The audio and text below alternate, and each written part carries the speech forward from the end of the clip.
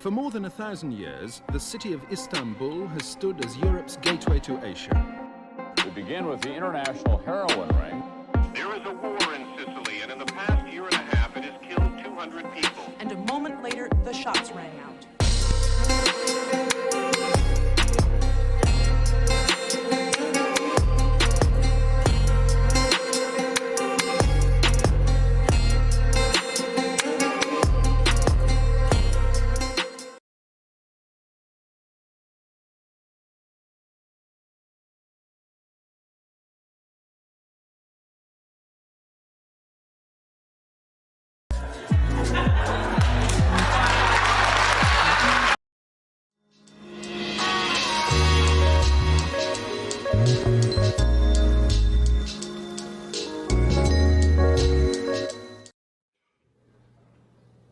I think we can begin, yeah.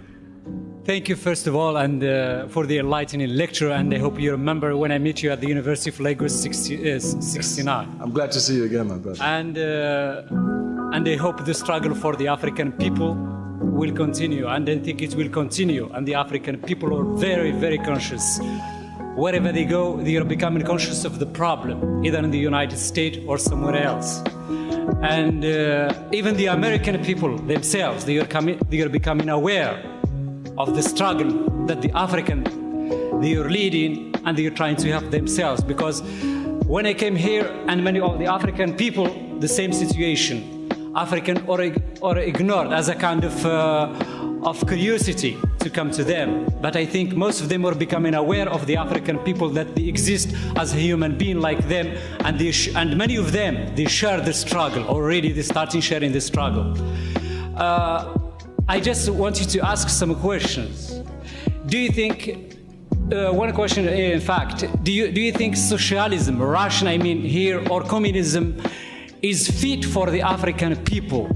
Or the African people should create their own socialism or their own communism, something which is very congenial to their own culture, to their own ideology, instead of importing another ideology, Russian? Because personally, I do not believe that the Russian socialism or the Chinese communism is or fit for the African people. The African people have to produce, because the Russian socialism, it was for the Russian people, not for the African people, like the NATO, or even to some extent the United Nations. And here I go beyond. The United Nations or the NATO was not for the African people, because they were not created, not motivated by the African people. So I think you have to think about the idea of importing Russian or communism or any foreign ideology to Africa. We have to create from our intelligentsia, for our knowledge, to your, as you refer to it, we have to create our consciousness. Thank you so much again. Thank you for the question. It's good to see you again. 1969, Lagos. I remember it. Well, the struggle continues. The struggle continues. We get stronger, as a matter of fact, more determined to win. Truth, we know, is universal. It must be. 2 + 2 is 4 in China. 2 + 2 is 4 in Moscow. 2 + 2 is 4 in Timbuktu. 2 + 2 is 4 in Athens, Georgia. Truth is universal. Truth cannot be invented. It can only be observed and reported. Scientific socialism is a truth. Of course, in our compilation of knowledge, in our attempts to help assist ourselves remember things, sometimes for the sake of remembrance, we may become a little bit sloppy about precision. Let me give you an example of what I speak. We may call the laws of gravity Newton's laws. That is to say, we refer to them commonly as Newton's laws. Newton cannot invent that a body in motion tends to stay in motion unless stopped by an outside force. He cannot invent this. The best that Newton can do is to observe it, and the best we can do is to know that he might have been the first man to have recorded it, written or oral. But certainly, as a baby, I knew that a body in motion tends to stay in motion unless stopped by an outside force when I ran into an object. I say we call it Newton's law, but Newton couldn't invent it, he observed it. So too, we come to confuse socialism sometimes in the capitalist system. Wherever we make mistakes will aid us in our mistakes. Aid us in our mistakes. Aid us to make them bigger, that is. Yeah. We come to see socialism sometimes as belonging to Marx, or belonging to Engels, or belonging to the Russians, or belonging to the Chinese. Not at all. Just as the laws of gravity cannot belong to Newton, so too the laws of socialism cannot belong to Marx. They cannot belong to Engels. The best that they can do is to properly observe these laws and record them. The best we can do is say, these are people who were the first we know to have recorded socialism, or concepts and precepts of socialism. Socialism is a universal truth. Its principles are, one, that the people must own and control the means of production. Number two, the system must be planned properly, and there must be all scientific and technique data used to improve it. Power must come from the people and be emanated by the people. I'm coming. That is to say that socialism in Russia, socialism in China, socialism in Europe, socialism in Africa must be the same like 2 plus 2. It may look different. Its manifestations will be different. There are different cultures. The culture of China is not the culture of Africa. Because they're different cultures doesn't mean that they're automatically antagonistic to each other. Not at all. The culture of Europe, the culture of Africa are different cultures. Therefore, the manifestation of socialism in Africa, the manifestation of socialism in China, the manifestation of socialism in Russia will be different. But the essence will be the same, as it is with 2 plus 2. If we went to China and we wanted to see 2 plus 2 is 4, they will do 2 plus 2 is 4 for us on the abacus board. If we go to Africa and we ask for 2 plus 2 is 4, they will do 2 plus 2 is 4 for us with the kauri beads. If we go to Russia and we ask for 2 plus 2, they may give us 2 plus 2 is 4 with wheat grain. They're different manifestations, but the essence is the same. The truth is there. Therefore, we in Africa must fight for scientific socialism. Those in Russia must fight for scientific socialism. And just since no one has a monopoly on socialism, it is not to be assumed that any one country will be the first to arrive at socialism. That one must be clear. And also, since no one has a monopoly on socialism, it cannot be assumed that if one country moves forward and makes mistakes and falls back and even seems to be revising its stand, that's no reason for us to be discouraged. On the contrary, we hold stronger to truth.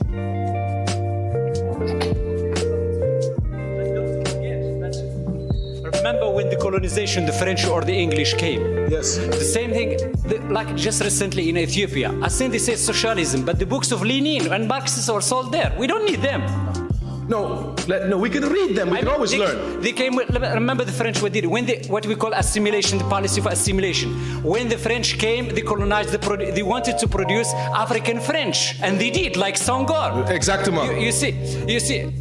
And in France, they have a white French representing French ambassador, Senegalese ambassador.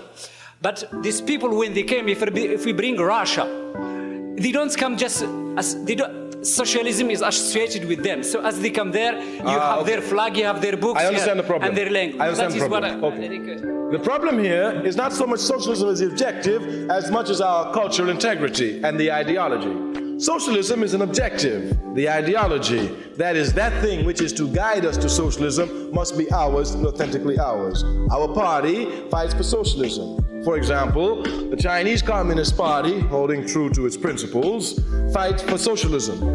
The Chinese use Maoism as an ideology to get them to socialism in China. If I in Africa also use Maoism to get me, I'll be confused.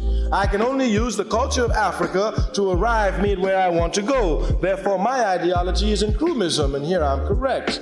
But this Nkrumahism is not at all in opposition to Marxism-Leninism, not at all, on the contrary. We take the universal truths of Marx and Lenin. We take the universal truths of Mao Zedong. We take the universal truths of Ho Chi Minh. We take the universal truths of the capitalist system, because truth can come out of the mouth of anyone, even the enemy. And these truths we take and we mold, but these truths are molded according to our culture, our understanding, and the level of production of our society. It's not imposed, and we cannot at all impose ideology. Never. Thank you. My name is Doug Teeper. I'm organizer of the Truth Demands Justice Concern. I'm glad. And victim of the Kent State atrocities. Oh, excellent. And I'm also a candidate for student body government.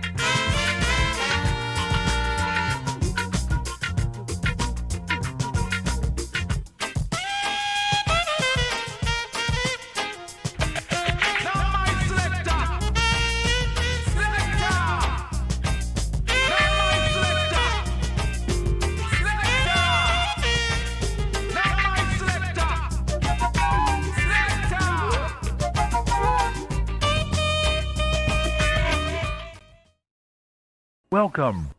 You've got mail.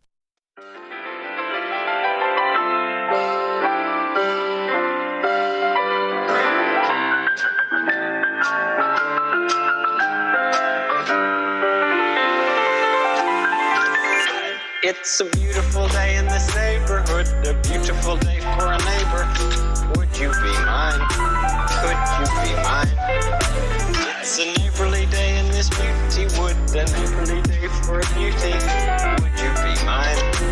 Could you be mine? I have always wanted to have a neighbor just like you. I've always wanted to live in a neighborhood with you, so let's make the most of this beautiful day. Since we're together, might as well say, would you be mine? Would you be mine? Won't you be my neighbor? Won't you please? Won't you please? Please won't you be my neighbor? Neighbor, neighbor, neighbor, neighbor, neighbor, neighbor, neighbor, neighbor, neighbor, neighbor, neighbor, neighbor, neighbor, neighbor, neighbor.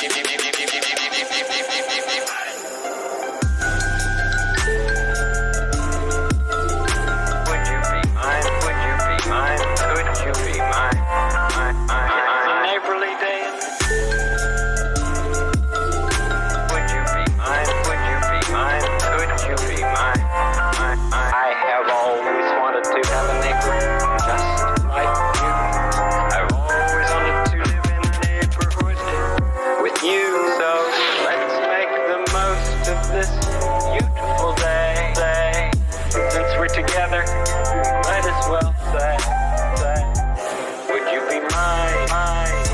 Would you be mine? Would you be mine? Won't you be my neighbor?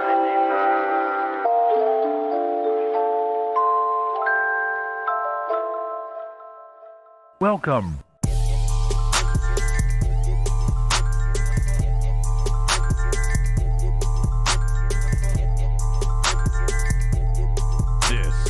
Is the I, Dan Simpson Show.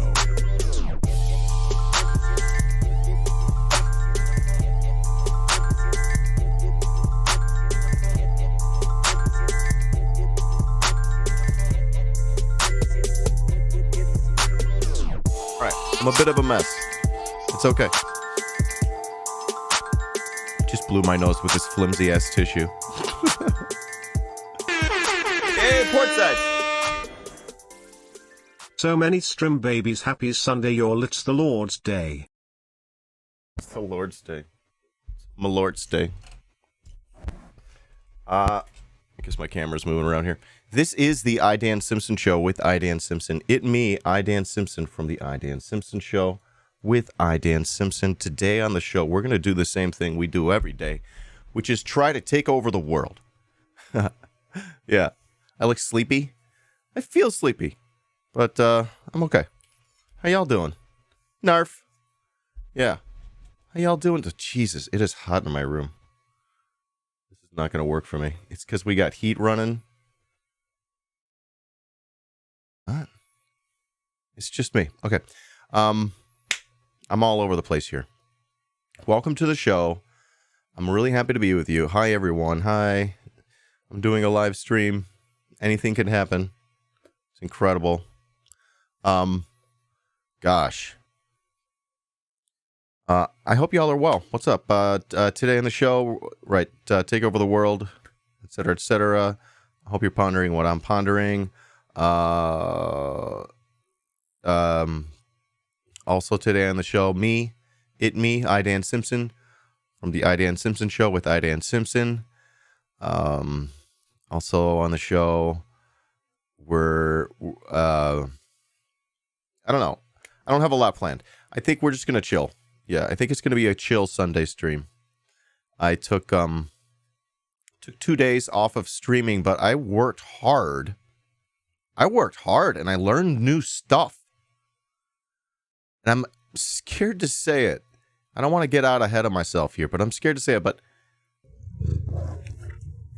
might be getting into editing. I might be enjoying it. I want to get good at it because I think I want to get good at it because I really want to do a good job with this this project. Did y'all see the bumper? Did y'all see the bumper I made? It's pretty fucking sick, if I can say so myself. Number one, I was like, yesterday I was, by the way, good morning, chat. I'm sorry, I'm out of order. Good morning, chat. Hello, live viewers. Hello, lurkers. You can keep lurking. Of course, I love a lurk. Hello, man, nothing's working over here. Hello, what else? We got replay viewers, including NSA Ned, FBI Fred, don't forget about Bob. We always forget about Bob. We forget about Bob sometimes. You know, Department of Homeland Security Dave, CIA Carl. Yeah, all these things. Yo, so thank you all for being with me today. I took 2 days off the stream because I was focusing on my new project, and I think it's going to be a lot different from what we were initially thinking. I think this project, oh man, I think I'm getting project scope creep, but in a good way, because I think I need something different. I need to do something different with my content. So yeah, that's what I'm gonna. I got some ideas. I want to make different kinds of content, is what I mean. Yeah, so let me try to show you what I'm talking about here. Do I have any of these? Yeah. So yesterday I was like working on this project, and since it's more than just like I don't know, it's somewhere in between one of those like investigative podcasts that you hear, and like, you know, it's also got video. So like me and Karem are going to be on the screen and all. This is for the Chotley Trap House project. At least this is how I'm thinking about it. You know, we're going to be on the screen and all, but I think I'm going to be really working on my video and getting tons and tons of B-roll to sort of amplify the stream. So it's going to be somewhere in between a podcast and, like, you know, I don't want to say documentary, but you get the idea, right? One of those like really informative YouTube videos. Okay. And then I was thinking, how do they do those maps, you know? How do they do those maps? I'm thinking like Caspian Report, you know, Caspian Report. So like yesterday I spent a ton of time looking for B-roll, and just because I'm working on the Grey Wolves and all this other stuff. I got way down deep into the Pizza Connection. Holy shit, I can't wait for that episode. I honestly think the Pizza Connection could turn into it could be series. I honestly think the Pizza Connection could be an entire series, an entire season, like season 2. All right, learning from our favorite Mormon spook. Wait, we'll have to talk about that. What? All right, just tons of B-roll of people eating pizza here. So I'm looking at like Caspian Reports, and I'm like, how does dude make these videos with the really beautiful maps, you know? Yeah, I was thinking Johnny Harris is editing today's video, and they just got great maps. How do they do this? Their editing's off the charts. Based rhetoric to spell out Washington's Indo-Pacific strategy. Shut up. By the way, this guy's from Azerbaijan. He's got videos on Kemalism. I think dude is a gray wolf. Well, that's a horse, not a wolf. I think I'm gonna become. I need to become an edits pervert. What's up, Alexander the Great Uwu? Really good to see you all. What's up, Nay Zero? What's up, Portside? Stuck and Phone in the house. What's up, homies? Folks, I'm taking donos right now, specifically for mutual aid. We're doing mutual aid for Stuck and Phoned. If you have anything laying around, you could do a tip right now. Also, homie, if you want to drop your PayPal link, you could do that too. I don't have it handy. Yeah, love your face. Homie's trying to get his car fixed so he can get back to work. All right, so y'all, if you can help, pitch in. That's super important right now. My subbies are less important. So I think I'm going to need to become a debate pervert. This is the thing that... Oh. Yo. Instead of looking at a... Instead of having like a Wikipedia page, I need to tilt it. Do you see how they just tilt it? They love to tilt that shit. Tilt and zoom, baby. That is so simple. That's such an effective thing. But yeah, so like getting back to the maps, he always does this. Actually, this is interesting. His is looking more like Johnny Harris at this point, because he used to have different maps. He used to have the world maps, right? These are different. I think he's using the software that Johnny Harris uses. I'm a billionaire. I'm a multi-millionaire. Hey, Portsides, thanks. Love your face, you homie. Link to PayPal is in the Discord, folks. Link to the PayPal is in the Discord. There's a channel called Mutual Aid. There you go. Thank you so much. Did you see the latest debate on whether or not NATO is good or bad? You've got to be kidding me. Are we seriously just dealing with baby brains? Oh my Lord above. I cannot stand them anymore. I just can't. I can't deal with these baby level time wasting debates anymore. You're kidding. Oh my God. I was like, are we serious here? I'm like, is Vaush doing a stream about whether or not they're good or bad, and I got to push back on it? Because I legitimately don't have the time for it anymore. It's just baby level shit. I honestly think it's there to distract us from making better content. It's a fucking op, dude. And I know what you're saying is not real, but like, again, what they do, their whole shtick, just reactionaries. Okay, so I was like, hey, how does Johnny Harris make his videos? He's got a video on it. He's got a video on it. He talks about how he makes his maps. It's also an ad. It's also an ad. So what he does is he goes through his workflow. So as it's called GeoLayers. And then he talks about how he uses this plugin that I am desperate for. Desperate for this plugin. If I keep going down this road, I definitely see myself getting this plugin. Because it is off the charts. Because I've learned to do two things now, and I'll show you the two things I've learned. If you want to just skip to that, to the GeoLayers part, go to the time code that is here on. All right, so what he does is he's got a file. Is simple. It has. He's got a file.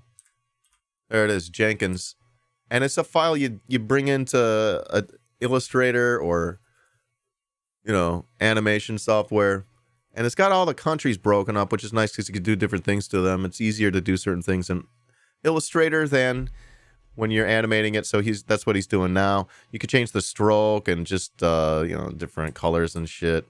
So that's what I did. And then he brings it over to Adobe After Effects, makes a sequence, and then he starts fucking around with the colors and stuff.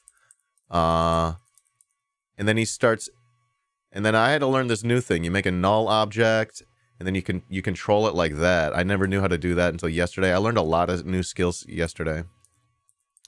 So I learned how to make a map, and I made my first map. I guess I'll show you. I guess I'll go to Illustrator. No. Planning an invasion. Yo, so in the video, he talks about right out of college, excuse me, and he goes to American University, the CIA training ground. He goes, and his first job is at CSIS.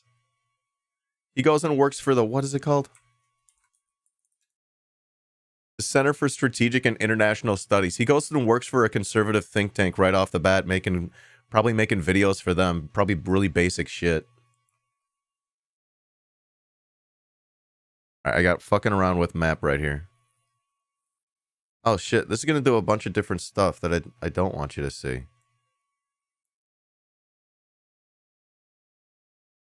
I just want you to see the map. So here's my first map. It needs to like load. I should honestly just export it, and it'll be easier to watch. Just render it real quick.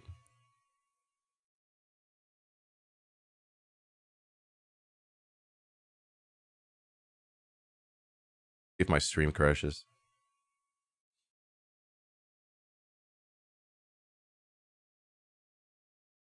Not bad. They dropped 2 frames to rendering lag in OBS. It's going to be easier to watch like this. Wow. Alright, so... There. First map I made. Just kidding. What the fuck over here? Get me out of here. Just kidding. Open it up in... what's that? What's the video player? VLC. No, we could skip the update for now. Alright, so this is my first map. Yeah? Yeah? Yeah? Yeah! Not bad, right? Not bad, huh? You're like, oh, okay. You know, it's okay. That doesn't just happen, okay? You might not be impressed. I'm telling you, that doesn't just happen. All right, so then go back here. And then I turn everything else back on. And I'll render it again. Render! Darker. Darker. There's a reason I call it that. Don't worry about it. Okay. No, that's a lot of work. Anything with maps is tedious as fuck. Thank you. Alright, so then I'll show you with a couple more things. Yep. A couple more things. Open with VLC. You gonna play the music? Stop. Alright, with music.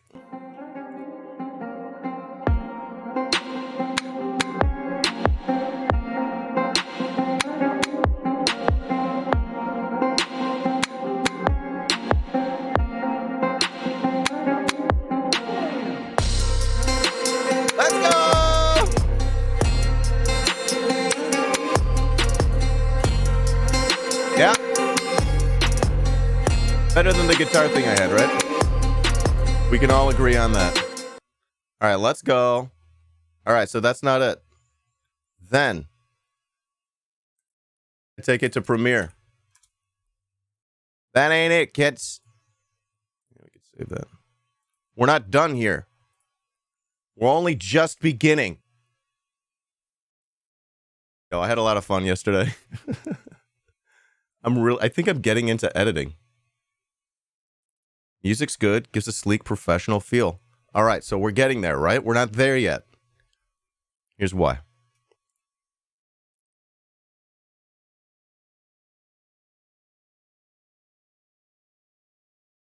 What do I want to show you? I'm gonna do one. All right. So then I'm like, all right. I've got all this B-roll because I've been downloading B-roll all day. Let's see if I can mash that in there. So here's what I did.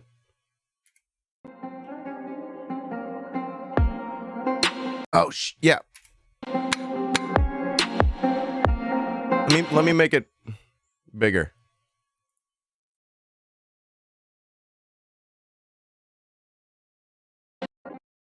I'm like, how can I make it better? I got all this B-roll and all this extra stuff.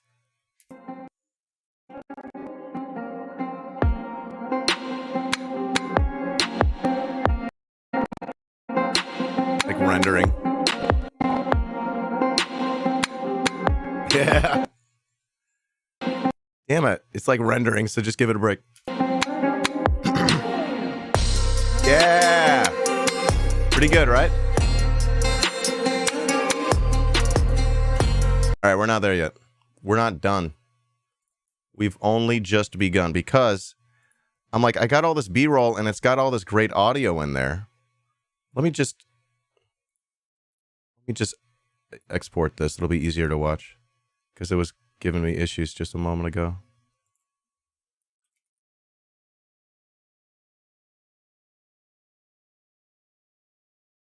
So, give this a minute.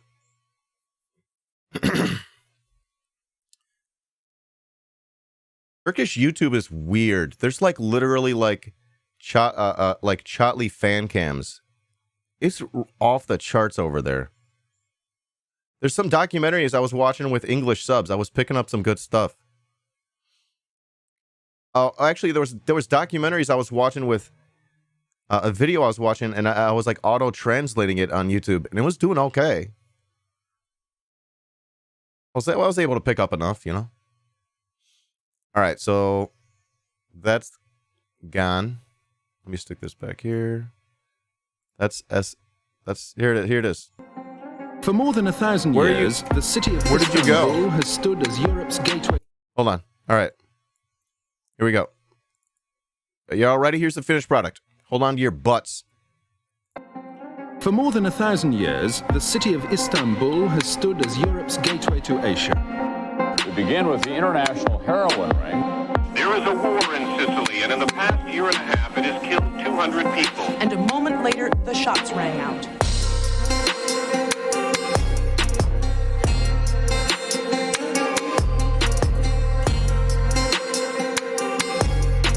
Oh, that was fun. That's the fun with that one. Yeah. I was like, I found that audio. I was like, oh shit. Moments later, the shots rang out. Oh yeah. That's what I want. I'm a sicko like that. All right. So like, that was 30 seconds of video. I'm just so excited about that. I've never done anything like that. It's like really a lot of fun. But like, you know, I'm like just every time you just get into like a new skill set, you always got to keep in the back of your head that like there's people who've been doing this a long time. They're looking at you like that's nothing, kid, you know? But I'm still excited. I'm going to take this W.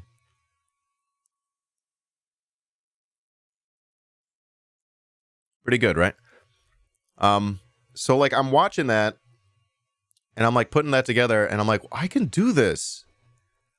I want to have an entire episode, you know, maybe not like 4 or 5 layers of shit all at the same time, but like a rich episode.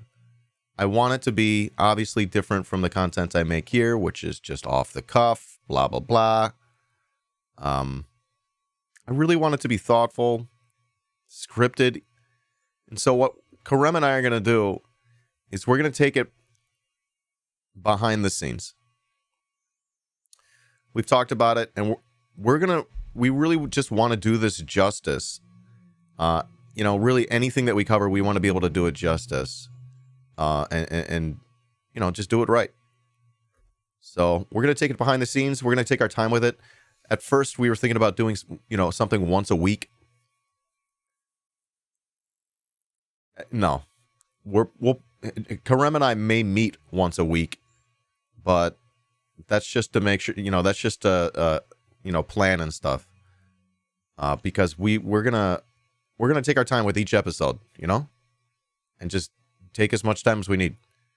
And that's that. I think we're gonna make a Patreon. The Patreon's not made yet. So yeah, that's a little update on that. Really excited. I can't wait for season 2, The Pizza Connection. I'll have to find a new song and do a new intro and everything. It's more like a series. It's going to be a video series. You know, I'm sort of like blending a podcast with a live stream, but we're not doing anything. We're not doing it live. We're going to record behind the scenes. I'll probably use my, you know, a similar layout. Someday we'll find it, the pizza connection, the lovers, the dreamers, and me. Oh, then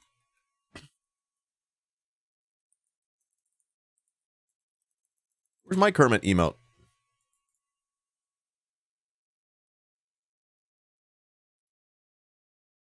I don't have it.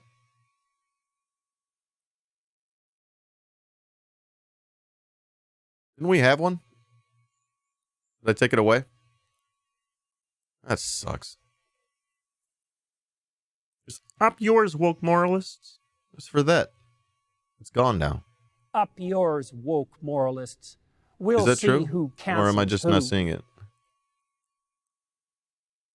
It's gone. It's gone. Okay. So today, I'm not going to be doing deep dives. I think I've found you don't like watching me do deep dives. Despite what you say. I think the people who like the deep dives are just vocal about it because everyone else just leaves. Right? Who's going to stick around watching me do a deep dive? Just to tell me they don't like me. Just to tell me they don't like watching me do a deep dive. So, today, it's Sunday. It's November 6th. Today, it's 9:43 a.m. Chicago time. Chicago Standard Time. Is it daylight savings? I forget. Oh, what I didn't tell you was Johnny Harris is working on this map thing. Check this out. Computers. The fact that I'm sitting here with this computer that is a little bigger than a tablet in terms of how light it is and how nimble it is. And the 11th gen processor gives you the power to take on this workflow is wild to me. Anyways, he's got this. Doesn't require any plugins. It just requires After Effects, the Adobe animation program, which is a expensive. program that is enhanced by this processor. Then I will move on to that and skip to it. Intel actually works with Adobe to make sure that the workflow is simple. It has to do with two main ingredients. Here we go. After Effects and a file called Jenkins. This is a file that I refined for years. It's an You refined it for years. Illustrator file that has all of the countries in the world. Didn't even have Ukraine. It didn't have Turkey on there. That are fucking idiot. Layered out. So it's on his Patreon. And of course, I'm such a fucking stooge. I'm like, fine, I'll pay the $2 so I can download this fucking file. And then I canceled immediately. It's a pretty good file. Not all of them are layered out, but a lot of them are. And that is That's how I made my first one. Oh, then I was like, wait, how does Caspian Report do it? And then I looked it up, and people were in Reddits talking about it, and someone's like, I think he uses Google Earth Studio. And it's pretty simple to do this. You just pick a place. It's Chicago. Someone give me another place.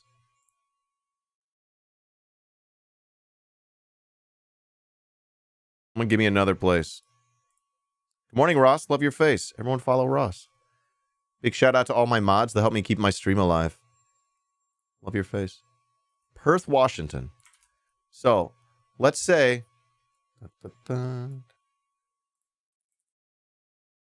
I did Perth, Australia. Perth, Western Australia. Oh, I'm sorry. Perth, Washington. What's wrong with me? All right, so this is what this is going to do. Shit. Let me hit another keyframe here. I'll hit a keyframe here. Boom. Animate it. It's like, this is going from Chicago. It's like animating I guess a flyover to Perth.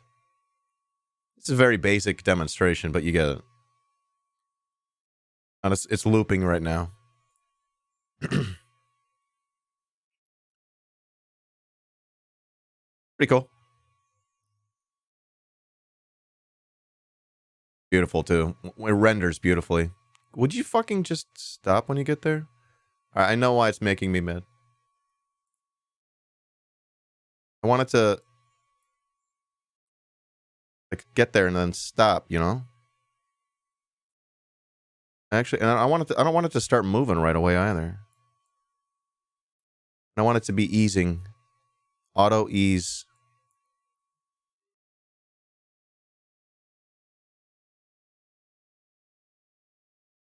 I didn't like that ease.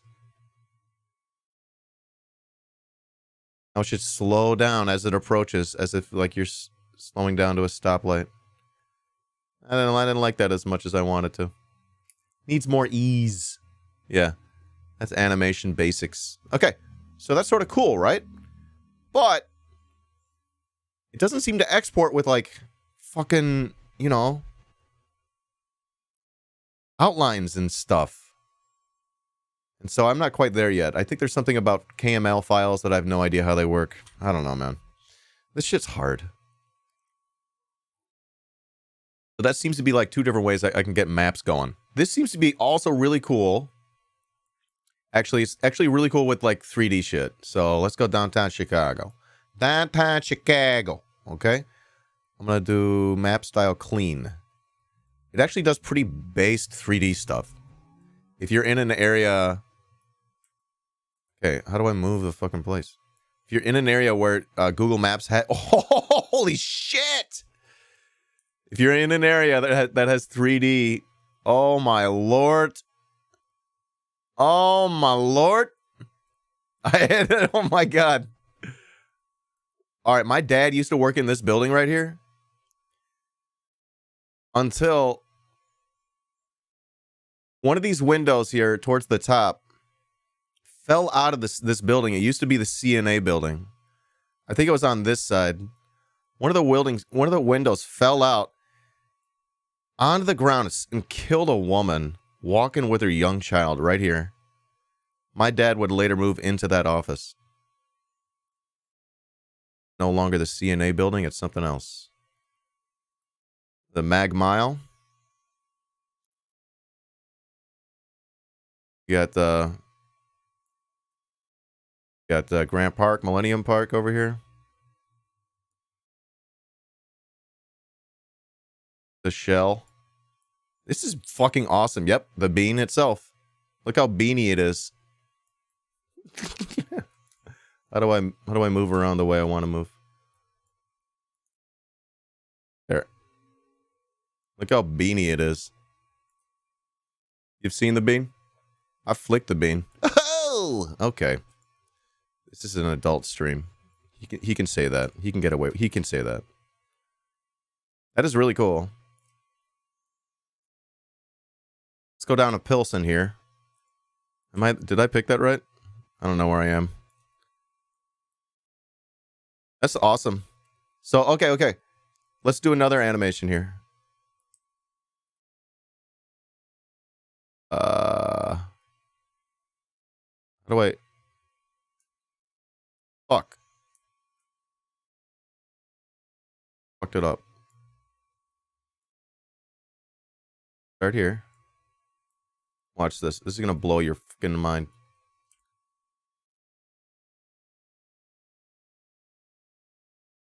Alright. We got Soldier Field and which museum is this? I always forget. Museum of Science and Industry, and then there's the aquarium, and then there's the planetarium. All right, so check this out.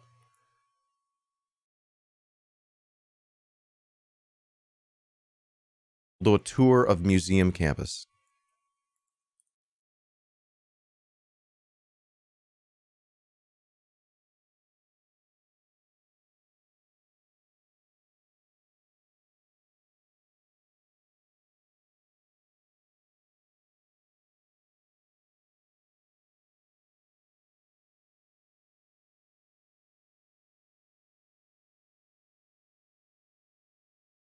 We'll overlook the lake at the end.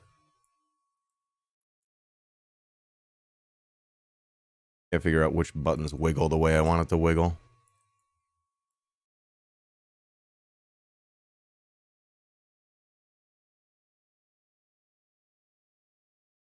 Easy does it. Here we go.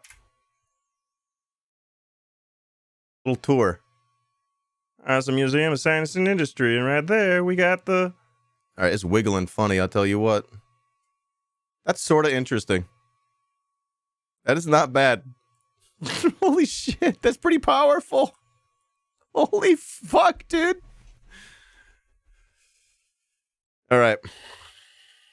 That's extremely powerful. All right. But there you go. That's a little bit of an example. Wow, I just blew my mind. And then Johnny Harris goes on to demonstrate that $300 plugin. If I keep doing this kind of stuff, I don't know. It doesn't seem long before someone else asks me to make these kinds of edits. And then I can afford that kind of software. And then sort of justify my giant 3-monitor setup.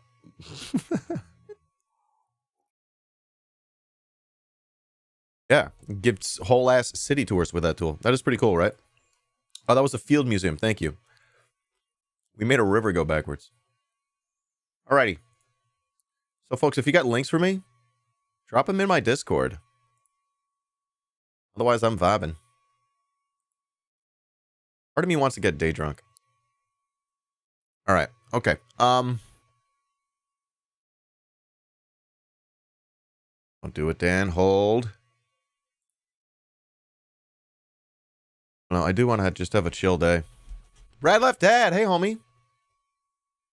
Love your face. Does my bot not say hi to you? Oh, I disconnected my bot. Alright, don't look at my bot. Okay.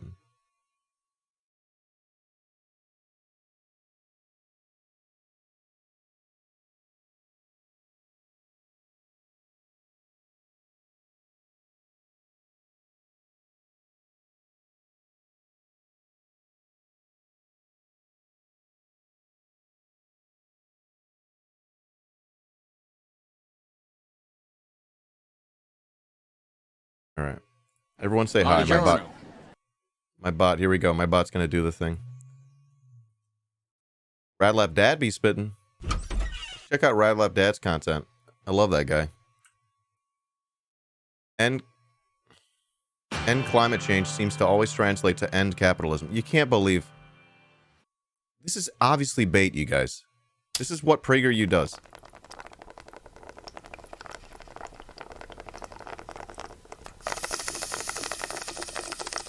All they do is two things. And the second thing is less important than the first. They do two things. They piss you off. The left. Yeah, my camera's pissing me off today. They piss you off. As in the left. They piss you off. I gotta do this thing.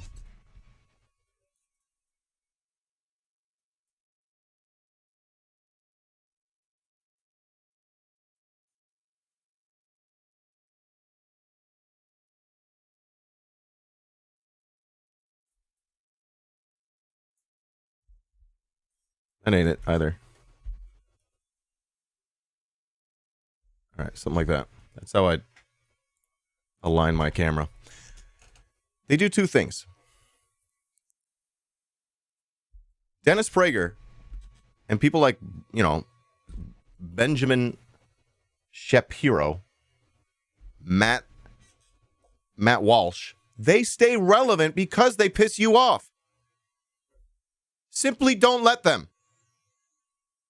I'm just going to throw that out there. Not that like this is fine, right? That's what they do. That's how they stay relevant. They stay relevant because they can never take the L, you know? They never take the L. But so does your typical lib. So does your typical progressive. No, it's not that. No, Dad, it's not. Your job is to do this. This is your job. You know?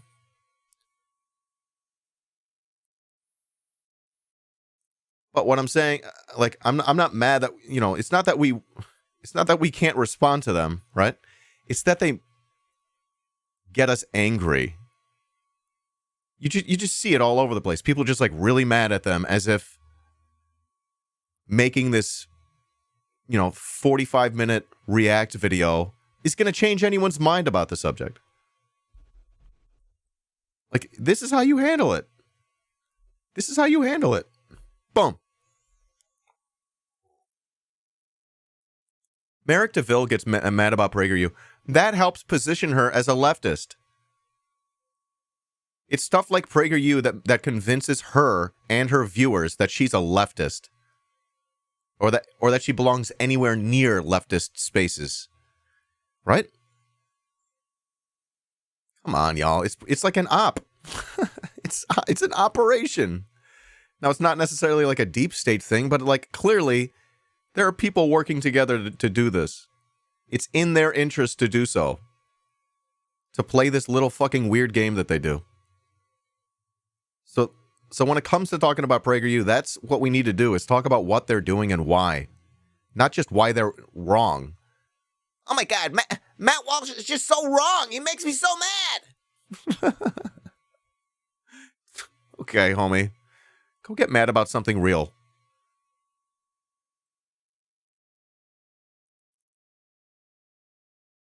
Again, not to say we shouldn't push back on what they say. What they say is harmful.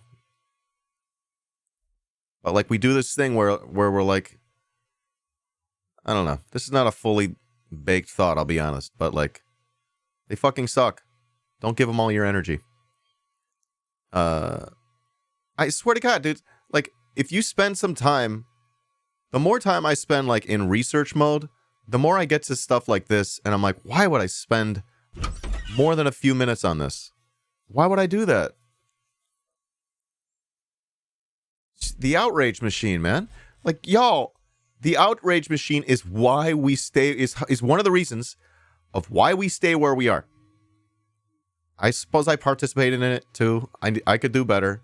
The outrage machine. It keeps us from like leveling up our own shit. Right? I'm like working hard on my project and I'm like, I'm getting shit done. I'm like, this is awesome. This feels great, dude. I love the way this feels. Otherwise, I'm just in this outrage, whiplash market where my value is how outraged I am and getting other people outraged about dumb shit as well, distracting us from what we could be doing.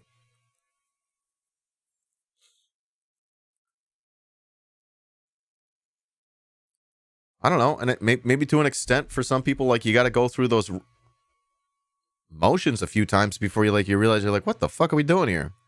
I hope y'all notice that and get out of it if you are. And I'm not saying that to anybody specific. So I don't know, y'all. I want to find, if I could, I would like go full time on my project that I got right now. And I would still stream. It would probably be way shorter, but I'd go full time on that project. I am loving it. And I know it's needed. Because I don't think ain't anyone making this content out there. If you don't know what I'm talking about, Karem and I are doing a new project. I've mentioned it twice or three times in this hour already. Oh my God, dude. And it's basically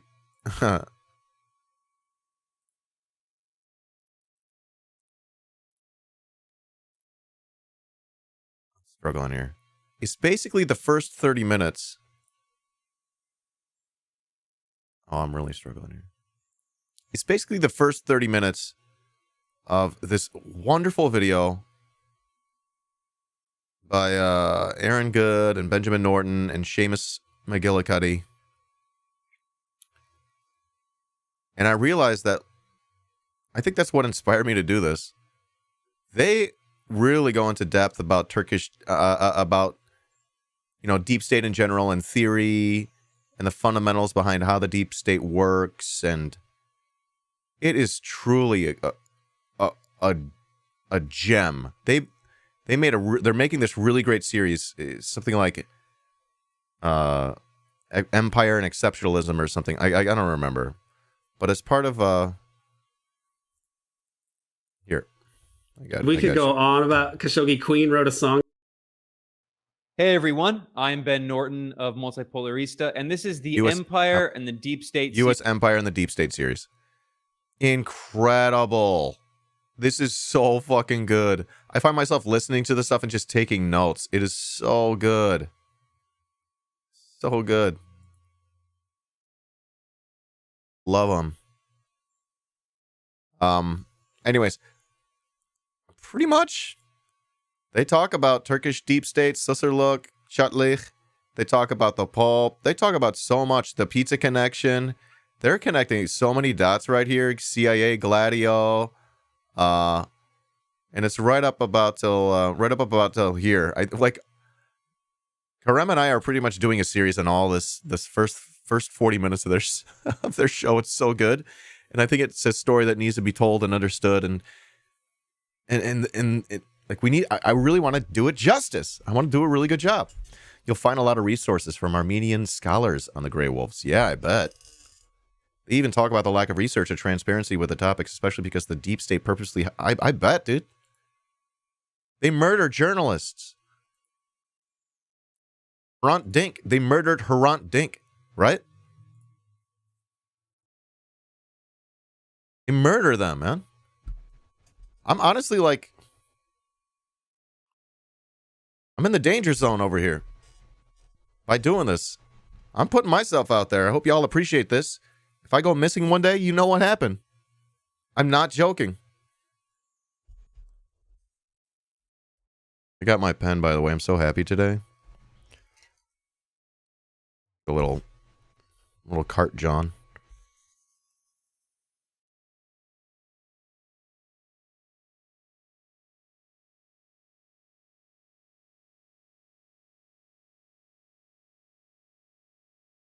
Wait, what's a seedling when it pops over the surface? I put them in the pot. I put them in dirt. I don't know how much to water, so I don't want. Each morning I notice that it's a little bit dry, so I put just a little bit on there. Pretty much that like little spot should be just like sort of wet, right? Definitely not. You know, I don't want it soaking. I really don't know. You notice the more you dig into this, the more you understand it can spot counter leftist forces. Yes. And that is literally like a veil that I've pierced that I will never unpierce, and all I want to do is rip that fucking fucker wide open. We are in the position here, in this community, where like, I'm like an independent leftist, you know? I'm beholden to nobody. I'm not part of like a cadre of people where, you know, they're being pulled one way or the other. I'm like a free agent over here, and I'm invested in what I call exposing the contradiction, forcing the contradiction, rather. I really love it.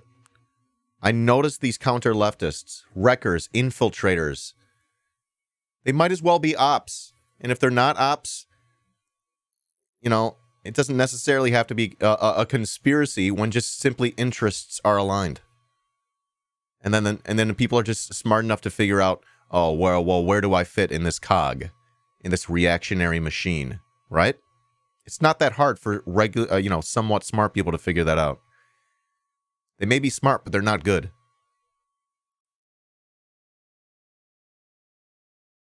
I'm telling you, y'all. Y'all think World War II, you know, like, think about all the emotion and like energy and ideological fervor into that. It doesn't just go away at the end of the war. People think it ended. It didn't end. It evolved. It turned into something else. It's a Cold War. And then we think the Cold War ended when the Soviet Union collapsed? Get the fuck out of here. Get the fuck out of here. You baby brain shit. Get the fuck out of here. That's what happens when you think without Marx, when you think without class analysis. Like the moon landing, it wasn't real. All right, I gotta close my browser so I can refresh. Not able to highlight comments. Let's see if this works. Like the moon. Yeah, there you go. Like the moon landing.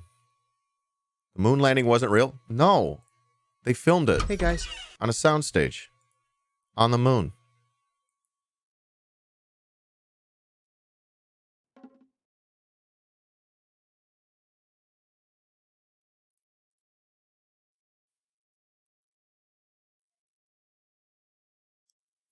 It's cheese. If the moon was made of spare ribs, would you eat it? I know I would. All right. Did you get your links in the Discord? What are we talking about today? It's Sunday, so there are no headlines.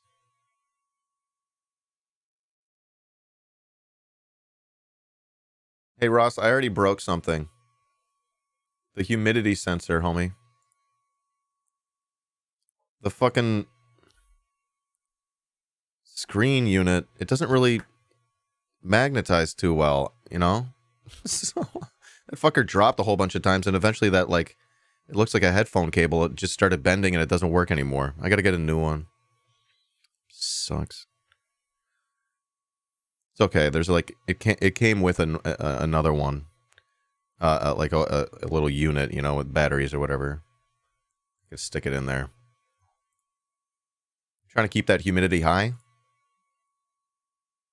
65% up in there.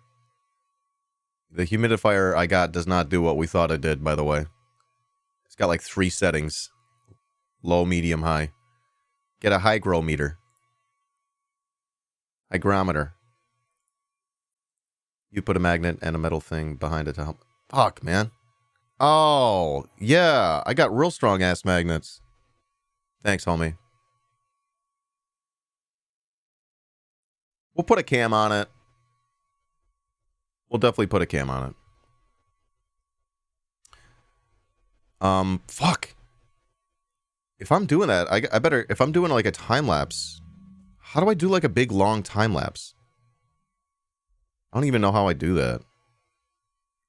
I would be sick if I could do that. Yeah, let's grow some weed. I think I'm gonna wait for the... I might put up like the GoPro in there someday and get some real long time lapse stuff. But let's just start with the webcam.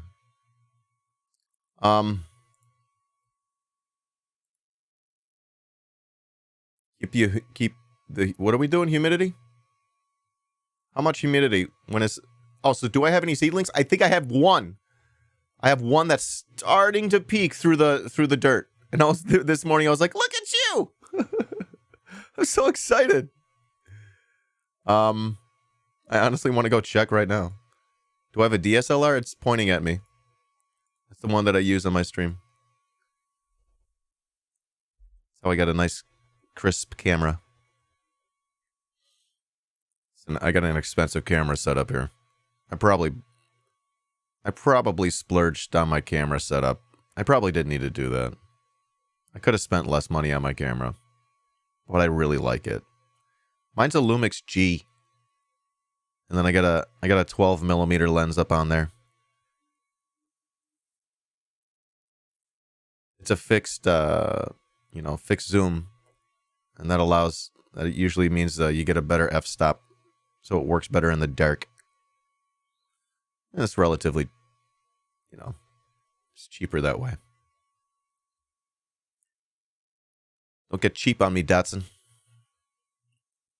Datsun! We got Datsun here! See? No one cares.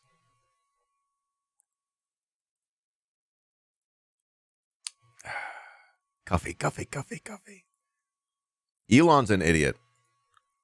Yeah. But wait, why? Hey, before we get into that, I want to remind y'all, I got this great thread of threads, and it's pinned. Oh, we didn't look at your memes, Dad. I totally got fucking distracted, didn't I? I'm sorry. What's wrong with me? All right, hold on. I want to let y'all know I got this important thread of threads. I should have done a better job of organizing it off the bat, but eventually I get to, like, here's a thread of basic material analysis, and it'll build from there. Here's a thread of this. This is a thread of deep dives that we do on the stream. I need to make sure I update. Here's a thread on China. You know? Here's a thread on the paramilitary death squad known as the Grey Wolves. Oh, this is the start of it. I need to put more on there. I don't want to give it all away. So that's the tricky part about that thread. Here's a thread on cruise ships, by the way. All right, let's go to Rad Left Ad, though. Rad Left Ad on Instagram. Rad Left Ad. It seems the tables have turned. Not really. Kill the little bastard. Let's see if I care. What Lumix you got? You're in the market? What, do you want me to sell it to you? I don't want to do camera talk right now. The information's below my stream. My gear is below the stream in my about section. I'm not doing camera talk right now. I don't know. It says Lumix G on the front. That's all I could do for you. That's the best I could do without fun. I think I threw away the box. It was like finally a few months ago. I was cleaning up my room. I was like, all right, it's about time I finally throw away my box for my GPU and my CPU. I'm like, I can get rid of this stuff. What's wrong with me? Yeah, G7. That sounds about right. We got a Samyang 12 millimeter.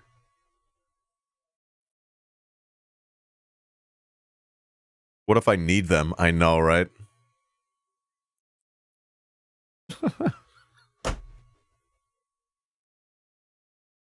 I'm not going to need them. It's not happening. All right. I'm tripping now. What if I need them? What are you doing to me? Make a little cat apartment with them. I did make a little cat apartment on top of my grow box. And Yoshi seems to like it. I threw the Twitch blanket I got in there, and it's super comfy. She seems to love it. Probably because it's warm too. Need what now? Hey, boxes. What else you got for us, Dad?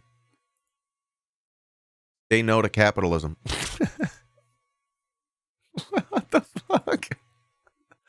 Remember him? Such a weird dude. I was putting in a Twitter will soon add ability to attach long-form text to tweets, ending absurdity of notepad screenshots.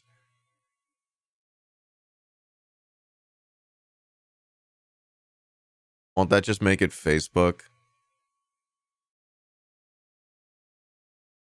I was putting a man on Mars going. That's right, he said he was going to put a man on Mars. Get in, loser.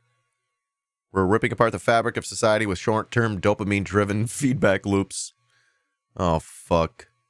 Exactly. And that's what we're doing here. Be able to tweet ACSI dicks. Yeah.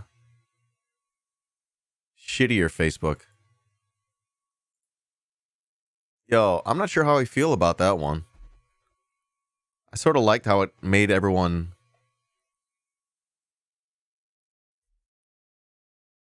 I liked how they extended the tweets.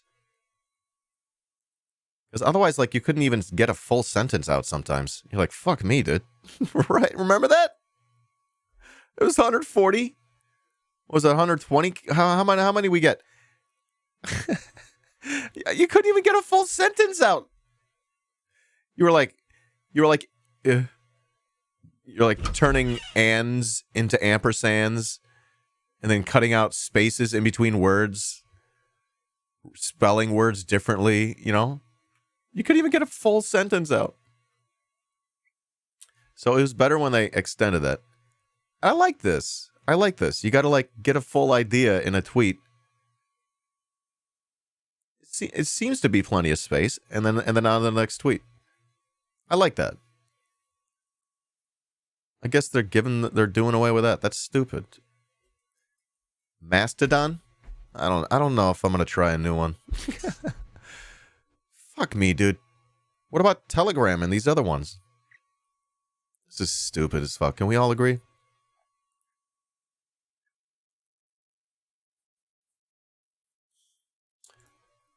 All right, let's get rid of that.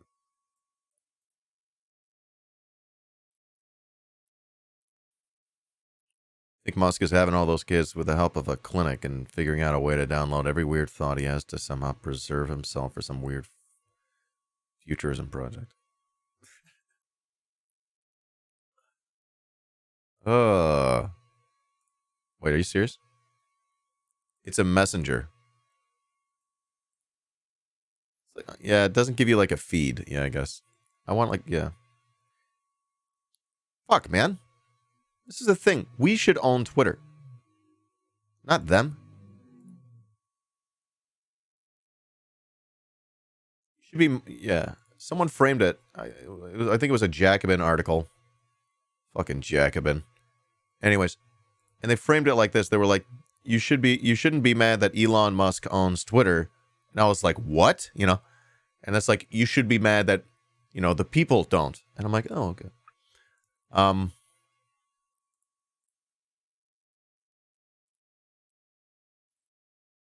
He's intentionally taking it? I don't see that. It reminds me of Matt's tweet. He just spent tens of billions of dollars on it. That's a ton of wealth. What's Matt's take?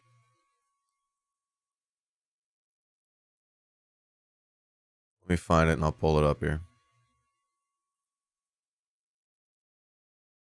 You do like taking a shit on the Secretary of State? It's just lip service. Ah, fuck. His tweet was something like, he's looked through the scenarios of like why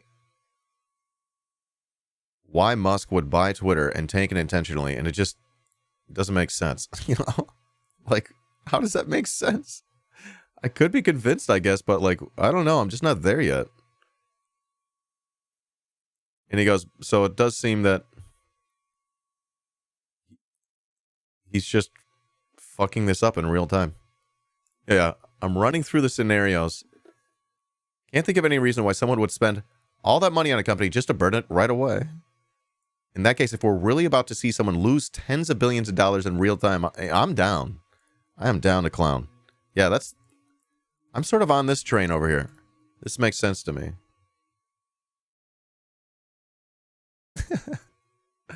Maybe. Didn't he buy it via stocks? I don't know.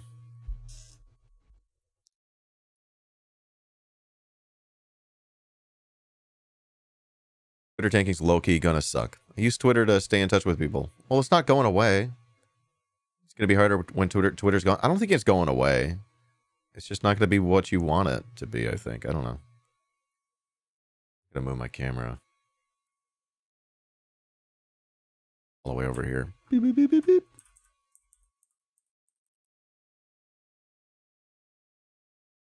I don't know.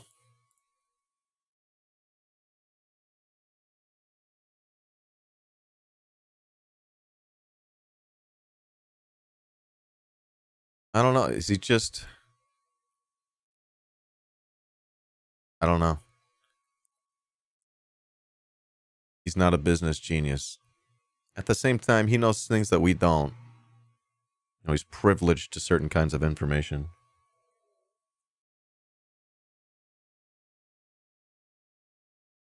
Tricky like that. What do they know that we don't? Yeah. Feel lost? What's the deal? Everyone, like, just step back and ask yourself what's really different. It's not different. It's still the same dumb fucking app. The same people are there unless they had a check mark and they thought it would be funny to do that move where they impersonated Elon Musk and said something stupid. You don't have to do that. He says something stupid on his main every day.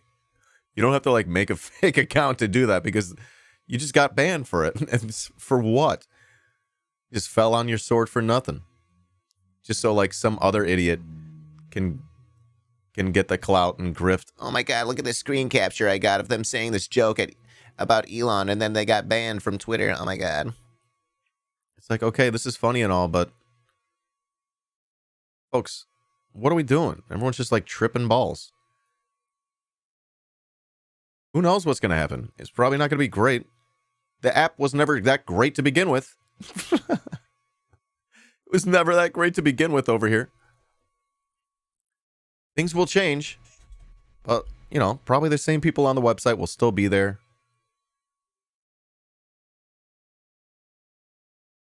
I don't know, homies. What are we doing? What are we tripping about?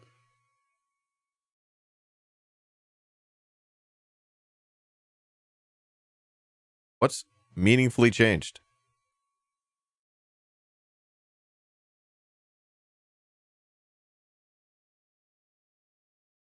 Consider this.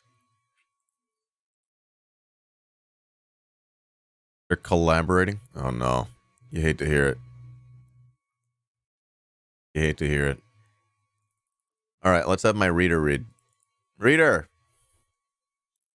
Reader! Yeah. Yeah, can you read for us, please?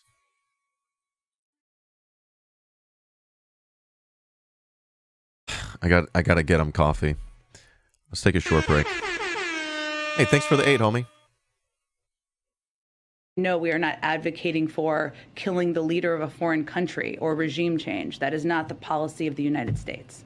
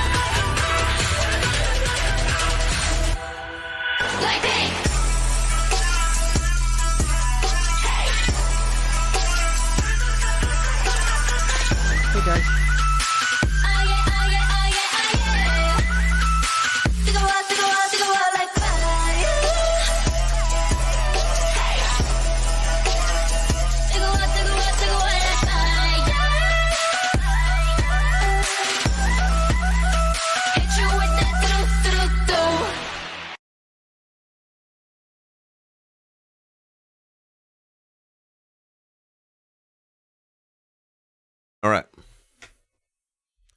Who runs this Juice Gang Co-op YouTube? I'm so curious.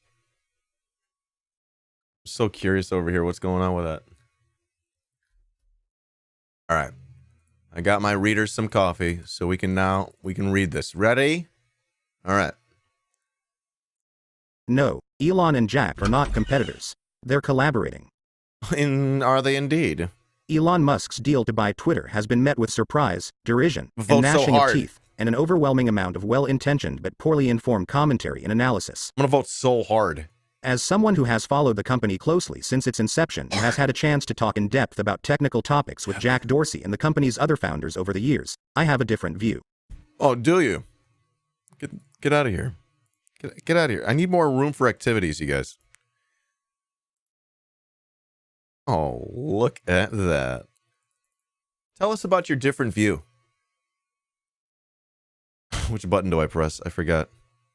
Here's a series of common questions regarding the deal and the relationship between Dorsey and Musk about which I see the most errors and misconceptions. Okay. Q. Jack Dorsey is launching Blue Sky, a new social network to compete with Twitter. I'll just join that instead. All right, I didn't know about this. Blue Sky? All right.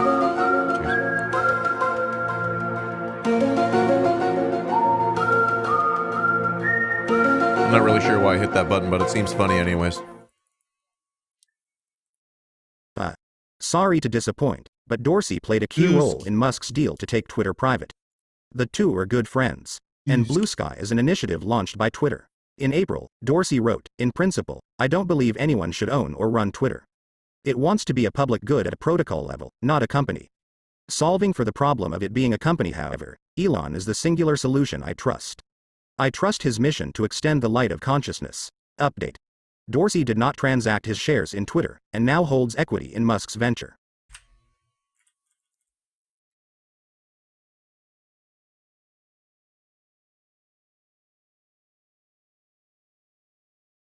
Pinko the Bear.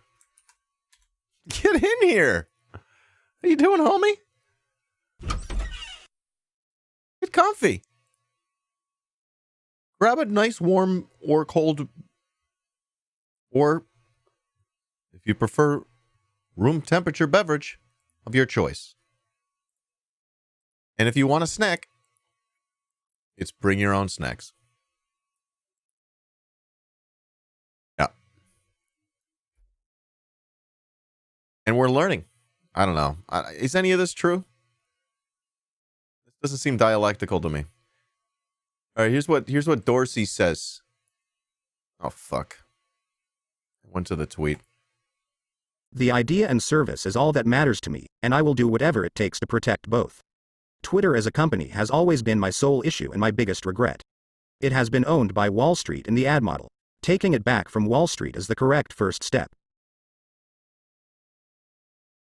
In You already principle, said that. I don't believe... You already said that.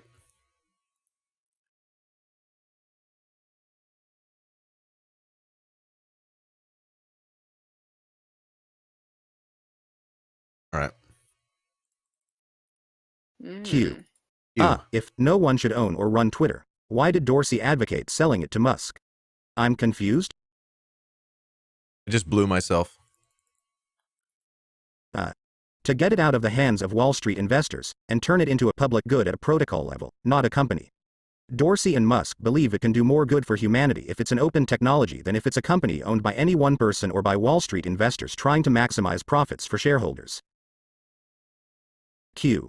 What do you mean, a public good at a protocol level? What even is that? Q.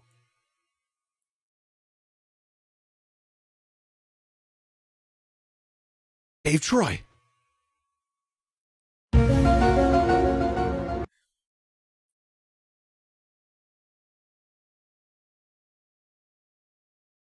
already do this one? Q. What do you mean, a public good at a protocol level? What even is that?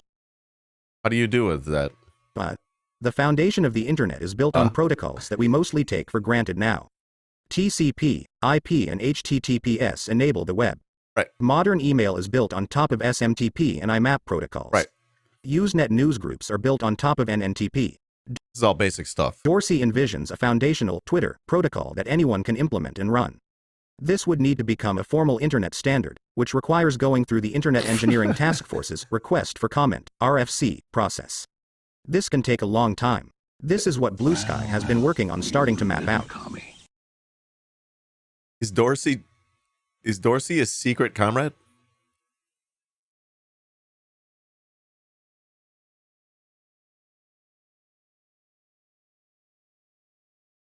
He keeps talking about public good.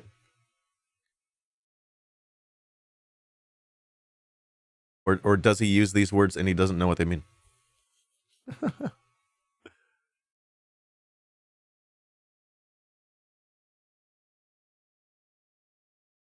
All this hair. I'm not sure what to do with it, I'll be honest. Marx would have been, yeah, secret comrade. Definitely.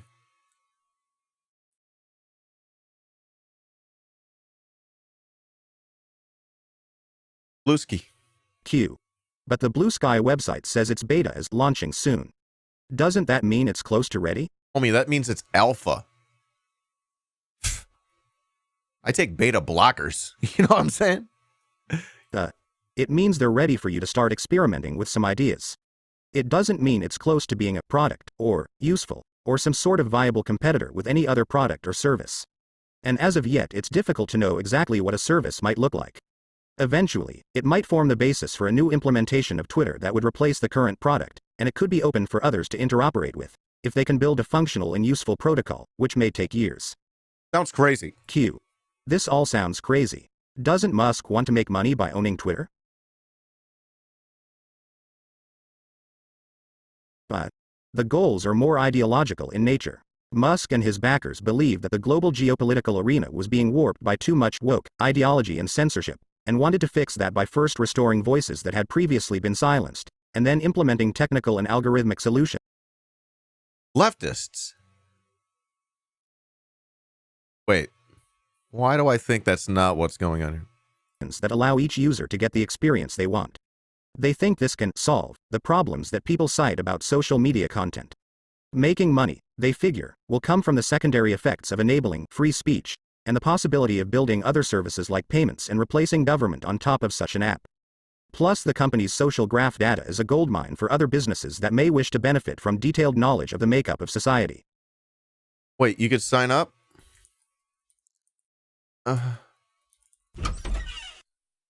Need to sign up. Blue Sky, I'm in. Bisky. I'm in. Get me in there.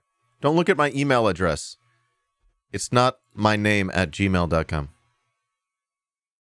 Why would I do that?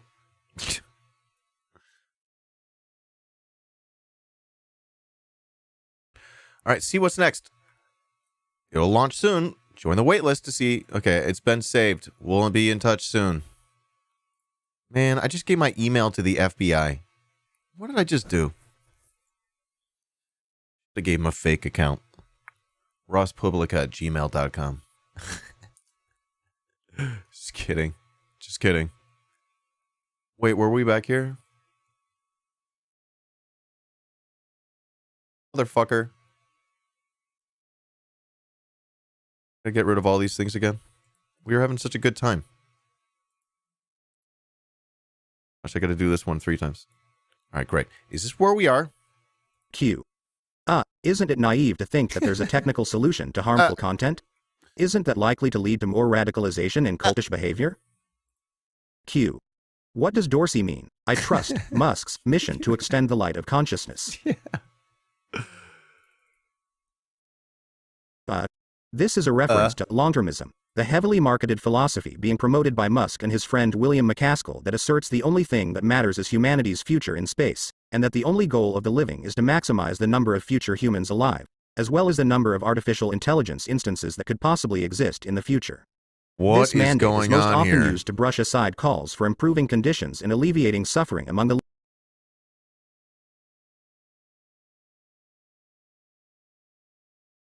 What? living here on Earth. Being promoted by Rusk? How so? By Musk? Now. Because, the theory goes, giving a poor person a blanket isn't likely to be as useful for the future of humanity. Share our blanket. Humanity is building a rocket to Mars. Long-termism is heavily influenced by Russian cosmism and is also directly adjacent to effective altruism. Musk's stated mission, which he intends to fulfill in his lifetime, is to make humanity a multiplanetary species. The anti-democratic urge in long-termism is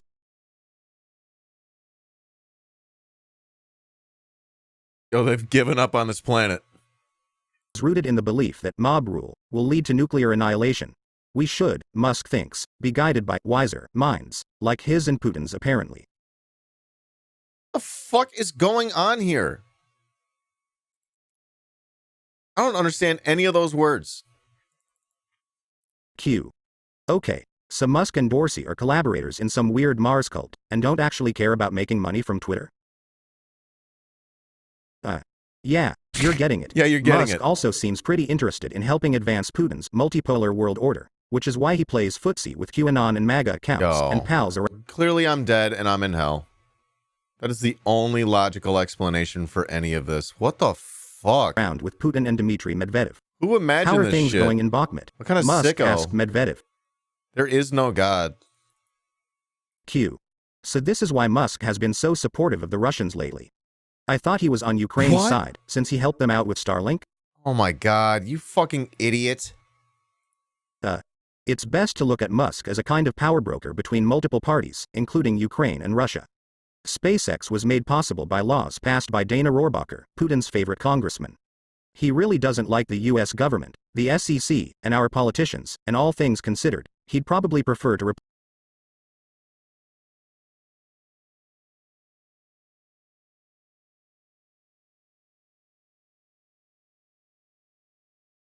Guy's all over the place. Dana Rohrabacher, what did he do? replace all of it with an app. Call it X, the everything app. There's so Elon much might material say, analysis. do we really need a government, or could everyone just vote with an app? Be honest. There's so much material analysis. The desire billionaires have to further separate themselves from the rest of us by escaping from the planet They could not make their... These billionaires... You guys, these billionaires could not make their, like, desires more clear to us. They want to be able to get the fuck out of here. They know it's getting bad over here. Excuse me. They're like... These people are the worst. They would be the worst poker players in the world. Their tell is all over their face. Chester in the house. Hey, homie. What the fuck is going on here? I hate this. Q. So Musk wants to overthrow governments, and Dorsey is helping. Who is this idiot?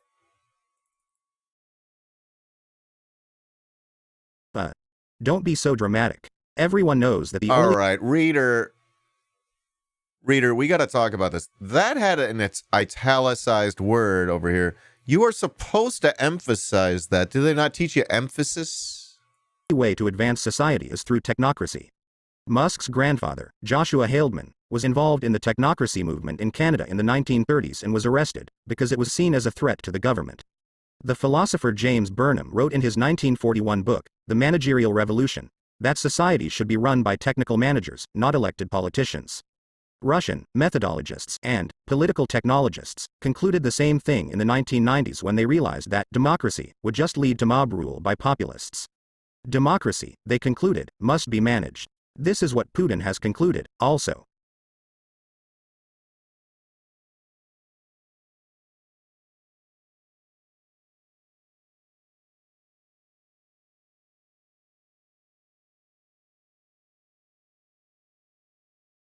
Which way are they going?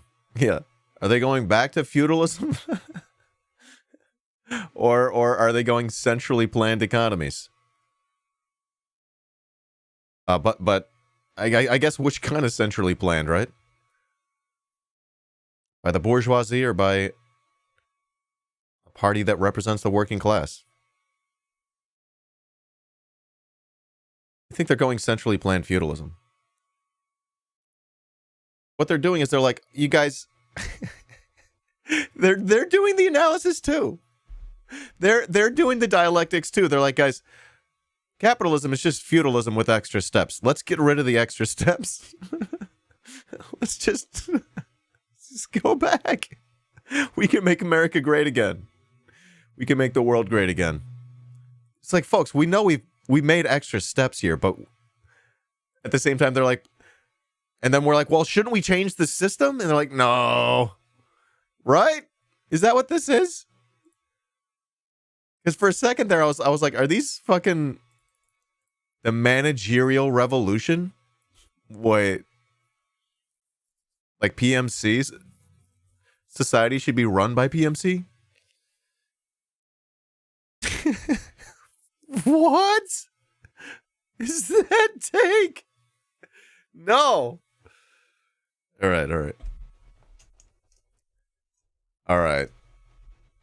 What is that? I'm sort of...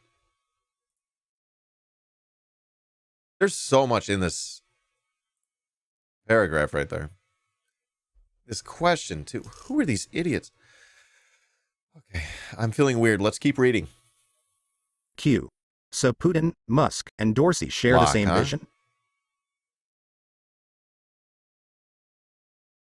It's complicated. All seem to think a multipolar world is a good thing, because after all, shouldn't Russia get to do its thing and not be bothered by anyone else?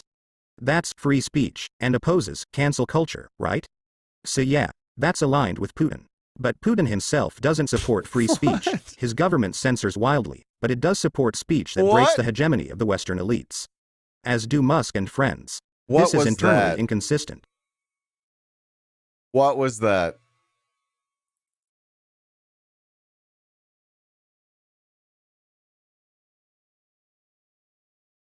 What?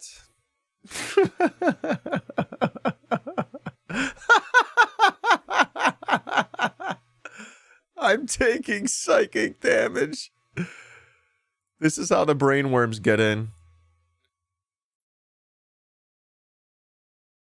Q. Back to the money thing. Won't advertisers balk at all this potential chaos, and won't Twitter's business model suffer? Musk and the people backing all this are more interested in reshaping the global order than in earning fake fiat currency. Their real goal is to usher in hard currency and rebase global currencies around scarcity and physical assets. So no, it really doesn't matter much what happens to Twitter's ad model in the meantime. It will probably do all right, and they can probably find other ways to make money, like adding in payments and weird Dogecoin schemes.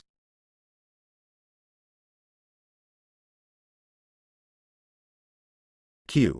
How is Twitter going to help them kill off fiat currency? You mean like replace the dollar as the world's reserve currency?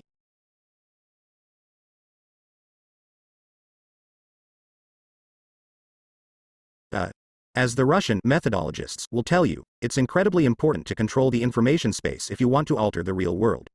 As the world plunges deeper into war and economic chaos in 2023-2024, there are real, perceived opportunities to advance cryptocurrencies and asset-backed tokens to replace the dollar.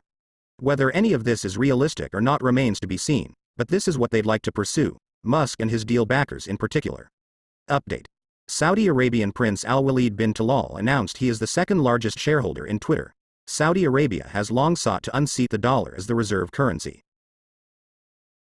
They finally gave us like a fact to work with here. Hidden in this article, there's like finally like a little bit of, oh, okay. That helps me understand that.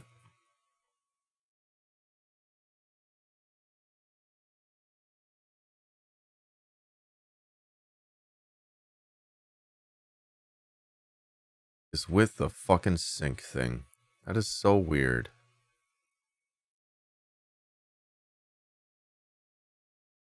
Saudi Arabian Prince Al-Walid bin Talal helped Musk finance the $44 billion acquisition of Twitter, TWTR, by rolling over his existing $1.9 billion stake in the social media company. The move makes Saudi entities the second largest shareholder in Twitter, behind only Musk himself. Does that not make it less likely that Musk is intentionally tanking it?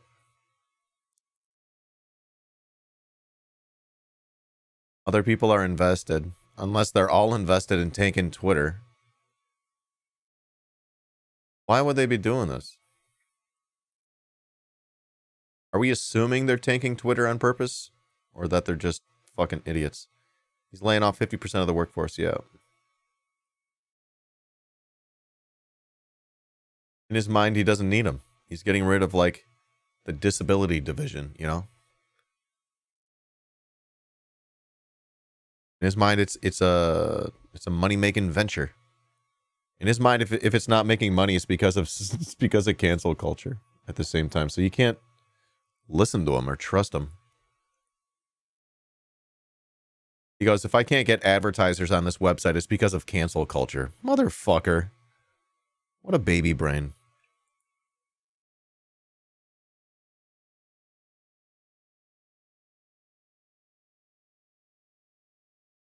Did a Doge with a winking face the other day. People are all over the place speculating on the Dogecoin and other crypto. Oh man. Tired of that. Tired of it. Days tick. In other analysis I've seen, he's firing and driving to quit the people who probably do the most important work regarding keeping Twitter running. Alright, what the fuck? I don't know what to think about this.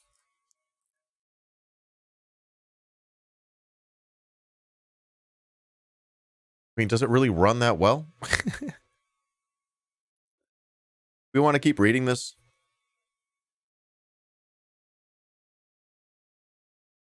All right, is this an argument worth considering? Q.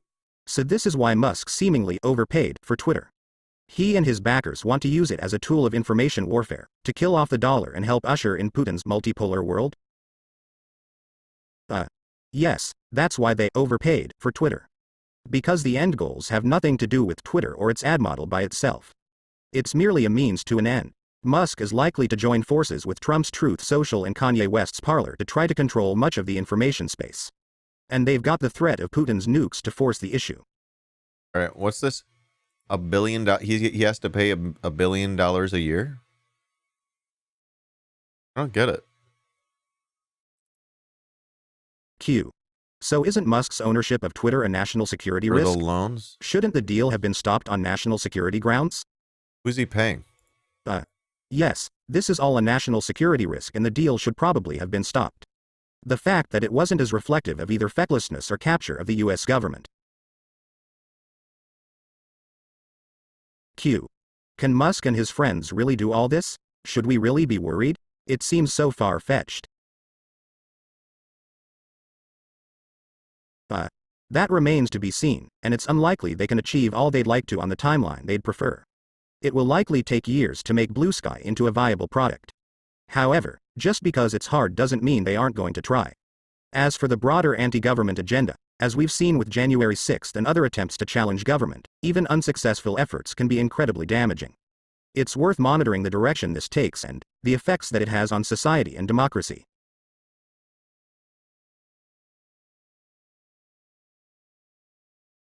Musk will just manipulate the stock price to make money. There is no more public-facing stock price, it's a private company now. $TWTR is no longer a thing. Boy, Jack really screwed Elon by making him overpay. No, Jack basically asked Elon to buy the company and Elon set the price. Jack owned around 2.4% of Twitter. It's not clear if he even transacted his shares or kept them. Update.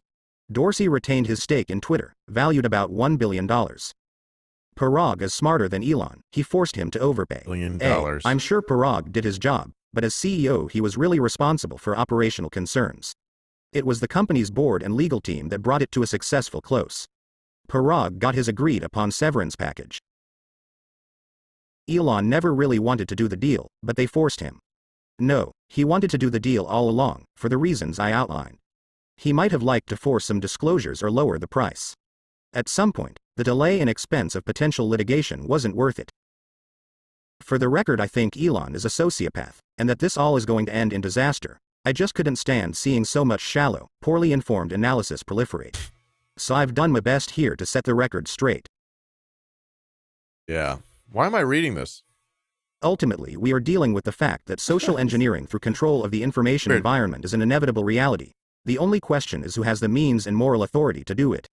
I've written a white paper about this set of concerns here.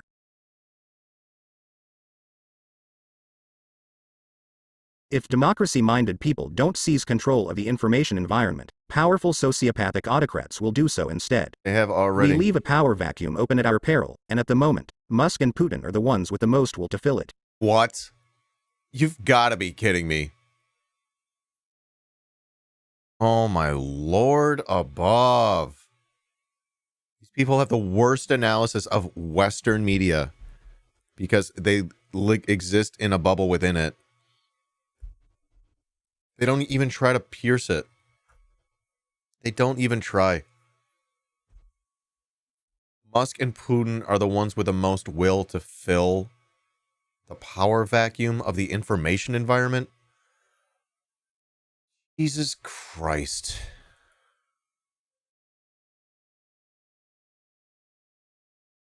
How much money does the NED get every year, you know? The United States spends $1 trillion on war every year and $1 billion on peace. It's just like, you got to be kidding me over here. These people have the worst material analysis of the world. And they're like writing. They got people like fucking idiots like me reading it. What am I doing over here? Yeah, and they're like, I'm fighting misinformation and disinformation. Oh, homie, you're doing it. Get out of here. Yeah. Yeah. Drivel, I dare say. It's on your radar.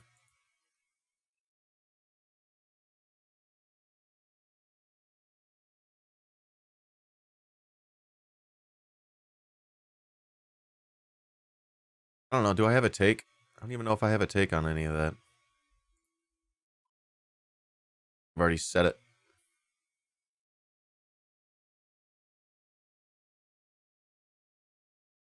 Speaking of challenging the dollar, reader. Brazil's Lula proposes creating Latin American currency to be freed of US dollar dependency. You love to hear it.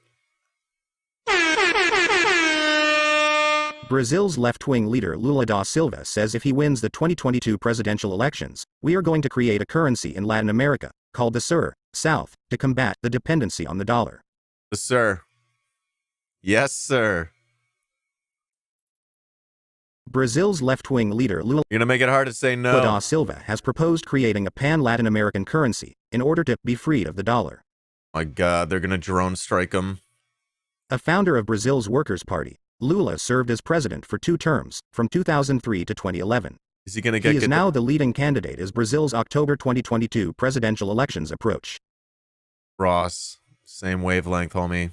If he returns to the presidency, we are going to create a currency in Latin America, because we can't keep depending on the dollar, Lula said in a speech at a rally on May 2nd. Cannot. Oh, this is a multipolarista whole video? How long's the video? Ben talks for 20 minutes. He always does this. Give me the goods. He revealed that the currency would be called the SUR, which means South in Spanish. Yes, sir. Lula explained that countries in Latin America could still keep their sovereign domestic currency, but they could use the SUR to do bilateral trade with each other, instead of having to exchange for US dollars. The SUR could also help to contain inflation in the region, Lula argued. Lula said the goal of the currency would be to deepen Latin American integration and strengthen the region's economic sovereignty, weakening its dependence on the United States. Under Brazil's current government, led by far-right leader Jair Bolsonaro, the South American giant has subordinated itself to Washington, while viciously attacking the left-wing governments in the region. Bolsonaro's Brazil has refused to recognize the legitimacy of the leftist Chavista government in its neighbor Venezuela, and has even supported violent cross-border terrorist attacks against it. If he returns to the presidency, Lula pledged that Brazil will strengthen its relations with Latin America. Lula has also vowed to revive the BRICS system, integrating Brazil, Russia, India, China, and South Africa in an independent economic architecture to challenge Western financial hegemony. In 2020, Lula published a call for a multipolar world. He explained his goal as the creation of a multipolar world, free from unilateral hegemony and from sterile bipolar confrontation, that would permit a true refounding of the multilateral order, based on principles of real multilateralism, in which international cooperation can truly flourish. I'm gonna come.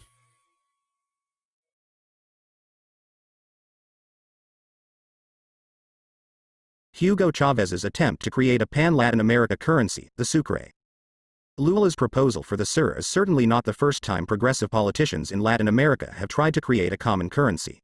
This has long been a dream of left-wing leaders in the region. Venezuela's revolutionary former president Hugo Chávez developed an international currency as part of the Bolivarian Alliance, ALBA, an economic coalition of left-wing governments in Latin America and the Caribbean. This currency was called the Sucre, and was adopted in 2009 by Venezuela, Nicaragua, Cuba, Bolivia, and Ecuador. Sucre was an acronym for Unified System for Regional Compensation, but also a reference to Antonio José de Sucre, who helped lead the South American independence struggle against Spanish colonialism, alongside Simón Bolívar. Ecuador's government, under leftist President Rafael Correa, who has a PhD in economics, was the main adopter of the Sucre. At its peak in 2012, the Sucre was used for more than $1 billion in bilateral annual trade in the region.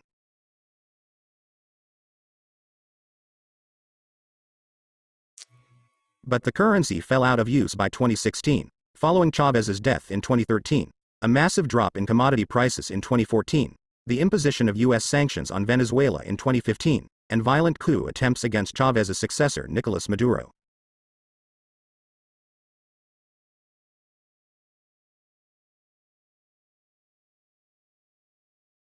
Ecuador's subsequent right-wing president Lenín Moreno, with U.S. backing, later removed his country from the ALBA, dealing a huge blow to the Sucre and dreams of regional integration.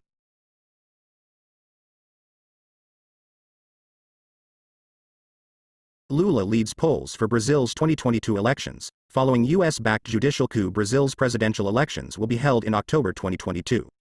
Polls consistently show Lula leading over far-right candidate Jair Bolsonaro, Brazil's sitting president. Bolsonaro only came to power in the 2018 elections due to a soft coup d'état backed by the United States. Lula had been significantly ahead in the polls in the lead-up to the 2018 vote, but Brazil's judicial system imprisoned him on false charges, handing the victory to Bolsonaro. The U.S. Justice Department helped support this campaign of what Lula calls legal warfare, or lawfare, to prevent him from returning to the presidency. The U.S. government also backed the 2016 political coup against Brazil's democratically president Dilma Rousseff, also a member of Lula's left-wing Workers' Party. The UN Human Rights Committee found this April that the prosecution of Lula was politically motivated and violated his rights. The investigation and prosecution of former President Lula da Silva violated his right to be tried by an impartial tribunal, his right to privacy and his political rights, the UN legal experts determined. They be cooing.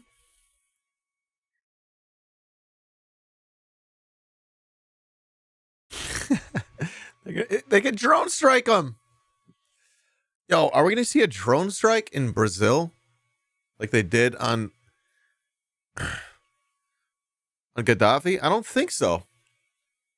This complicates empire's tactics, right?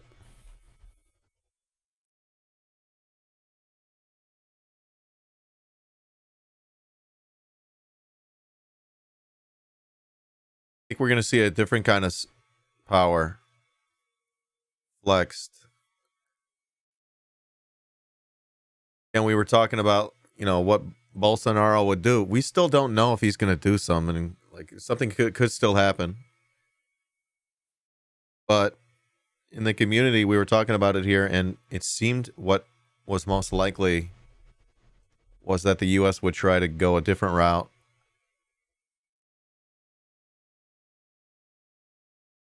But Lula's coming out hard with this currency thing. Hey guys, was he talking about this before the election? Because this is based.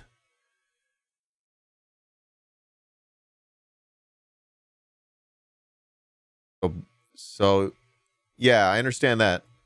I think it's going to be a softer power than them doing a challenge. Yeah, I think it'll be softer than this. They're going to go like NED route, you know? Maduro was almost droned?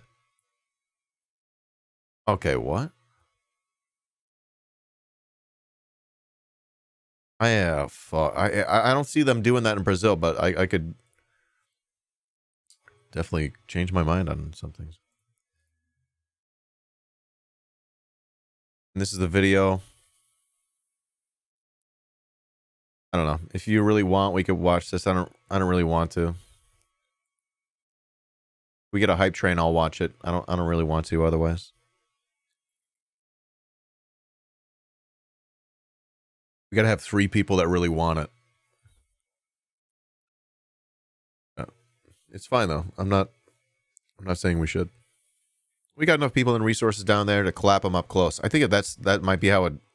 We could see an assassination attempt. It is the season of assassination attempts. Successful or otherwise. Shinzo Abe. Imran Khan. Lula da Silva. I mean, come on. The U.S. be cooing. The U.S. desperate. Might start seeing more paid hitmen.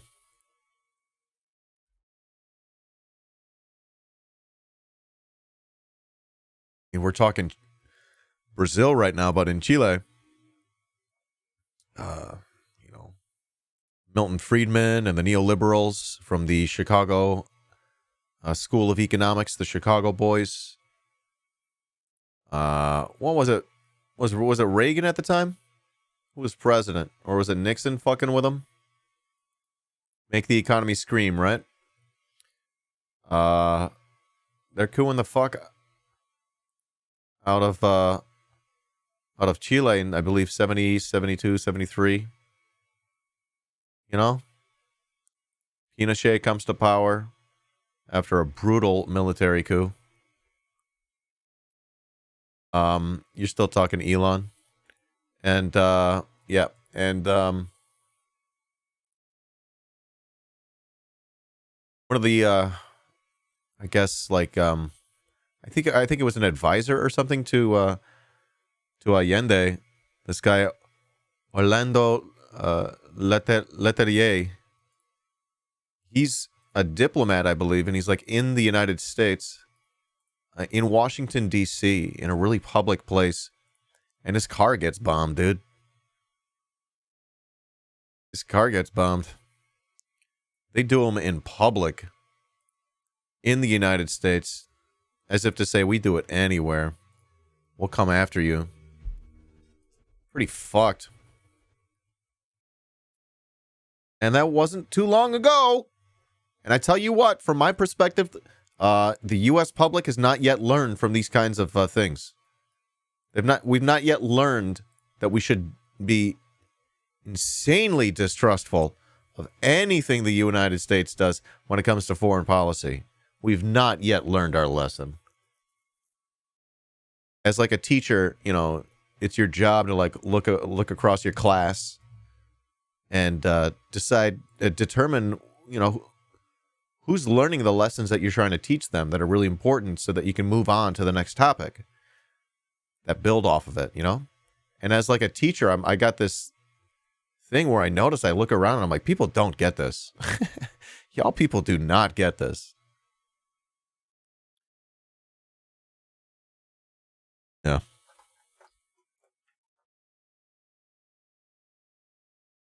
That's the other 9/11.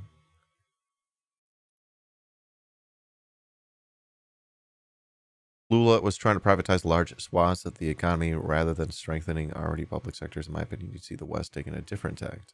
Yeah? Oh. Nationalize. Okay. Yeah, that makes more sense. I don't know.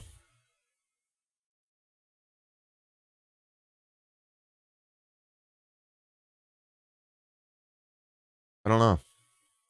You know, he's not going full communist. But, I don't know. We'll see the extent to which he pisses off the West.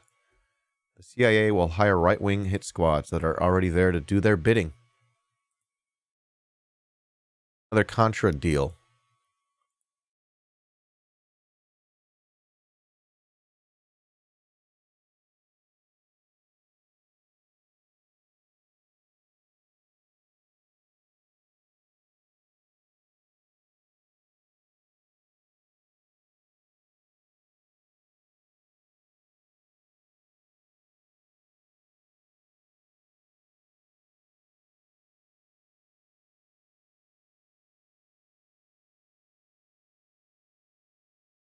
Harder to get NATO arms down there, right? They got to get more creative when it comes to guns.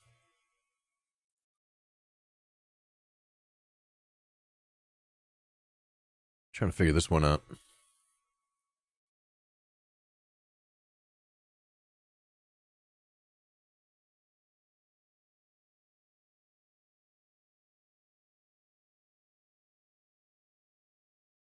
I just don't know. I mean, we can be hypothetical all day. We don't know. Keep tracking this one with me. If you have a link on this, please drop it in my Discord as this story develops, you know? Definitely tracking this one.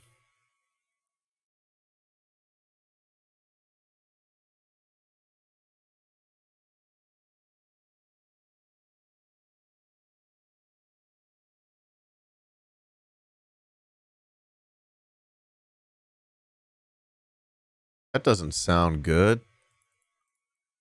Reader?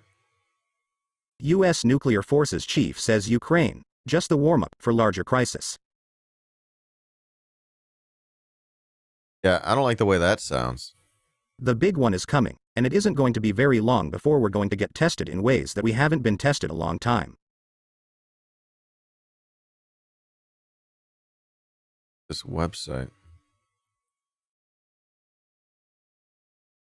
The senior naval officer in charge of America's nuclear triad says the current worldwide tensions sparked by Russia's war against Ukraine could be the opening act for a larger conflict that the U.S. must prepare for. In remarks at the Naval Submarine League's 2022 Annual Symposium and Industry Update, U.S. Strategic Command Commander Admiral Charles Richard said the Ukraine crisis is just the warm-up. The big one is coming, and it isn't going to be very long before we're going to get tested in ways that we haven't been tested a long time, he said. Mr. Richard said U.S. forces' level of deterrence against China, a major competitor and adversary, is slowly sinking, because the Chinese have been able to build and deploy more capability in the field at a faster rate than their American counterparts.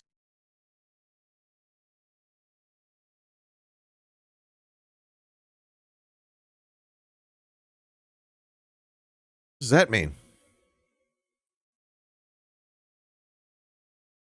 As those curves keep going, it isn't going to matter how good our operating plan is or how good our commanders are, or how good our horses are.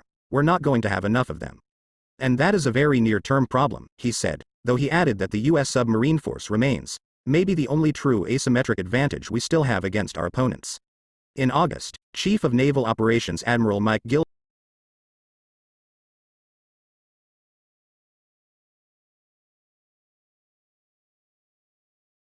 Senior naval officer in charge of America's nuclear triad.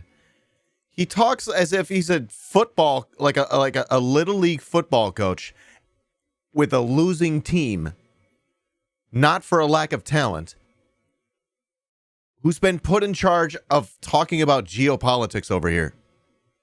What in the fuck?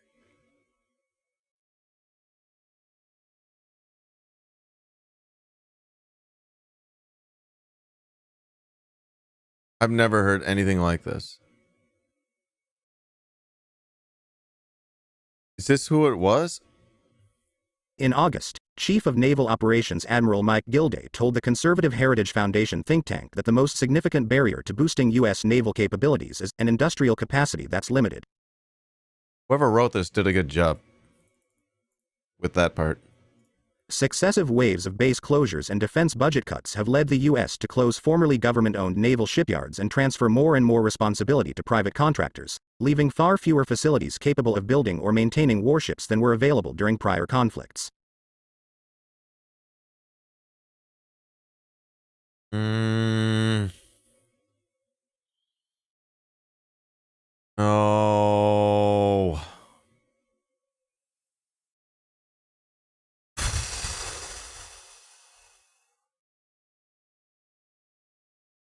You just changed the model. What are we doing?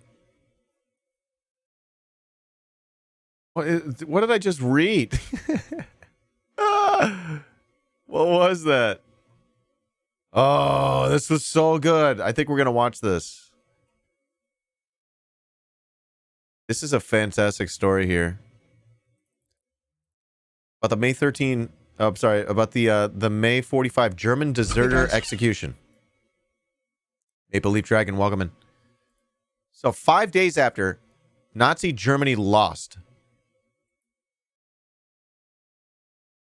Capitulation, 5 days after. In a camp. In a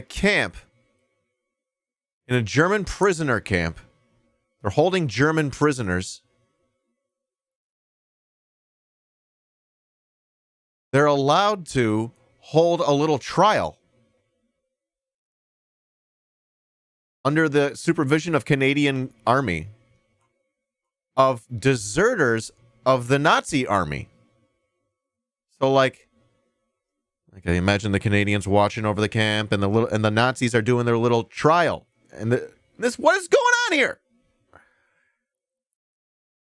And then they impose a death sentence on two of the former Nazi deserters, German deserters from the Nazi forces. They did a trial in an abandoned Ford Motor Company assembly plant outside Amsterdam, at the time being held as a prisoner of war camp run by the Canadian Army. So they're holding Nazis. And then the Canadians give the Nazis guns, I believe. The Seaforth Highlanders of Canada give the Nazis guns, and then they do a firing squad on the German soldiers that deserted the Nazi army. Whoa. How about that? That's quite the story over there. That's a whole movie right there. That's a yo. I will say this. I think Tarantino should make this movie. This would be like really cool. You could see like big, long, drawn out conversations with that guy that speaks like 13 languages. You're gonna get him back. There are people who actually think the West defeated fascism. Oh my God. I'm tired of that. Or definitely has ties to World War II.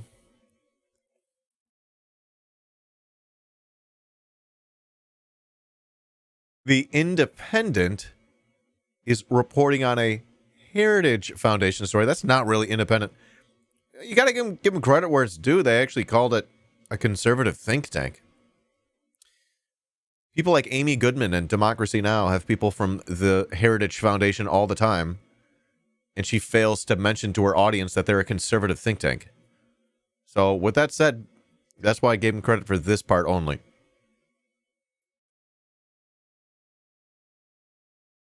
All right, what else is on the radar? Good point, though. Very good point. Oh, I can't wait to watch this. I was listening into this yesterday.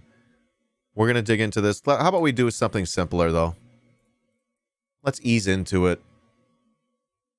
We'll have some baby leftist stuff over here. Are you a baby?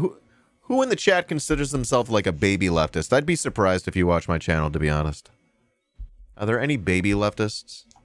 It's okay if you are. I'm just like wondering. Yeah? Awesome.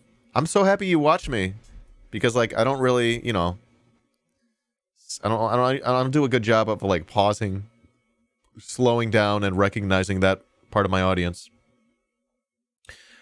You know, part of it's because I'm just like on a trajectory where I don't want to stop. I just want to keep pushing. So, let's check it out. I like Second Thought. Baby commies, let's go, homies. So, this is why the U.S. isn't a democracy. This can fit into your sort of analysis. To me, I think I was becoming a communist before I sort of came to this realization. But this definitely does help. Yeah. Full Maoist. I can't say I'm there. Working to learn as much as I can. Yo, that's awesome. Glad to hear it. What are the ways that I find that I learn really well about a specific topic is by making content about it. You know, if I can explain something to someone, then I know that I know it. I don't know. I don't know why I put that out there. Yeah. So here we go. This is why the U.S. isn't a democracy. Yeah, JT makes good videos, has a great podcast with Ugopnik and Hakim. Yeah. Yeah. All right, here we go. This episode is brought to you by CuriosityStream. Sign up using the link below and get free access to Nebula, where you can watch my original series, The New F Word. Episode 3, It's a Plutocracy. Now, the U.S. isn't a democracy. It's a plutocracy. And most Americans agree. Plutocracy is a form of an oligarchy. I often call it an oligarchy. I think I'm sympathetic to people who say it's a plutocracy. I think that's fair. Today, we're talking about so-called liberal democracy. Let's start with the definition. I'm so happy he's framing it like this. Democracy comes from this ancient Greek word and translates to either rule by the people or rule of the people. How do I get the wiggly text effect? This definition is a little bit vague, so for centuries, various thinkers have come in with slightly different wordings for the same idea. For example, does he have a... Do you think he has a... what am I trying to say? God damn it. What are those... the thing you look... The thing... The... Teleprompter? Fuck. That was so hard. You might be familiar with Lincoln's slightly expanded definition. How do you do that? Government straight of into the the people, camera. by the people, and for the people. But there is truly a huge variety of definitions of democracy, all with their own unique prefixes and caveats. Ultimately, most definitions of democracy, whether they're trying to be universal or sketching out a more precise set of political institutions, are an attempt to realize the sovereignty of the largest group of people possible for any given society. Democracy is an attempt to give people the ability to decide what their lives and their society should look like, in contrast to a monarchy or a plutocracy, where one or just a few individuals would wield this power. Like any political concept, though, things get complicated when you move from the page to the real world. As with freedom, democracy can't be absolute.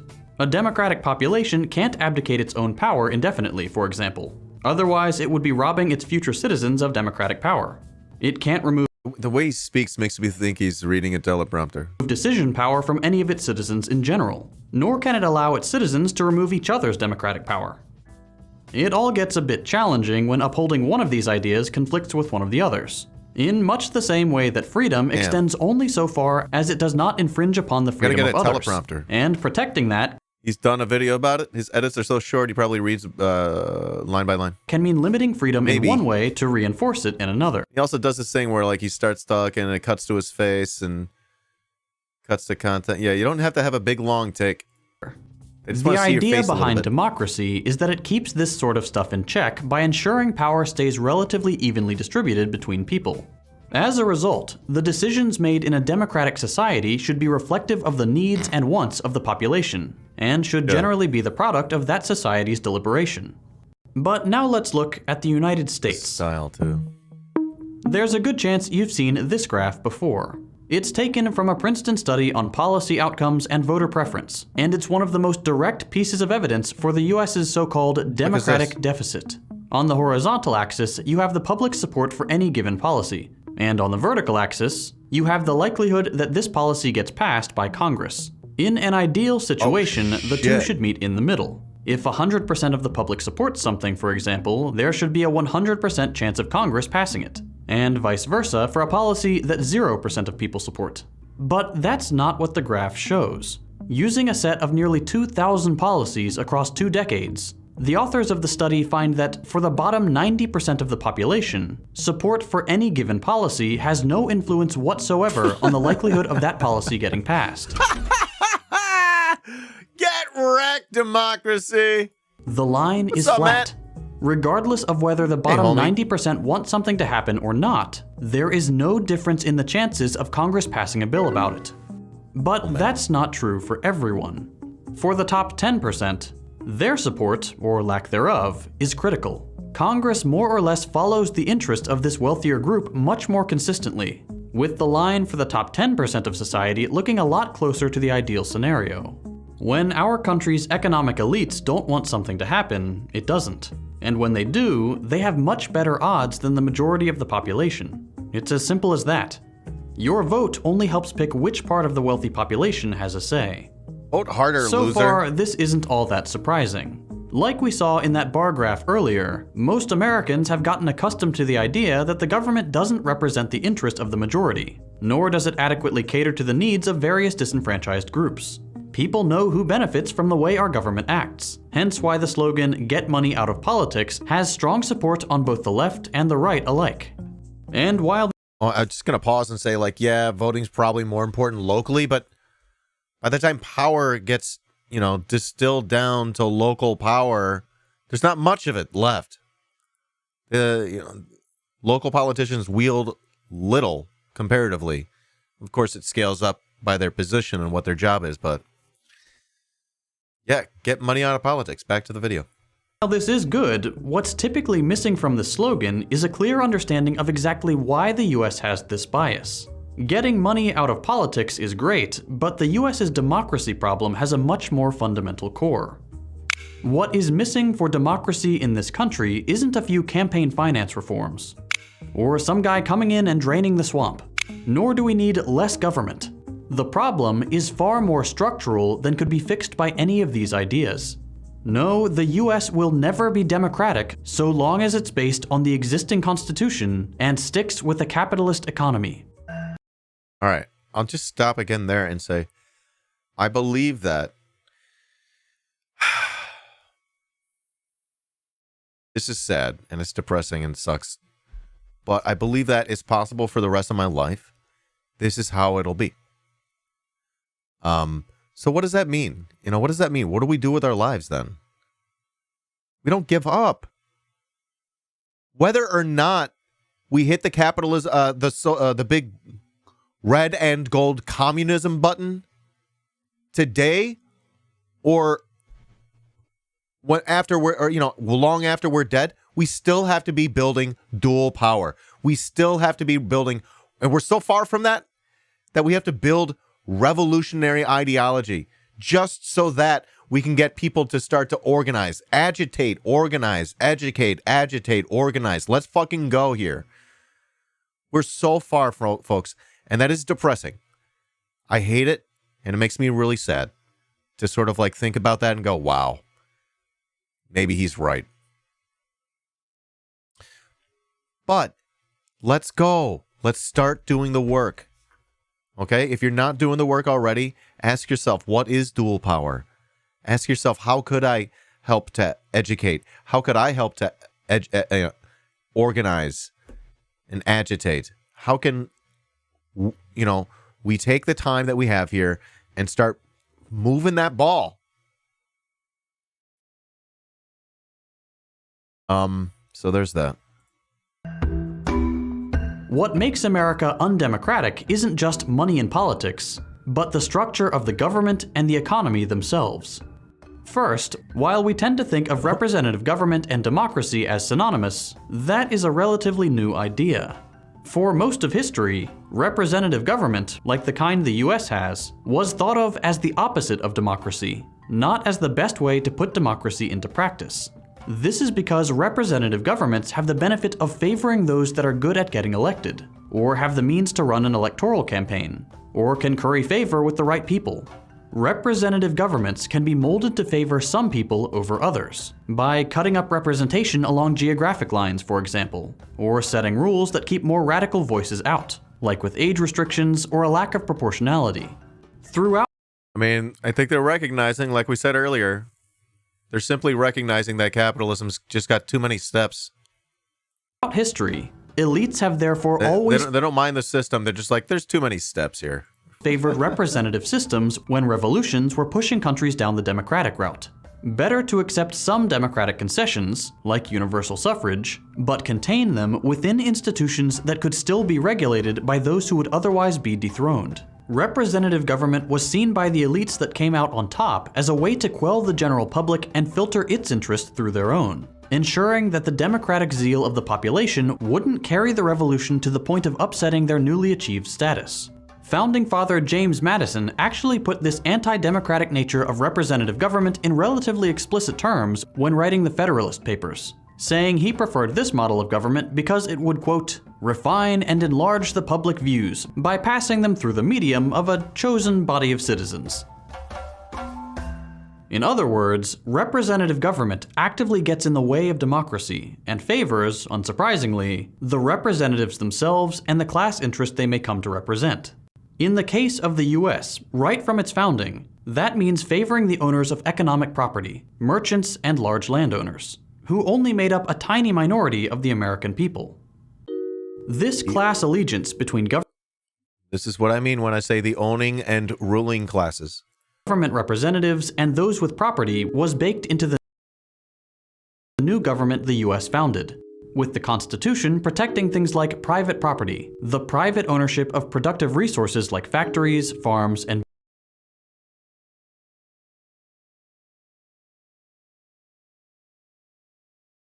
Is that an incomplete analysis? Does that leave out the deep state?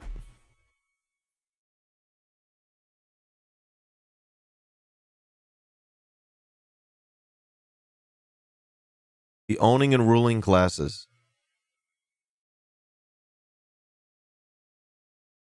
The owning, ruling, and operating classes. What am I trying to say here? Do you know what I'm trying to get at?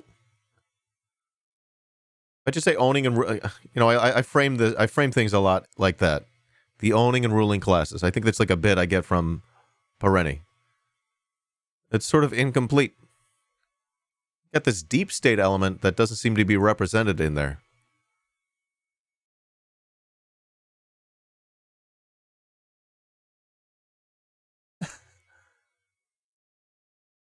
Don't know what I'm getting at?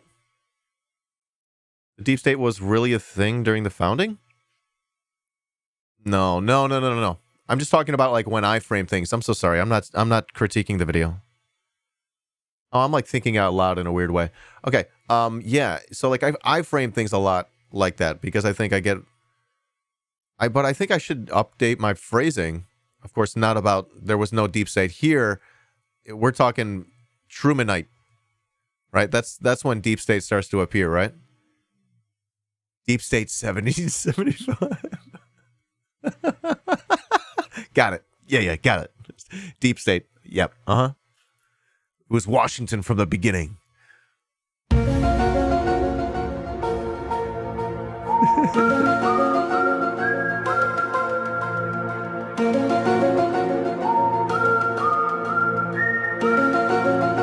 Yeah, the Trumanite era. Deep state started with Hiroshima. I got to read his book. I got to read the Aaron Good book. I'm desperate to. A lot of the secret societies in the colonies came from Europe. By the way, I gotta.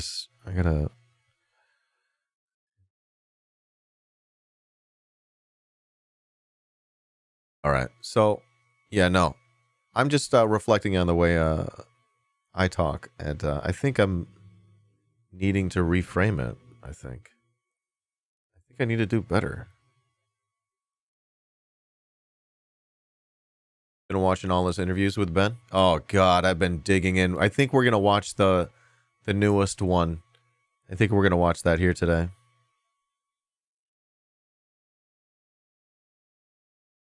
Let me hit up guy over here.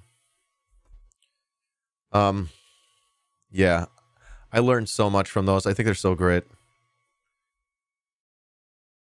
Excellent. Back to the video. Sorry. Businesses. Because the founding fathers knew that if given democratic power over more than a narrow set of issues, people's first catching shanties over there, huh? With the Constitution protecting things like private property, the private ownership of productive resources like factories, farms, and businesses. Because the founding fathers knew that if given democratic power over more than a narrow set of issues, people's first instinct would be to dispossess the capitalist elite that was slowly gaining power in America and redistribute economic power amongst themselves, the people who actually do the work. As a result, the system of checks and balances that the Founding Fathers developed was organized not to increase democracy, but to protect the interests of this newly powerful bourgeoisie with things like the Senate, the Electoral College, the President, and the Supreme Court. Okay. And yet they call it democracy. They're insistent on calling this democracy, democracy, democracy, democracy. That's because they know when they say this, they're not talking to you. They don't care about your vote. We've already established at the beginning of this video, your vote doesn't count. Whose vote counts? Who are they talking to? The wealthy. The other ruling class members. And their families and their, intellectual spheres. And also the operating class. I don't know what to call the deep state, That's who they're talking to. They're never talking to us. Tempering the most democratic body of the American government, the House, and the American people more generally. The Founding Fathers created this idea that the general public was too dumb to govern itself. That way, the new government and society they would create would guarantee the status they either had or hoped to achieve as owners of property, which in some cases meant literally guaranteeing their right to own people. And liberalism, with its commitment to property and the resulting anti-democratic privileges, would provide the theoretical backing for this new governmental philosophy. Although these systems are undoubtedly more democratic than the hereditary systems they replaced, they were still heavily limited in their attempt to reach the democratic ideal by the founders themselves. And it showed. It took centuries of tireless efforts and multiple uprisings against this system for the power of women. Talking about like deep state intelligence shit. Deep state ops, Gladio shit. And Black Americans to even be considered valid. Same with the violent strikes and protests by militant labor unions that counter-revolutionary stuff earned all of us basic self-determination, with the weak. We got We got FBI Fred listening to the stream right now. Hey, Fred, how you doing? How are the kids? Weekend, the 8-hour workday, and vacation time. The original construction of the American government gave no democratic outlet for these policies to arise organically within its halls, regardless of popular support. It took tremendous democratic pressure from outside the liberal system in order for the American public to actually make change happen. And at the core of this issue of democracy Maybe this question will be answered when we watch the video today. The capitalist system itself, and the fact that our liberal governments treat politics and the economy as if they were two completely separate things. In the process, allowing the economy to be governed by its own authoritarian laws. They're the same. Take work, for example. At work, you have very little say about incredibly important things. You aren't sitting with the board of directors calling the shots on strategy for the next quarter. You don't elect your boss. You don't decide the safety of your working conditions. Rarely do you have a say in your working hours. And you aren't privy to things like how the company spends its money, especially on things like the salary of the people making those decisions. Most of the decisions about how a business is run, including those that affect you at a personal level, are made by someone else. Someone who is unelected and who undoubtedly has more money and power than you. They will make decisions that serve their interests at your expense, knowing full well that because you need food, water, shelter, and healthcare, and you can be fired at any time, you won't fight back and risk losing your salary. You can choose to quit, but it'll take a lot to get you to that point, and this lets the capitalist make just about any decision they want. The same is true across the entirety of the economy. What dictates economic decisions are not the needs of the people whom the economy is both by and for, but the profit motive. If something horrible is profitable, even if everyone but a handful of elites oppose it, that horrible thing will continue. That's the case with fossil fuel extraction. At the same time, something that is necessary for millions of people may not happen at all if it isn't profitable, like feeding everyone. Feeding the poor is never going to be as profitable as overproducing for the wealthy. Oh my God. While democracy seeks to even out the power among society and make sure that people aren't able to coerce one another into acting against their own interests, capitalism structures society into a hierarchy, with more money giving people more power over others, and therefore the ability to serve their self-interests and punish entire sections of the population far beyond what a democratic body would allow. Ultimately then, capitalists are terrified of working people having as much power as they do. And luckily for them, the capitalist system isn't built to funnel money and power downwards. It's built to concentrate both in fewer and fewer hands. Whatever democracy may exist in some idealized primitive capitalist system that libertarians love to talk about will eventually be washed away by the mergers and acquisitions that centralize capitalist power. When we on the left prioritize democracy and emphasize it so much, this is why. The capitalist system cannot do anything but corrupt democracy, whether that's by influencing government through lobbies, think tanks, and direct infiltration, or by constructing a separate realm of human life where democracy doesn't apply, the economy. Even though this mythical economy is where you spend most of your waking hours, and that decides the money you make for food, the price of shelter, and whether you get to keep your teeth or not, it is subject to the decisions of the market and the capitalists who occupy positions of power within it, not to democratic forces.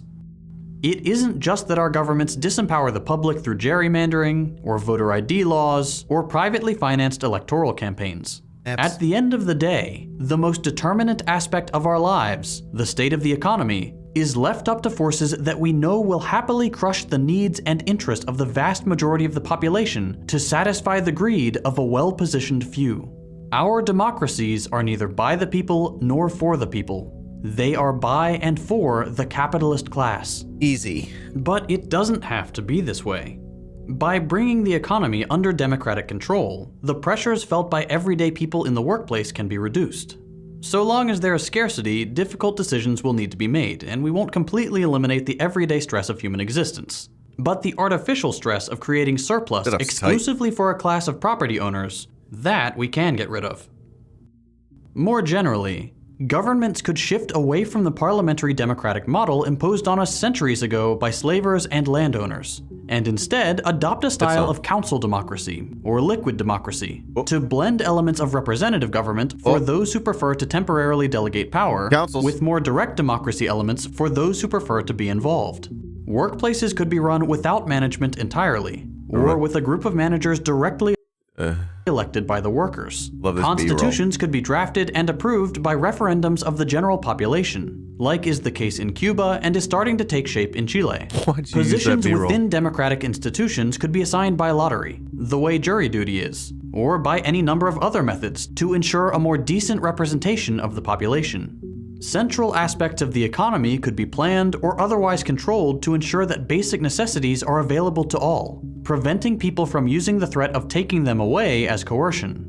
There are countless ideas that could increase— Hold up. Are there going to be iPads in communism? No. There will be Wii-pads. the democracy of our country that could submit necessary decisions of collective need to collective deliberation, while ensuring personal decisions remain guaranteed. But at the end of the day, a society in which the freedom to exploit is guaranteed to those with property can never be a democracy. The New F-Word is a Nebula original series that explores the origins, characteristics, and resurgence of fascism around the world. Instead of taking the History Channel approach of focusing on the battles and leaders of World War II, the New F-Word focuses on the ideology of fascism itself. Where did it come from? What is it responding to? And how can we identify fascism when it appears in the world today? Wherever you stand on the political spectrum, being able to speak knowledgeably about this dangerous ideology is critical, and the New F-Word will give you the tools to do that. The first 3 episodes are available right— What is the word? Now on Nebula. What can't you say anymore? What you just saw is a little teaser from— Does it start with F? I should have guessed that. My Nebula original. Fascism? Freedom! Freedom! Freedom, butter, and jelly! Original series, The New F-Word. I'm really proud of how it's coming along so far, and you can expect 1 episode per month for the remainder of the series. This show wouldn't have been possible without the support of Curiosity. Alright, I bet. I need to get a sponsor. I'm hoping to make my content so good that we get a sponsor. Feudalism. Buy a New F-Word. The other 2 have gone stale. Hey guys. Yo. Why do we need another?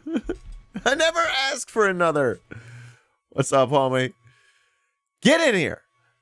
Get comfy. Grab a nice beverage. Whatever you're into these days. We're learning about things. Oh, I can't wait to watch this one. Wall Street gave birth to the CIA. So, like, maybe I should just keep saying owning and ruling classes. Because that's what it's about. Well, I don't know. Doesn't feel like the deep state does more than that. You think about that. Easy to look at the Turkish deep state and see what they do, especially since I know so much about that right now. But like what they do.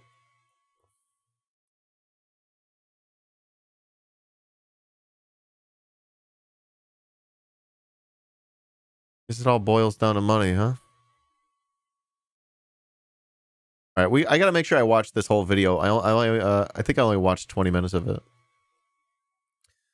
But I'm telling you all, I'm very excited about this project I'm working on. Chotley Trap House. Chotley Trap House. Wait. And I was doing some reading yesterday. Someone said something about our favorite spook. Was that Nays? Was it this I was reading? So I was trying to learn about the Turkes. He's allegedly former liaison between the Turkish armed forces and the Nazi Wehrmacht. And I'm like, what? I'm like, I don't know if I knew that. There's so much I've read that I haven't remembered that I've read. You were making a joke about Johnny Harris. That guy. Did I mention that he worked for the Center for Strategic International, I don't know, centers, CSIS? Center for Strategic International Studies? That was his first job out of college. Maybe if I start making good maps, I can work for a conservative think tank too. I could be, but I'll be a covert communist, so I'll be a conservative think tanky. Yeah. Come on. You got to give me a little bit of credit there. That's like a 3 out of 5. Okay. So I remembered that homie fucking Karem was talking to us about this. They bombed Mustafa Kemal's former home in Thessalonica.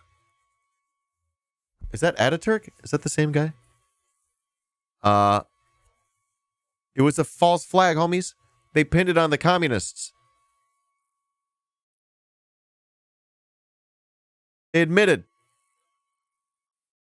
it. And Alan Dulles, motherfucker, was in Istanbul at the same time. He was in Istanbul while they're doing this false flag. What do you think about that, Chad? Tell me your feelings.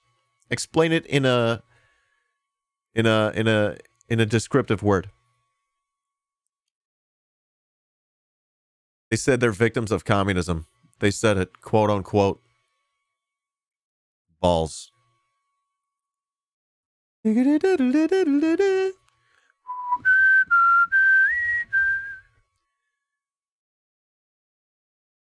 do you use that emote?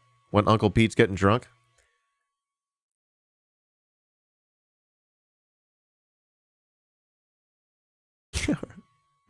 I thought that was wild. This part got me too. Oh, I should save this. I don't know if oh my god, there's so much I can't wait to talk about. I don't know if Karem and I are going to be meeting today. I should save some of that. But no, fuck it. It's in the Discord, so whatever. Fuck it. What else do I want to say?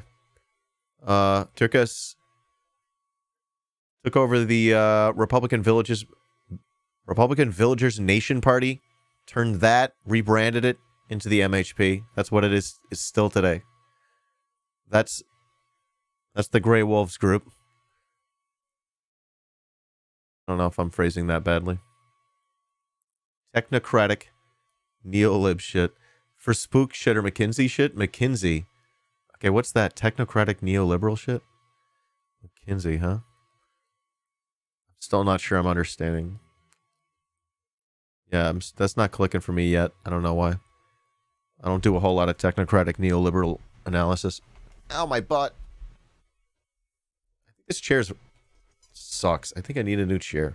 Maybe I should get a little pad for my butt. Wait, really? Oh, is this broke now?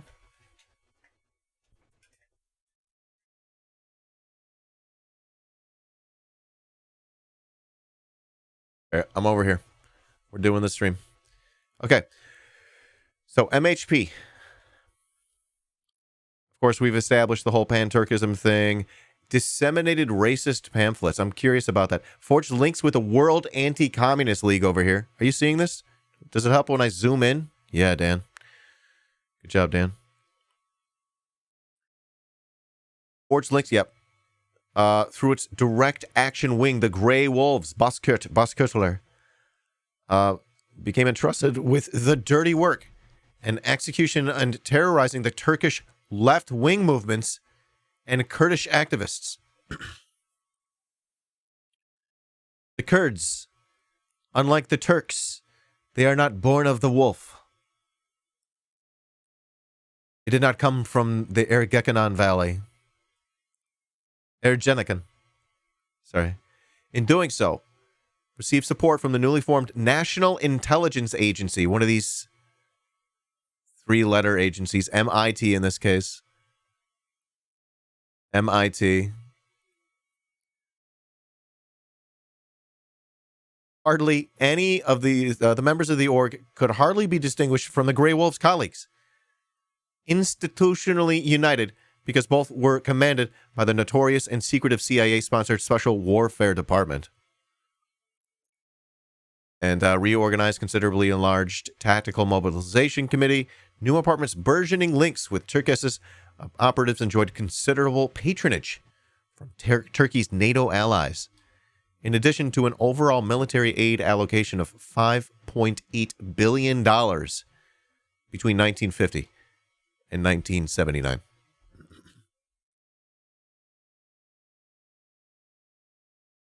Frank Turple. I need to look into Frank Turple. I'm not deep diving today. Just showing you the interesting stuff I found.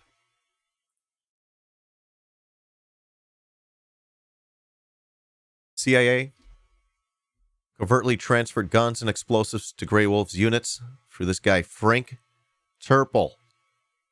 They had their pick of NATO arms caches.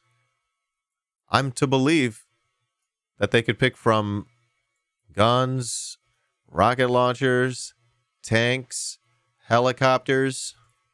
That's what I'm told. I don't know. I don't know what to think about this. Frank Turple. I love the name. They don't make names like they used to. Check it out. The IMF.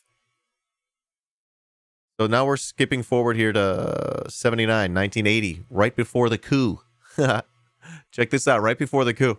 The IMF, with whom the government were negotiating an unprecedented rescue package of $1.5 billion. Look at all these hands in the pie. You know, all these, what do they say? Fingers in the pie? That sounds fucked up. Why is this coming? Why am I thinking about this? We used to be a proper country. When was that? When we were founded by slave owners? Don't fuck the pie. Don't stick your dick in that. And then they send this NATO commander. This guy seems incredible.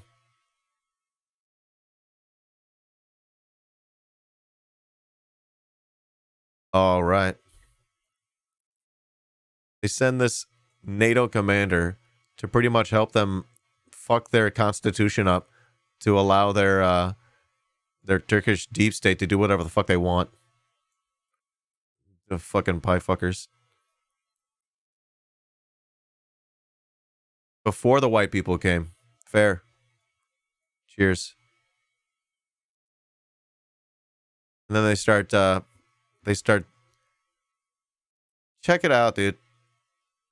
This NATO commander comes in, helps them ratify their government with tons of legislation, letting their military get away with a whole bunch of shit, as well as their national security state, catch all allusions to national security and the quote-unquote indivisible integrity of the Turkish state, aka do whatever you want. So over the next 4 years, the arrest of 177,000 people, of whom 64,000 were detained, 41,000 imprisoned, 326 sentenced to death. I wonder what the U.S.'s stats were then. But nevertheless, majority of these were processed by newly created state security courts made up of a combination of centrally appointed military and civilian judges. That's pretty damning, I dare say. I dare say. I said it. I can't take it back now. I don't know what I was reading, but this was fascinating. I just found this and I was just like, wow. I was just reading last night up to 1 a.m. Here's an incident. Now let me get to the goods. Here's a good one. Here's a good one. Oh no, this one's just in reference to, I think, just the Turkish government. But it's like hard to say, like, what's going on here. I don't know if this is like Grey Wolves grabbing F-16s or what. But there is this incident they're saying of our State Department reporting one incident in which U.S. designed F-16s used to bomb Kurdish civilians. I mean, we're like sending Turkey, they're NATO, so like we're sending them NATO stuff. I do believe including jets, but like, so I don't really understand the story. I need to dig into that one. Again, I'm not deep diving today. Not deep diving today. Yeah, so they just got themselves into a whole bunch of shit, homies.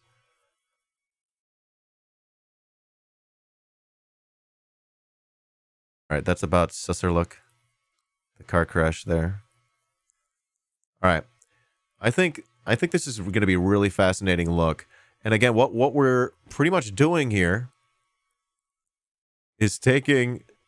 Oh my god, there's so much here. By the way, let's do this. Let's just do this. I'm going to do a little show and tell. I'm going to keep doing my show and tell here. But dang. So yesterday on my day off, I was doing a big deep dive into the Pizza Connection.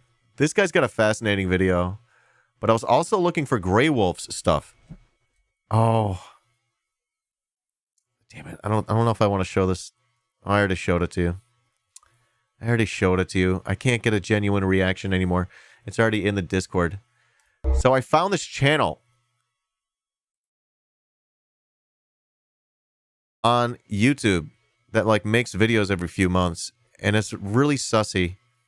I really don't know what to think about it. And they got this video called Grey Wolves. But what is that? That's a Huey. That's a US.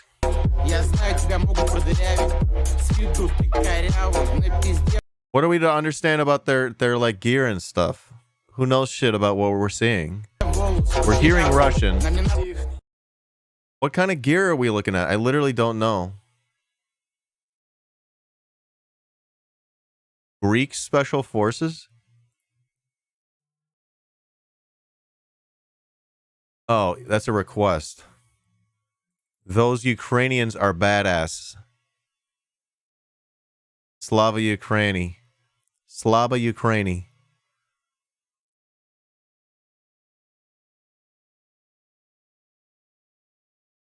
They're saying the military government should be grateful for all the free advertising these channels provide. They say this is Ukrainian SF. Is that true? Oh, God.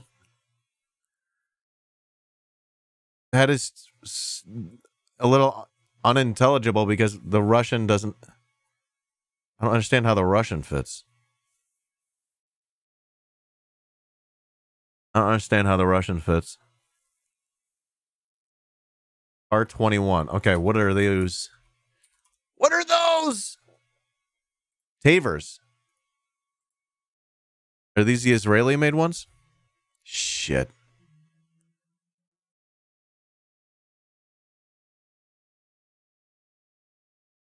And there was Ukraine flag, right? I don't know. Those, what we saw on the screen represents the West.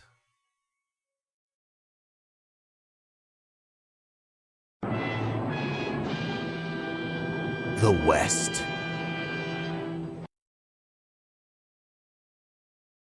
Yeah. They aren't actually Israeli made. Ukraine bought the rights to the design. Oh, interesting. Well, what was with that Haaretz article? They're produced in Ukrainian factories. Interesting. I was doing some misinformation there. Whoops.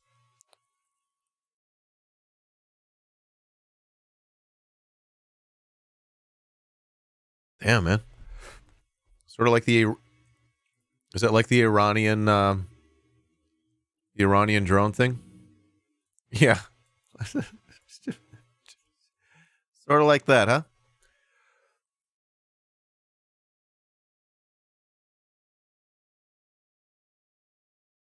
All right. The Ukrainian Special Forces patch is a Grey Wolf. Wait, hold up. What?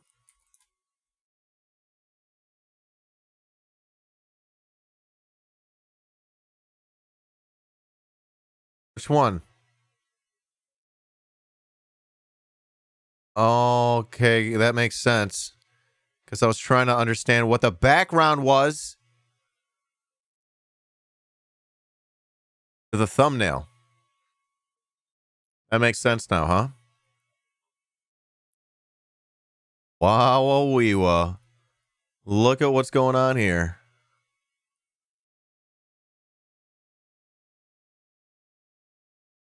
All right. So who the fuck are they?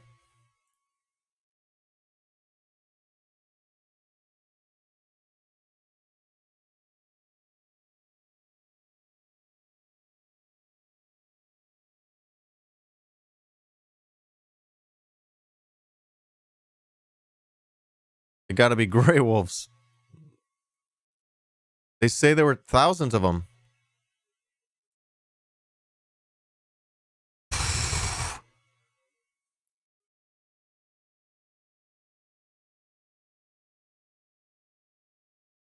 Yo, they're like professional soldiers.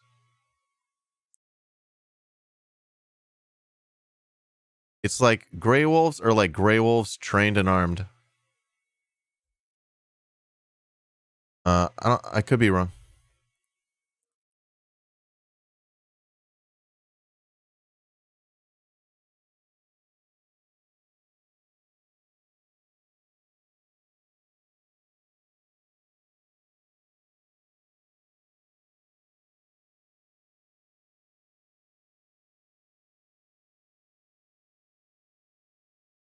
What?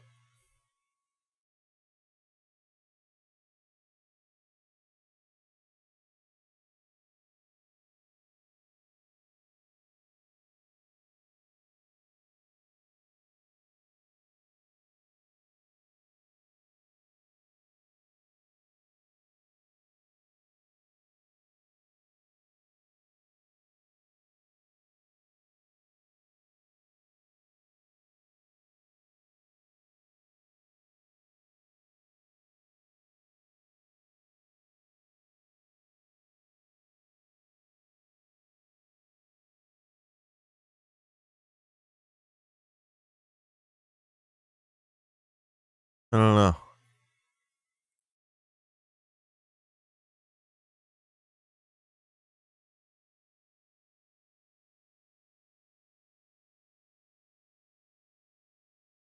I don't know what I'm looking at here too much.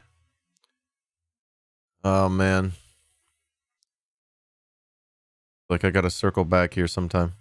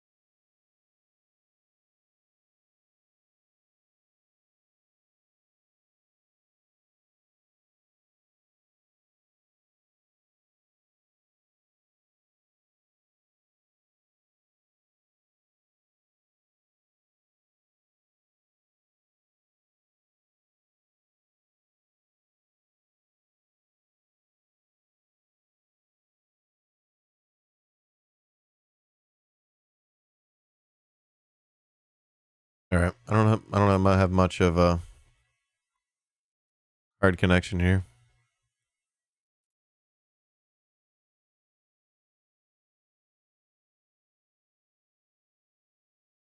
We need to start looking at guns and understanding what's going on there. I do a better job with flags, patches. All right. What is this?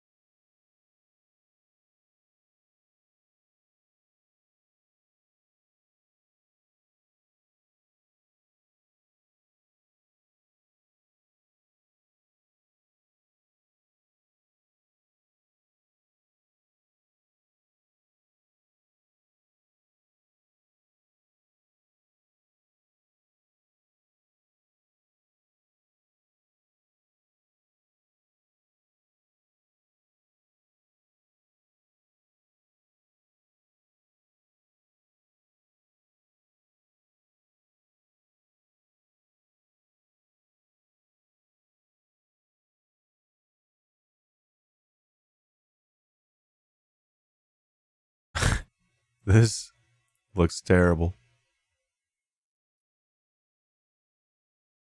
They made him a special patch. Doesn't look like that.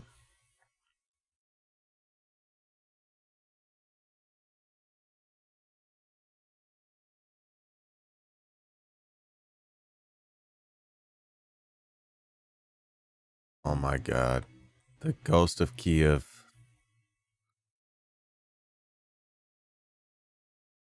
Oh my God.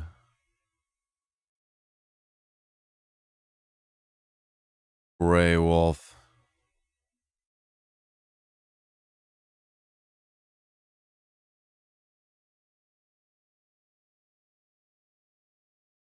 All right. Nothing there, but fascinating. Okay.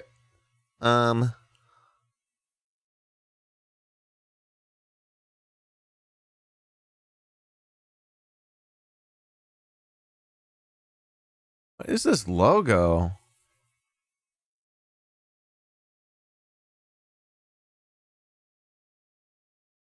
I don't know what to think about this. Joke of Kiev. Yeah, got him.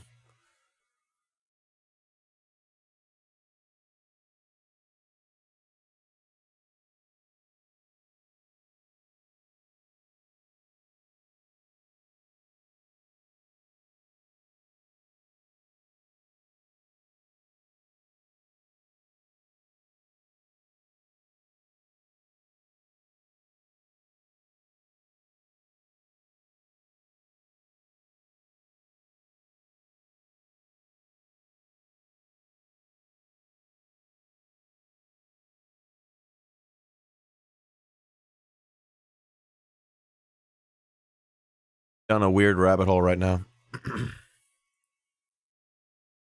We show more of that channel. It's that channel with the vaporwave aesthetics here. I really don't know what to make of it. There's so much here. Obviously, U.S. flag airborne, I guess. There's a Taiwanese flag, Ukrainian flag. What do we got here? I'm not sure. Not sure of this one. Italian. This one's a little disconcerting. Not sure what to think of that.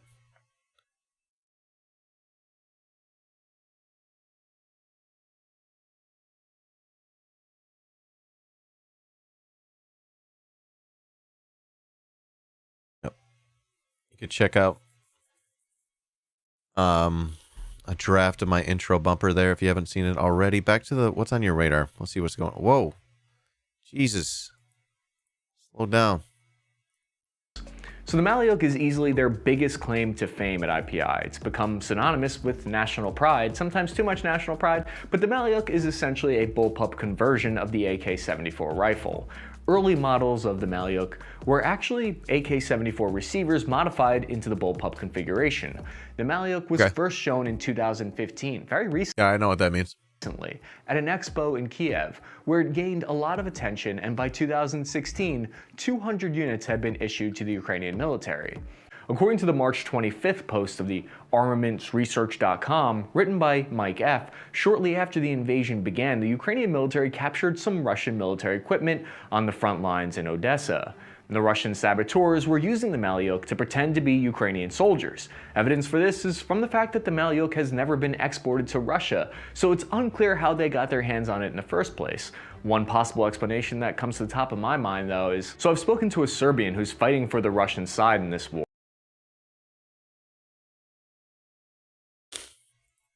And he says that Ukrainian soldiers often sell them weapons and equipment and vice versa, so take that with a grain of salt, but it's possible that Ukrainians sold this weapon to Russians. George Koloff of megaprojects.net analyzed several photographs, one of which was taken on March 2nd, 2022, a week after the invasion began. He deduced that mainly highly trained regular and special forces troops in Ukraine have been given priority fielding of the Malioc bullpup in Ukraine.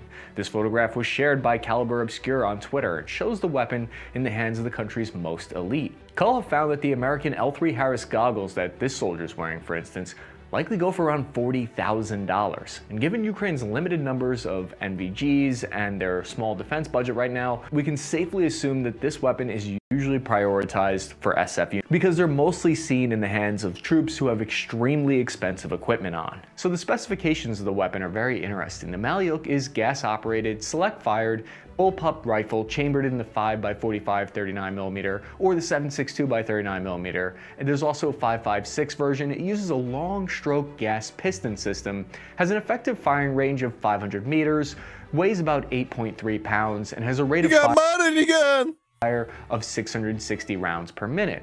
Can also feed from regular AK pattern magazines, which is very useful from all of the Ukrainian soldiers that I've spoken to. It's very important that their weapons Jesus Christ with this gun, man. Be compatible with AK style weapons because that's what they pick up. Imagine how much like time and energy they got engineers putting into like refining guns year after year after year. Can we just slow it down and do good shit with that money and research? Come on. People are in need out there. Often. This rifle looks like a futuristic bullpup at first glance, but when you take a closer look, the story starts to unfold. The concept here is that you can have a longer barrel while keeping the overall length of the rifle. All right, gun. So much guns. March of the Ukrainian Nationalists. It's a Ukrainian patriotic song, originally official anthem of the OUA, UPN, and the Ukrainian Insurgent Agency, Army, OUNB. The song's also known by its first line, "We are born in a great hour." Okay? 1929. Adopted by the leadership of the Organization of Ukrainian Nationalists in 1932, the song's referred to as a patriotic song from the times of the uprising, and a Ukrainian folk song. It's still commonly performed today, especially at events honoring the Ukrainian insurgent army and by nationalist organizations and party meetings like Svoboda.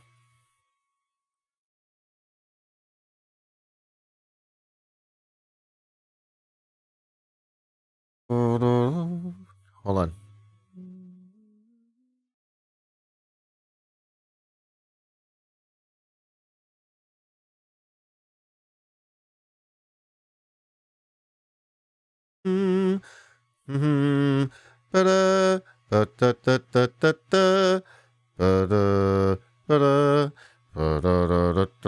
Okay, it's not that good.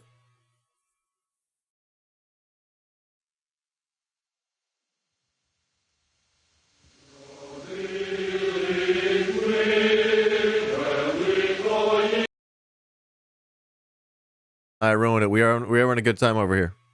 Let's try that again.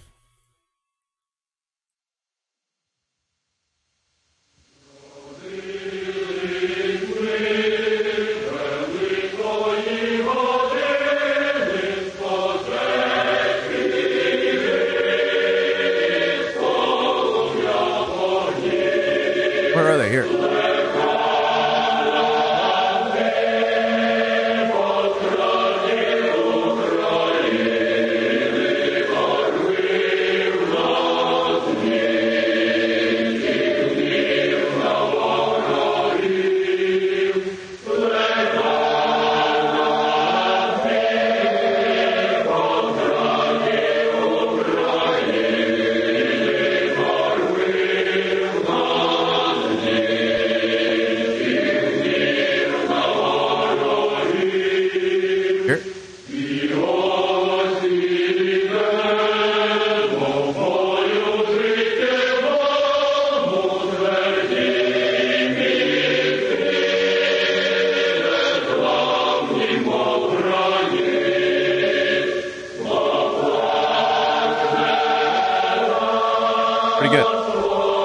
We'll put a pause there. Okay. I don't know if I was looking at the same music. What are we doing here? Reading the music? Just drop the link in there.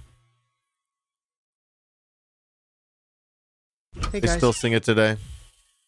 Hey, Killing. You linked the modern version, too. Okay.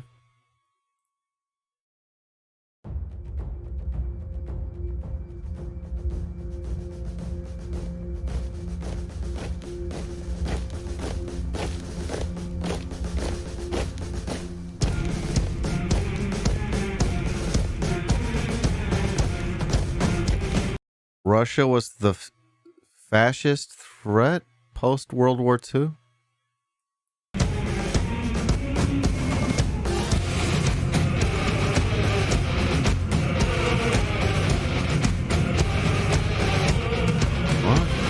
Злились ми великої години з пожеж війни і полум'я вогнів плекав нас біль за долю України, зростив нас гнів і лють на ворогів, плекав нас біль за долю України, зростив нас гнів і лють на ворогів.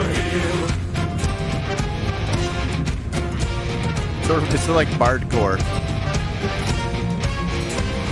Ми йдемо в бій переможним ходом, тверді міцні, незламні, мов граніт, бо плач не дав нікому ще свободи. Хто борець, той здобуває світ, бо плач не дав нікому ще свободи.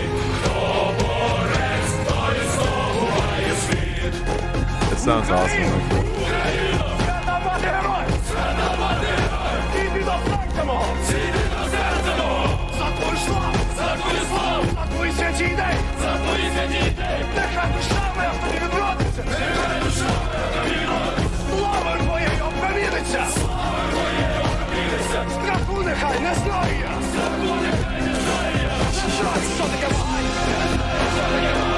Jesus Christ.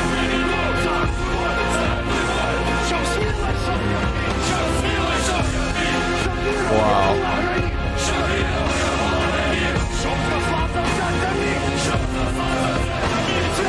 Strings. Slava.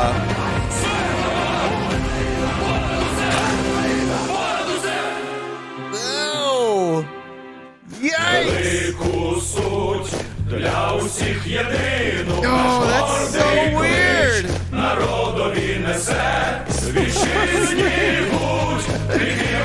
Slava, my granny.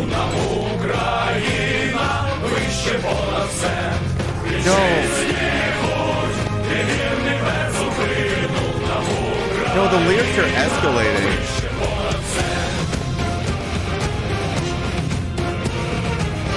That was weird.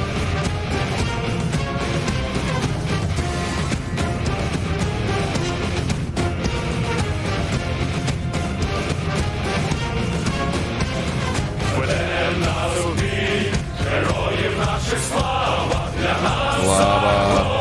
Найвищий то наказ, соборна українська є держава, одна навік, вісяну побрав раз. Соборна українська є держава, одна навік, вісяну побрав раз.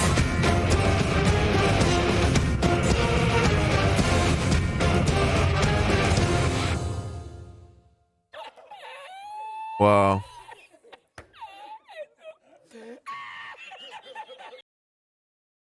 Yo. Ukraine above all? Where does that come from? Wait, I can't put my finger on it. Oh. Deutschland über alles.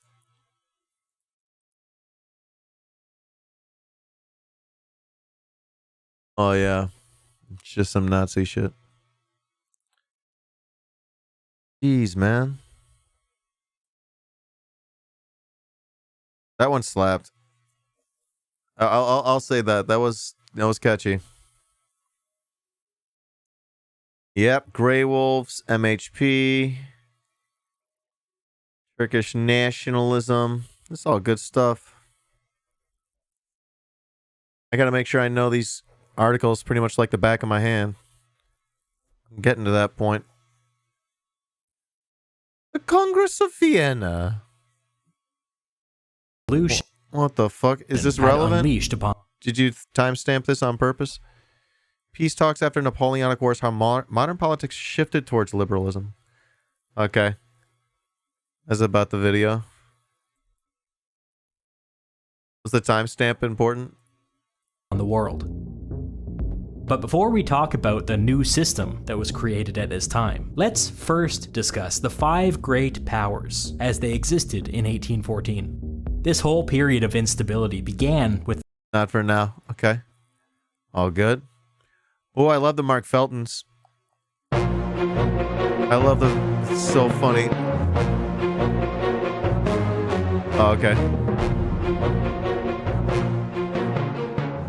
The National Redoubt, an expression that began to appear in Allied circles during the last months of the war. What did it mean? Well, German propaganda had successfully fooled the Allies into believing that Hitler, along with a few die-hard SS divisions, would make a last stand in the Alps of southern Germany and western Austria. It seemed plausible. After all, Hitler's private home, the Berghof, was located below the infamous Eagle's Nest in southern Bavaria near the town of Berchtesgaden. The complex of Nazi leaders' homes and barracks had extensive underground command facilities, and the mountain passes into the region could be easily defended by determined units. Some German units had indeed pulled back into the region. In order to smash the Alpine redoubt before it could be properly established, General Dwight D. Eisenhower, Supreme Allied Commander, diverted armies south to capture the region, some of the last parts of Europe held by the Germans at the end of the war. The region served useful military purposes for the Germans, with some secret production facilities located there, as well as hideaways for looted art and bullion. It was also somewhere useful to hold special prisoners. As nations fell to the German army in 1939-40, the political and military leaders of defeated nations... That B-roll is tight. ...who fell into... I mean, obviously it's evil, but it's... When you're making content like this, that B-roll is so clutch. German hands were treated as VIP prisoners, a sort of insurance for a rainy day. Lodged in reasonable comfort in fortresses and castles around Germany and Austria, they were hostages. They became more valuable to the regime as its power faded. At Castle Itter in western Austria, a host of French dignitaries were held prisoner in splendid isolation. Schloss Itter was located 90 kilometers west of Hitler's Alpine headquarters at the Obersalzberg, a medieval fortress constructed atop a 2,180... Yeah. If Turkish Deep State is season 1 and Pizza Connection is season 2, I mean, when are we just going to get to the regular old Nazis? I don't know. I don't want to become a Nazi expert. It sort of is annoying. 80-foot knoll at the entrance to the Brixental Valley, 20 kilometers or 12 miles. I like talking about niche stuff, you know? West of Kitzbühel. Yeah. Everyone's done Nazis. They're like the regular... It's like it's so easy to point at the Nazis. Nazis bad. Until it comes to 2022, am I right? Schloss was hundreds of years old. What is and that? had belonged Isn't that to wild? the archbishops of Salzburg, then Bavaria, and latterly Austria from 1816 onwards. The present castle was built on the site of the older structures in 1878 and purchased in 1884 by Franz Liszt's student, the pianist Sophie Mentor. Liszt and Tchaikovsky both composed at the castle. Sold in 1902, it became a hotel until handed over to the SS in 1940. In 1943, the SS converted it into a prison for VIP prisoners, run as a subcamp of the notorious Dachau concentration camp. The prisoners were all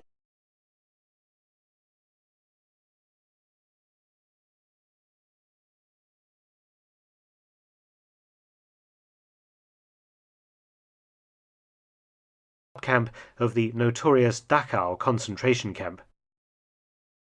The prisoners were all French and a who's who of 1930s society. There were two former French prime ministers, Édouard Daladier and Paul Reynaud, two important generals from the 1940 Battle of France, Maurice Gamelin and Maxime Weygand. There were also former officials of the Vichy French regime, the puppet state created by the Nazis in what they called unoccupied France.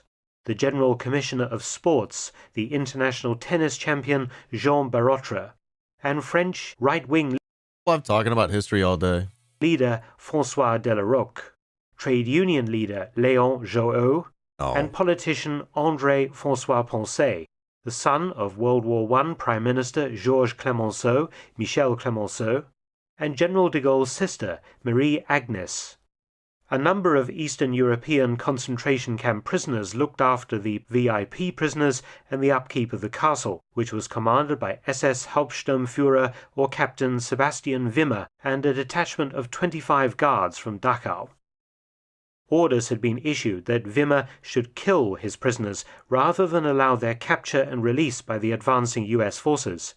In late April 1945, Clemenceau, Reynaud and Gamelin had spoken to Wimmer about this order.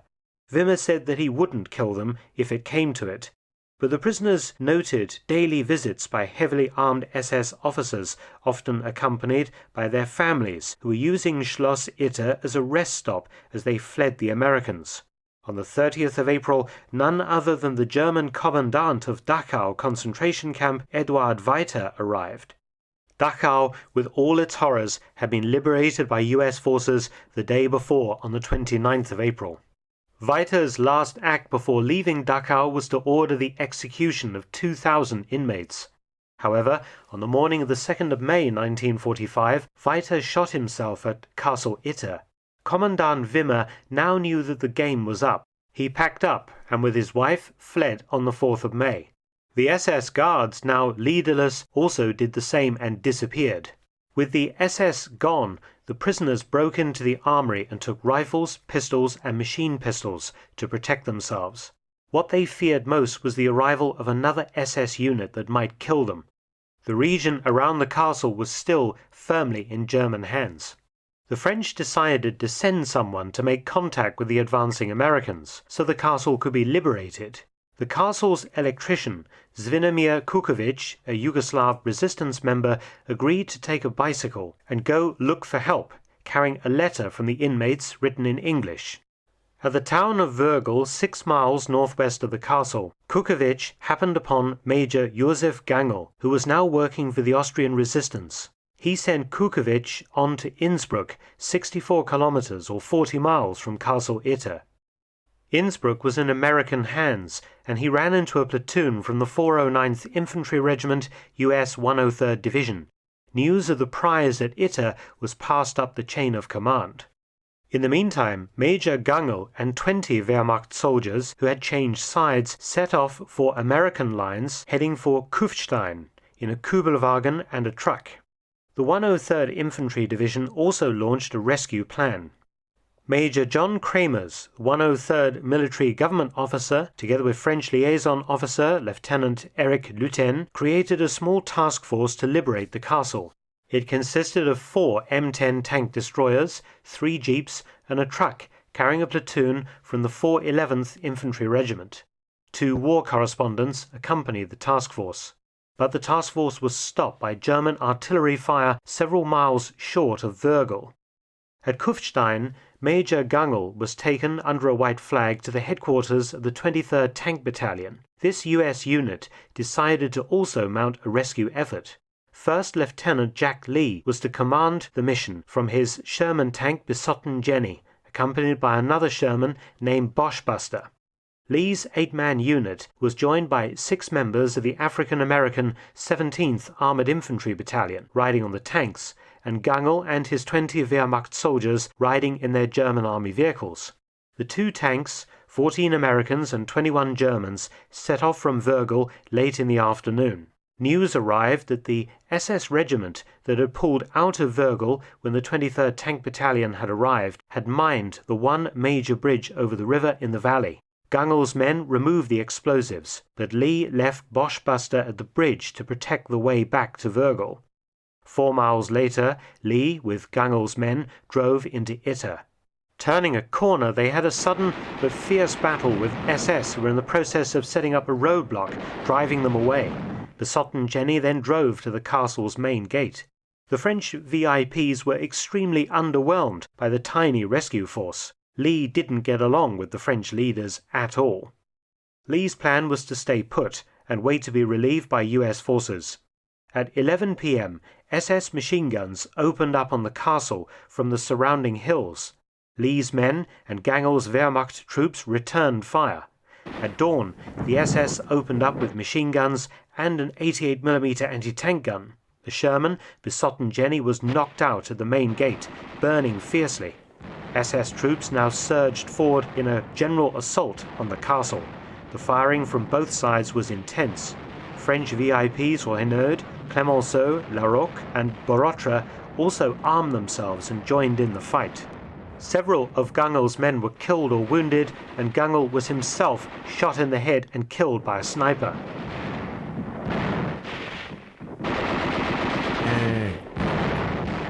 But riding to the castle's rescue came Major Kramers and his task force from Innsbruck. The M10s joined the Sherman, Boschbuster at the bridge, 4 miles away. But Kramers and 3 other men in a jeep met up with reconnaissance elements, the 2nd Battalion, 142nd Infantry Regiment. Reconnaissance tanks and half-tracks, led by Boschbuster, moved towards the castle. But the situation at the castle was critical. Ammunition was running out. Jean Barotra volunteered to try and guide Kramer's relief force to the castle. During a lull in the firing, Barotra managed to slip out, eluding SS in the woods, and reach Kramer's. At the castle, Lee proposed to make a last stand in the central tower, fighting the SS floor to floor if necessary. The SS pressed forward towards the main entrance, but the appearance of the US armor behind them changed their minds. The SS broke and fled under a hail of machine gun and rifle bullets as Boschbuster drove up the road towards the castle.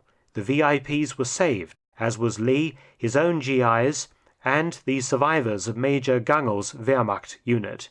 Jack Lee received the Distinguished Service Cross and promotion to captain. Gangel was posthumously honored as an Austrian national hero. It was the 5th of May 1945, 3 days before the end of the war in Europe. The Battle of Schloss Itter is often erroneously described as the only time US and German forces fought together in World War II. In fact, there was one other time at war's end when this occurred, in the Czech Republic, when a US reconnaissance unit joined forces with German Wehrmacht, Russian Cossacks, and Allied POWs to save the Lipizzaner horses, the famous Spanish riding school, from 2 SS attacks. The subject of my book, Ghost Riders, available in all good bookshops. Thanks for watching. Please subscribe and share, and also help support my channel at PayPal and Patreon. Details in the description box below.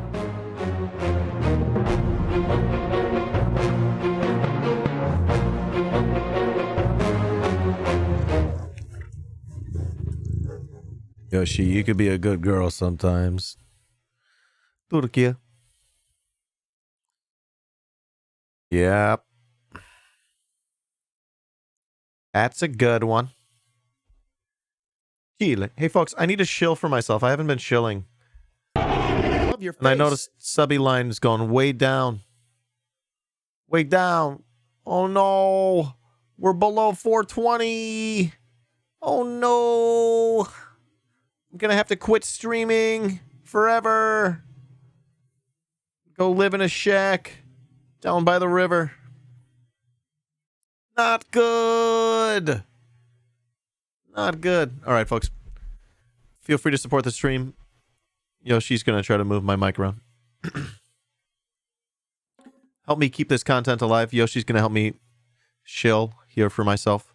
You can support with with a subscription. You can gift a subby. You can support on Patreon. And if you're looking forward to my new show with Karem, at least tentatively titled Chotley Trap House, then you could be on the lookout for our new Patreon for that. We've not yet set it up. It's going to be great. You could also buy merch or buy some stuff from Etsy. My Etsy page. Elaine, thanks for your 2 months. Thanks for the Prime subby, homie. Thanks for the 3. Thank you. Hi.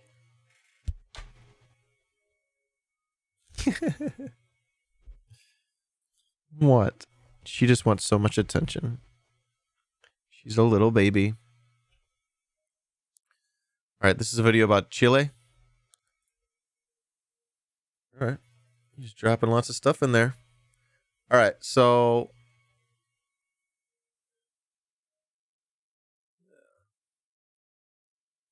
let's see, that's fine.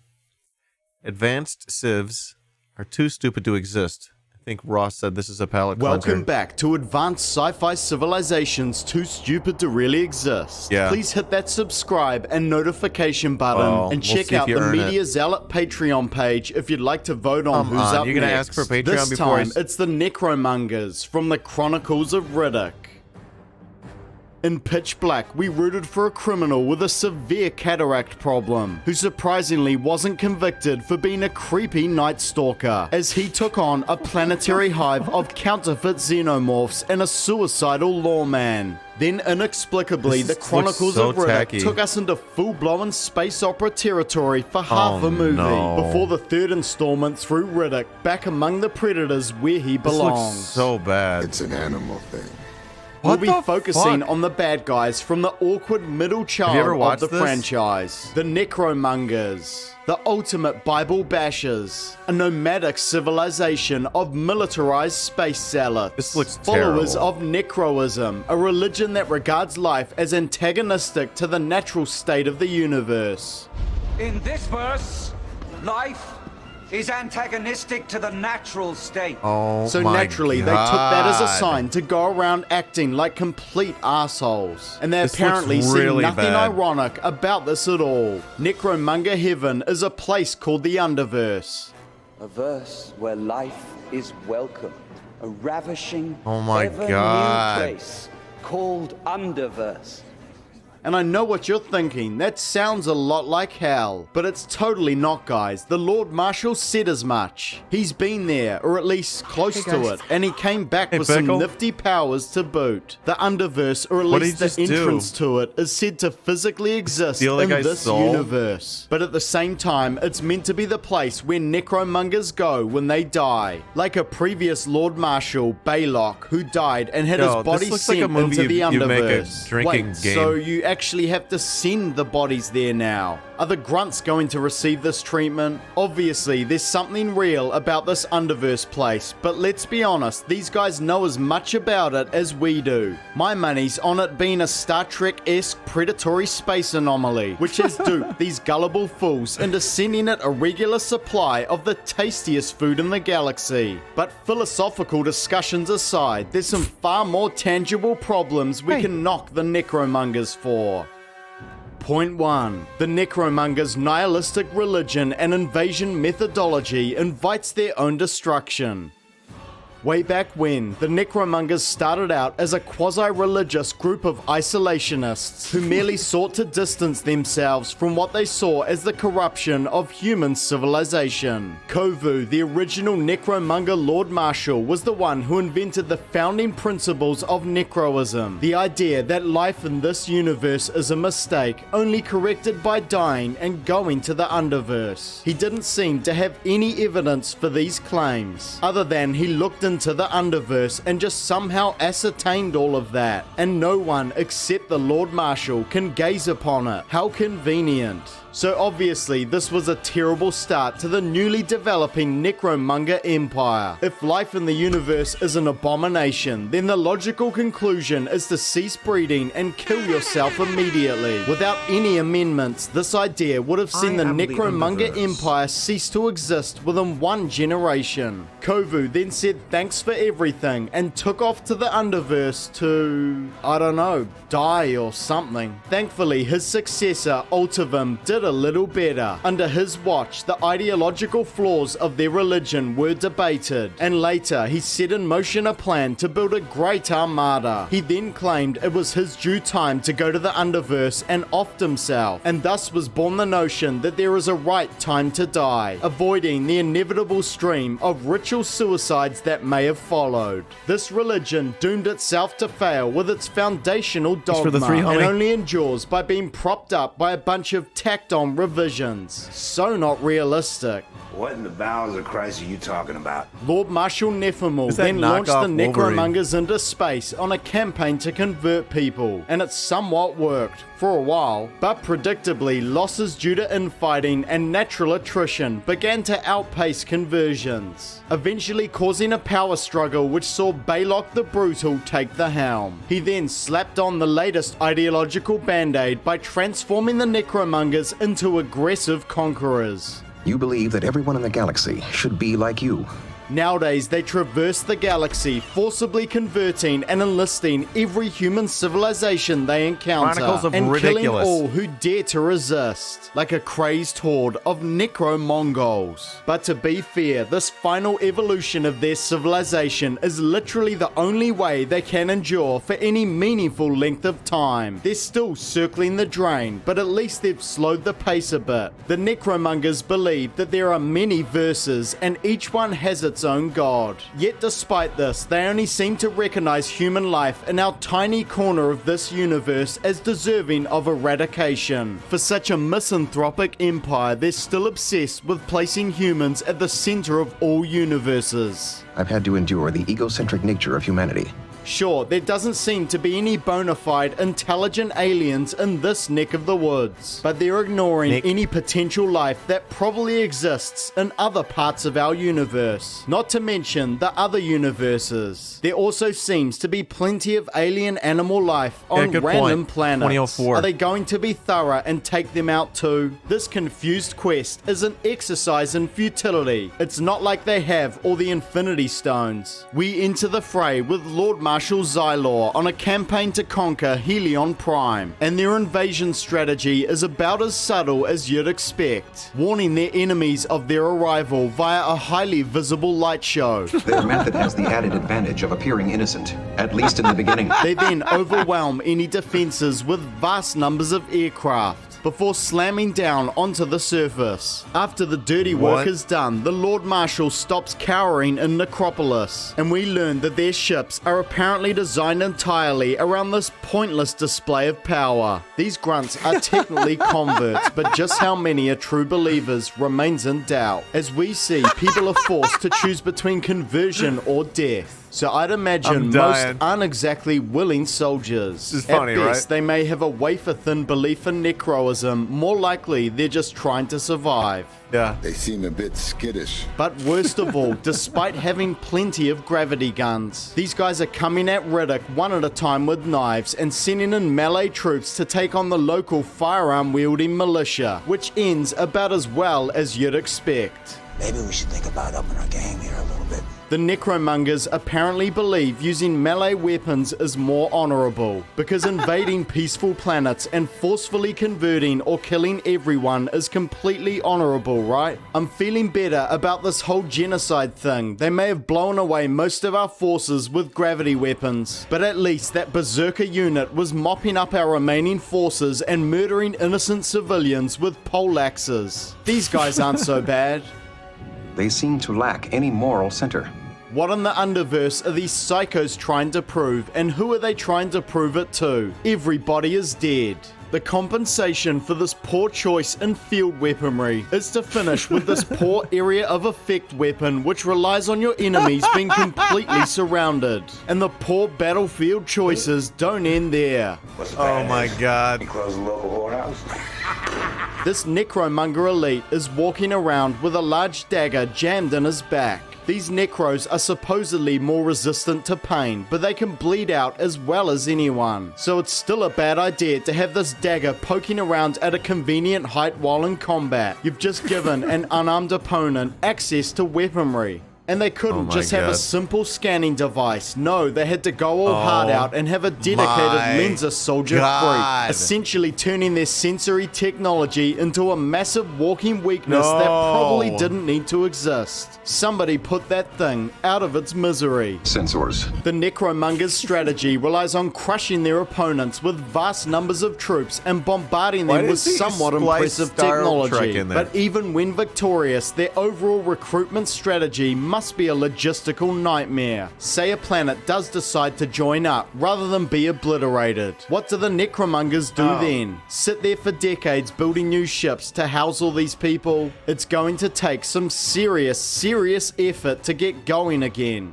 Since we arrived, you have spent as much time engaged in idle conversation as you have making repairs. I reckon all of these guys are closet doubters. They're just content to waste time sitting there not going to Underverse. Just do it. Either that or they're wiping out willing converts to expedite the whole process. And they better hope Underverse is what they think it is, because these idiots are destroying habitable worlds in their wake for perhaps the dumbest reasoning we've encountered yet. This verse that must be cleansed of life so that Underverse can populate and prosper.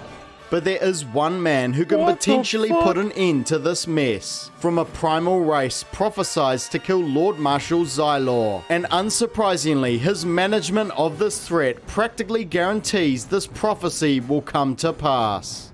This is really dumb. Point 2. The Lord Marshal's management of the Furian threat creates ideal conditions for the prophecy to eventuate. I'm sure.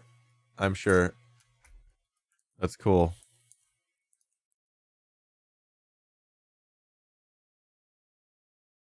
Get it next. Yep. I think this is coming up. This is in my back pocket. My pocket in my pocket in my back pocket.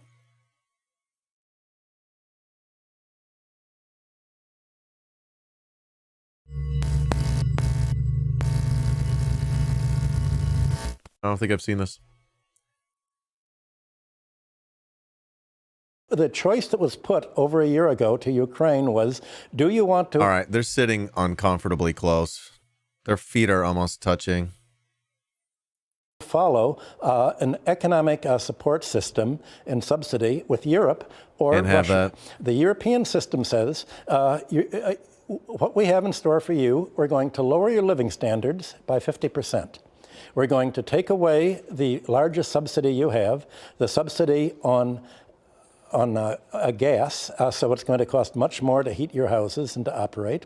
We're going to cut back public spending, and we have to make you look like Greece. Our system is one of austerity.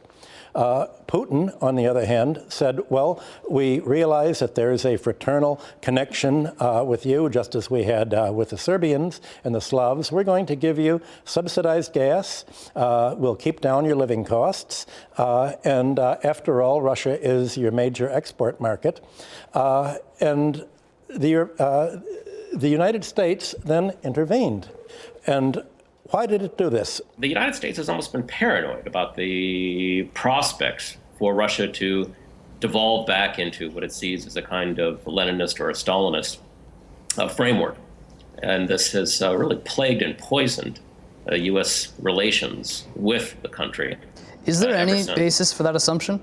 No, there's really not. I mean, really what we saw with the collapse of the Soviet Union was the people who would inherit the collapsed Soviet Union actually thought they were going to join the United States as partners. But this kind of toxic view of what the Soviet Union was and what Russia would be shaped what eventually did happen and the kind of relations that we would see between these two countries. And over time, this great mistrust of the United States by Russia's leadership. Is there any wisdom in the U.S. policies, any of the legislation that's been passed in the latter part of last year? No, or I can't say that there is. The legislation that has come out of Congress has been particularly bad. Well, of course, there wasn't wisdom, but what there was a strategy. And the strategy in Ukraine is the identical strategy thought up by Mr. Brzezinski 25 years ago in Afghanistan. Brzezinski was the strategist for Jimmy Carter and convinced Jimmy Carter to say, look, the Russians are dominating Afghanistan with a civilian secular government. Let's create a new organization. Let's create Al-Qaeda. Let's back Osama bin Laden and give his supporters weapons to begin fighting the Russians. And we can pull a coup d'etat there. And the Russians will fight back, and then we'll say the Russians invaded. And it worked. Saudi Arabia made a deal with America that they would push the Wahhabi extremists, the Al-Qaeda, the most right-wing wing of the Islamic parties, and it worked. Essentially, Al-Qaeda is... U.S. loves working with Sunni Islamic militants. ...is a contract army for the United States. Well, the same...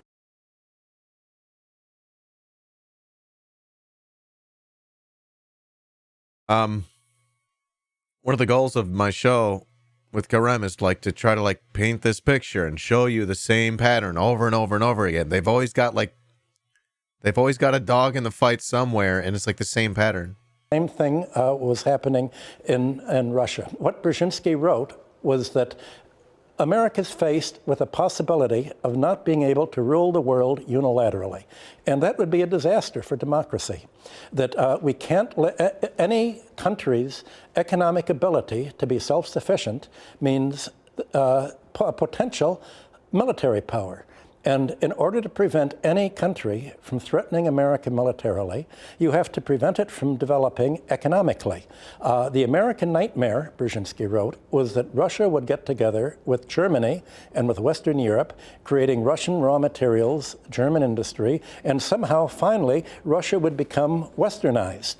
America, under Brzezinski's strategy, said this would be a disaster because if Russia's westernized, if it becomes democratic, if Europe and Russia are prosperous, then we cannot control them anymore, and they will have no reason to be NATO. We've got to stop Russia, and the place to stop this Russian-European conglomeration is to split it right at the border down Ukraine. Let's do in Ukraine what we did in Afghanistan. Let's back the crazies. Well, most of them are the former neo. There were other unintended consequences, as we know. Nazi groups that have been so prominent that fly the Nazi flags. I don't want to present this idea of there being this kind of simplistic dichotomy in Ukraine between a kind of fascist force which has come into power against Russian military forces, thugs. I mean, all sorts of terms such as this have been used, pejorative terminology. It's more complicated. The Maidan was a very pluralistic movement. It contained left elements, centrist elements, hard right-wing elements. It's quite true, as both James and Michael have said, that the United States decided that it was going to pick winners. Now, this is something that the United States instructs or tells its client states in East Europe that they must never do with their economies. They're not allowed to help develop industries and pick winners. That would be bad. That would not allow the market to take place. But when it comes to politics, they're never going to allow the political market to operate. In other words, real democracy, and for the people to really determine what it is that they want. And so we see this picking of winners, in fact, by the United States. So what we've seen, unfortunately, is a situation in which the wishes of the people of Ukraine, for the most part, have been largely ignored. This is exactly what happened in Russia after 1991. Russia essentially dismantled its manufacturing and its industry under World Bank and IMF tutelage. There were a number of American economists, Nobel Prize winners, who urged Russia to base its economy on natural resource rent and land rent and not on taxing industry. And essentially, they proposed that Russia become a social democratic country like America is. In America, the government subsidizes technology, industry, and helps develop. But that wasn't the way that Russia went. In Russia, the Baltics, the post-Soviet states, they're not mixed economies. They're all privatized. And because they're privatized, they essentially are torn apart and have emigration. I think Latvia and the Baltics were probably a kind of laboratory. How can you convince a population voluntarily to lower its living standards, to have its young adult males that are educated and trained move to foreign countries and still vote for the neoliberals? And the answer is, as long as you can make the elections about hating the other side, about hating the Russians, about resenting the past injustices of Stalinism, then they're more concerned with their hatreds and the past than they are with developing themselves. Now, in defense of those who are tendering these suggestions for aid and loan programs to Ukraine, I mean, what they're saying is, and I'm sure many believe this, that this money is going to come with strings attached. There are going to be reforms. We're going to eliminate corruption. All the stuff that we heard in Russia in the 1990s under Boris Yeltsin, none of it really transpired, which doesn't mean that it can't in Ukraine. But it was clear that that really was not the United States' chief priority to clean up the government. I mean, they were quite happy with the Yeltsin government as long as it was allowing this they do this thing where they cut to the other person. Privatizations to occur and the kind of wholesale looting of the country. And then, of course, eventually it had to end as it did, which it only could end when that is in the ruble crisis of 1998, when the whole thing just imploded. It could not be sustained. They could not attract foreign private money as well as they had been, with this illusion that somehow they were going to be able to pay this money back with interest. It all had to just come to a disastrous end. And unfortunately, I think that's probably what's going to happen to Ukraine. It'll be looted, and then it'll be a massive default in all of these debts. Easy editing. From the perspective, for lack of a better term, of capital in the West, they won't care. They'll have gotten what they wanted, what they came for. All right. You love it. Some good shit. The nation, should I be following this channel? In the first half. Oh, little Colby. What? Cat? I wasn't looking at the eyebrows. All right. Welcome in, homie. Welcome. What am I looking at here, actually? It's like I could skip this channel. I don't want to see this on my timeline.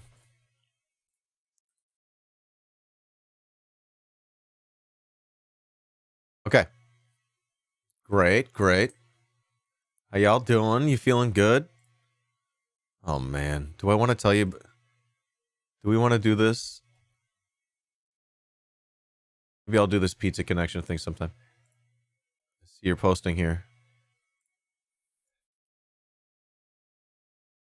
Ross, Comrade Ross, sharing this with me.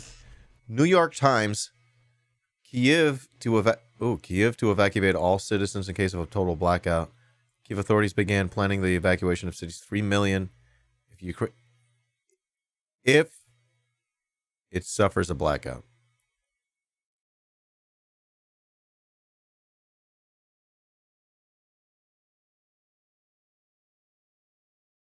Cool. Feel free to drop those if you have those handy, either here or in the Discord. All right. Did anyone watch this? No, I don't think I want to watch the Matt Dust. I take it back. All right. I think we're gonna get into this big long piece here. I'll try to pause throughout and make it interesting. Not that it needs to. Although I think it would be really cool if these guys had an editor. Hey everyone, I'm Ben Norton, and this is the Empire and Deep State series that I at Multipolar. It would be totally sick to just take their series and go back and edit it and just throw a bunch of B-roll on there for them. Larista am co-hosting with the American Exception podcast, hosted by friends of the show, Aaron Good and Seamus McGinnis. And as always, we are talking today about the book American Exception, Empire and the... I got to get that book. But I can't get that book right now. Deep State by the historian and political scientist Aaron Good, the co-host of this program. And that's what I'm saying. We are now in part... That's what I'm saying. Like, I want to sort of like take their content and spruce it up. So I'm just gonna like cover again the video that they did about the deep state.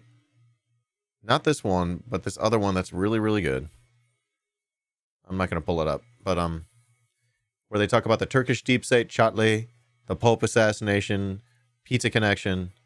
We're taking that like first 30 minutes of that podcast and we're turning it into an entire series. Partly because I want it to be more digestible. Hate to say it, and I'm not hating on the content. I personally enjoy the content a lot. But I sort of wish it was packaged like everything that they're saying needs to be said. But I would love for it to be packaged, you know, in a real nice, tidy way. Everything they're saying deserves to be said and explained and displayed and presented in the best way possible. And I understand production's expensive. Time costs money. Money is time. Time is a flat circle. Circle is money. That's why circles are coins. Okay. Yeah. Thanks, Matt. I appreciate that. Thanks, homie. Why do I highlight like that? I do this. Okay. So honestly, I want to take what they're doing here, the academics, and I want to take sort of some of the live stream energy that we have here. Well, it's more of like podcast energy. I'm just thinking of podcasts that just pull you in, and they don't have video, but they're still really good at pulling you in, and maybe there's some sound design. I don't know if I want to go down that route. If I want to make it sound like Radio Lab or whatever. But I definitely want to up my video editing level. So it's going to be a combination of like this and sort of like those YouTube explainer type videos. It's going to be a blend of that. And also it just, of course, you know, if me and Karem are hosting it, like our personalities are going to shine through too. Anyways, I'm just so stoked about this project. We're going to get some friends in here to talk about some stuff that they know about too. So if there's like a tangentially related, like Grey Wolf's thing that you're sort of a somewhat expert in, let me know. Part 12. We've gone through many different theories and analysis of imperialism, of the deep state, of different, you know, political science analysis of where power lies.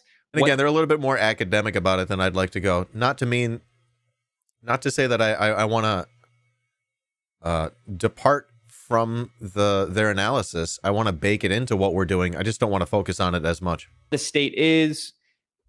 We've talked about a lot of that. And today we're basically beginning a kind of new part in the series, which is the history focus section. I'm personally very excited about this. Yeah. This is where I really, you know, I'm most interested in these topics. I really cut my teeth on this stuff. So, you know, we're going to begin at the beginning, as they say, and we're going to start here with a history of the U.S. national security state. If they talked about Turkish deep state, I wonder if they're going to get back into it, man. I wonder if I'm going to do baby stuff compared to what they do. In the deep state that was constructed after World War II. Oh, I'm scared. And this is based on chapter 6 in Aaron's book. And for the most part, from now on, a lot of these episodes are going to be built around history. We're going to talk about theory and stuff, but largely around history. And Aaron, this chapter is one of my favorite chapters in the book. It's a brilliant chapter, and it has a great name. It's An Imperial Colossus is Born. An Imperial Colossus is Born. You're talking about the creation of the U.S. empire and the national security state after the end, or not even before the end, toward the end of World War II. And you talk about... I'll just throw this out there. American Exception is the only Patreon I subscribe to. you can talk about the different institutions that are involved, but specifically you talk about the key role of the Council on Foreign Relations acting as an arm. I did not say. Pause. Everyone pause. Pause. Stop. Right where you are. Stop.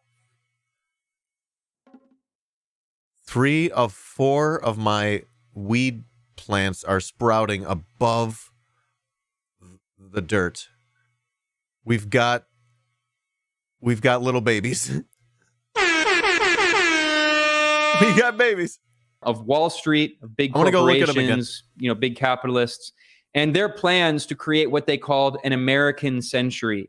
That's important because when we talk about the neoconservatives today and their project for the new American century, they're of course acknowledging the original American century. But this history is not very well known, even though this history has probably these historical events that we're talking about in the 1940s are probably some of the most influential historical events in the past 100 years that fundamentally shifted global politics and economics and created the world we live in today. So let's just start by talking about how the post-World War II U.S. empire emerged. And I'll just open this kind of generally with this ridiculous quote, this famous quote from a British court historian, John Robert Seeley. He famously claimed that the British acquired their empire in a fit of absence of mind, claiming that it was just a mistake. It was an accident that the British created their empire. And that's exactly how the U.S. treats its empire. Oh, the U.S. didn't it didn't have a plan to create an empire. It's all just an accident that this happened the way it did. But of course, you spell out that it's not in any way an accident. So help us explain how the post-war American empire was created. I think it's important to understand that the U.S. has always been an oligarchy of sorts. There were democratic elements of the U.S. political system and U.S. society, but there has been, there's also top-down power in American history. And there's a great quote. So FDR said to Colonel House in 1933 in a letter. Colonel House was the famous advisor to Woodrow Wilson and a guy who'd been around the higher circles of U.S. power in the early part of the 20th century. FDR writes to him, "The real truth is, as you and I know, that a financial element in the larger centers has owned the government ever since the days of Andrew Jackson." So that's coming from FDR himself, who is the president of the United States and a guy who is connected to the, it's really great analysis. His family has money made from. Oh, what am I doing here? I'm sorry. From opium trade, the Delano family, the China trade, as it was called. So he would know. And he's pointing out that this country has been owned and run by wealthy people since the days of Andrew Jackson, which is an interesting statement.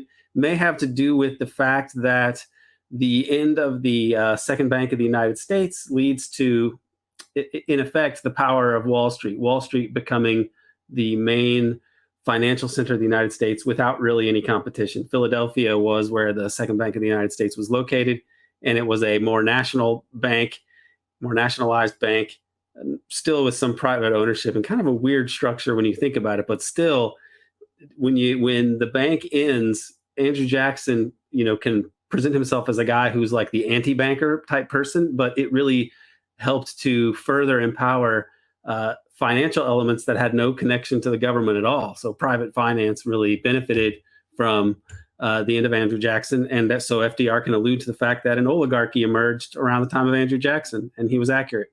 So in the case of the U.S. after World War II, oligarchy really takes the wheel in terms of steering U.S. grand strategy. They establish this War and Peace Studies project, which we've talked about, mentioned a few times before now.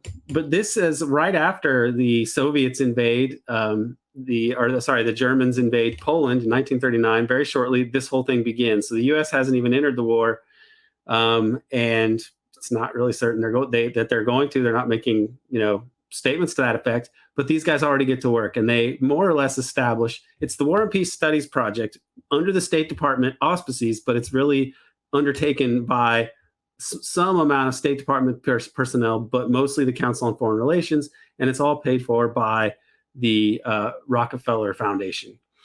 And so this is Standard Oil money. And the Council on Foreign Relations is a Rockefeller organization as well. Very Eastern establishment, kind of Anglophile, connected to the Round Table groups of like Milner and Cecil Rhodes in England, copied on that model. It's a really British imperialist kind of mindset, which makes sense because these guys are like, they have a transnational commercial imperialist, mindset themselves. It's the upper echelons of U.S. capitalism. And you see here on the these images are taken from the actual report themselves. Vice president at the time was Allen Dulles. Okay, and that's probably the real face of the American empire in its early days and the way it was constructed. And he's a person who worked for the U.S. government, the OSS, during the World War I or during World War II, and he was a part of a diplomatic delegation to Versailles in World War I. So he goes way back in the establishment, has relatives who were two relatives who were Secretary of State. His brother goes on to become Secretary of State. So this is this connection between the government. No, Nays, I had they sent freebies, and so I just used the freebies. And financial elites, and somebody like Dulles is more or less a leg man for these people. And he wrote 2 sections of this report, which are still classified, on security and sovereignty. And people speculate that this was where he calls for the creation of something. Dulles is such a super central character in, I think the formation of and the upkeep of empire. It's awful. Like a CIA to be able to manage these affairs internationally. So this was not. And Aaron, probably not. We should point out also that Allen Dulles was, of course, a Wall Street lawyer who then was brought into the Council on Foreign Relations and then eventually creates the CIA. So his background as a Wall Street lawyer is very important. Lawyer to deep state. I hate it. Right. That is a pipeline. The overlap between like what you could call oil intelligence when he was working for Sullivan and Cromwell, but also like working on oil deals and still had a State Department appointment. I mean, this goes back a long time. You used to have a lot of Standard Oil employees in the State Department in general in the late 1800s, in the Gilded Age, in the early 1900s. So this is kind of par for the course. Sullivan and Cromwell, Wall Street law firm, represents the biggest corporate clients in the world. The Dulles brothers are a part of that. And so the main takeaway here is that this whole decision of the U.S. to take on the mantle of global leadership was formulated while World War II was going on in an undemocratic way by very wealthy organizations backed by very wealthy people. And they plan out much of the structure of the post-war world order. They argue for things like the IMF, what becomes the IMF, what becomes the World Bank later, what becomes the United Nations, probably what becomes the CIA, although those reports are still classified. And so it's that meme with the tiny domino and the bigger dominoes. These are major pillars of the way the U.S. is going to run the world. But they know what those bigger dominoes are down the road. Like they're complicit with it. And they decided they would go for this. So it definitely was not something done in a fit of absence of mind. It was done very deliberatively, in secret. Some of it's still secret today. Planned to assert global dominance. So in a way, you could say it's kind of a conspiratorial way to do all this, since it really wasn't debated openly in all that it entailed for the U.S. So no, not a fit of absence of mind, very much planned by oligarchic elements. Right, and we're talking about the construction of the empire. There are these sort of preceding ideas around things like the Monroe Doctrine and sort of this sense that we have a right to interfere and to control our hemisphere, and that very quickly expands to the world as soon as we sort of assert ourselves as a world power. And on the flip side, I think we're talking about history now. Let's call it mainstream, or if you took U.S. history in high school, that version of the story kind of separates out the sort of George Kennan long telegram story from the cultural one, which is that, okay, we had McCarthyism. Oh, there was this anti-communist hysteria, but we kind of keep those siloed off from each other. And I think what we're getting at here is there's a reason why that's maybe obscured. But how does this thinking in the sort of upper echelons, things like the War and Peace Studies Project, get from the public state, or not the public state, but from the sort of early birth of the deep state to the general American culture that controls our political system and what we talk about and our media, and sort of that influence on the greater American experience that this budding empire had? Well, I think that the main push to present this to the American public, you can see in this quote from Henry Luce in his famous American Century essay. I mean, he writes this whole essay is basically pitching American leadership on the world and how America is going to be this benevolent leader of global free enterprise system and so on. So it doesn't pitch itself it says the American century, but it studiously avoids calling itself like empire or imperialist. And then, and Aaron, explain who Henry Luce is really quickly for people who don't know. Yeah, Henry Luce is a guy who was a member of the Council on Foreign Relations, and he was the main sort of official publisher with the seal of approval of the overworld of American capitalism, more or less. So he published Time Magazine, Life Magazine, and Fortune Magazine, and he had a very pro-capitalist, pro-American perspective, and he was able to run this media empire in such a way as to promote the values and interests and perceptions and public relations aims of the American oligarchy. So, and a lot of it is kind of pablum for PR purposes, but he slips up in one point here in this essay, and I think kind of gives away some more serious aspects of what he's talking about. He writes, "Our thinking of world trade today is on ridiculously small terms. For example, if we think of Asia as being worth only a few hundred millions a year to us. Actually, in the decades to come, Asia will be worth to us exactly zero, or else it will be worth to us 4, 5, 10 billions of dollars a year. And the latter are the terms we must think in, or else confess a pitiful impotence." And of course, in 1941, this is written in February. All right.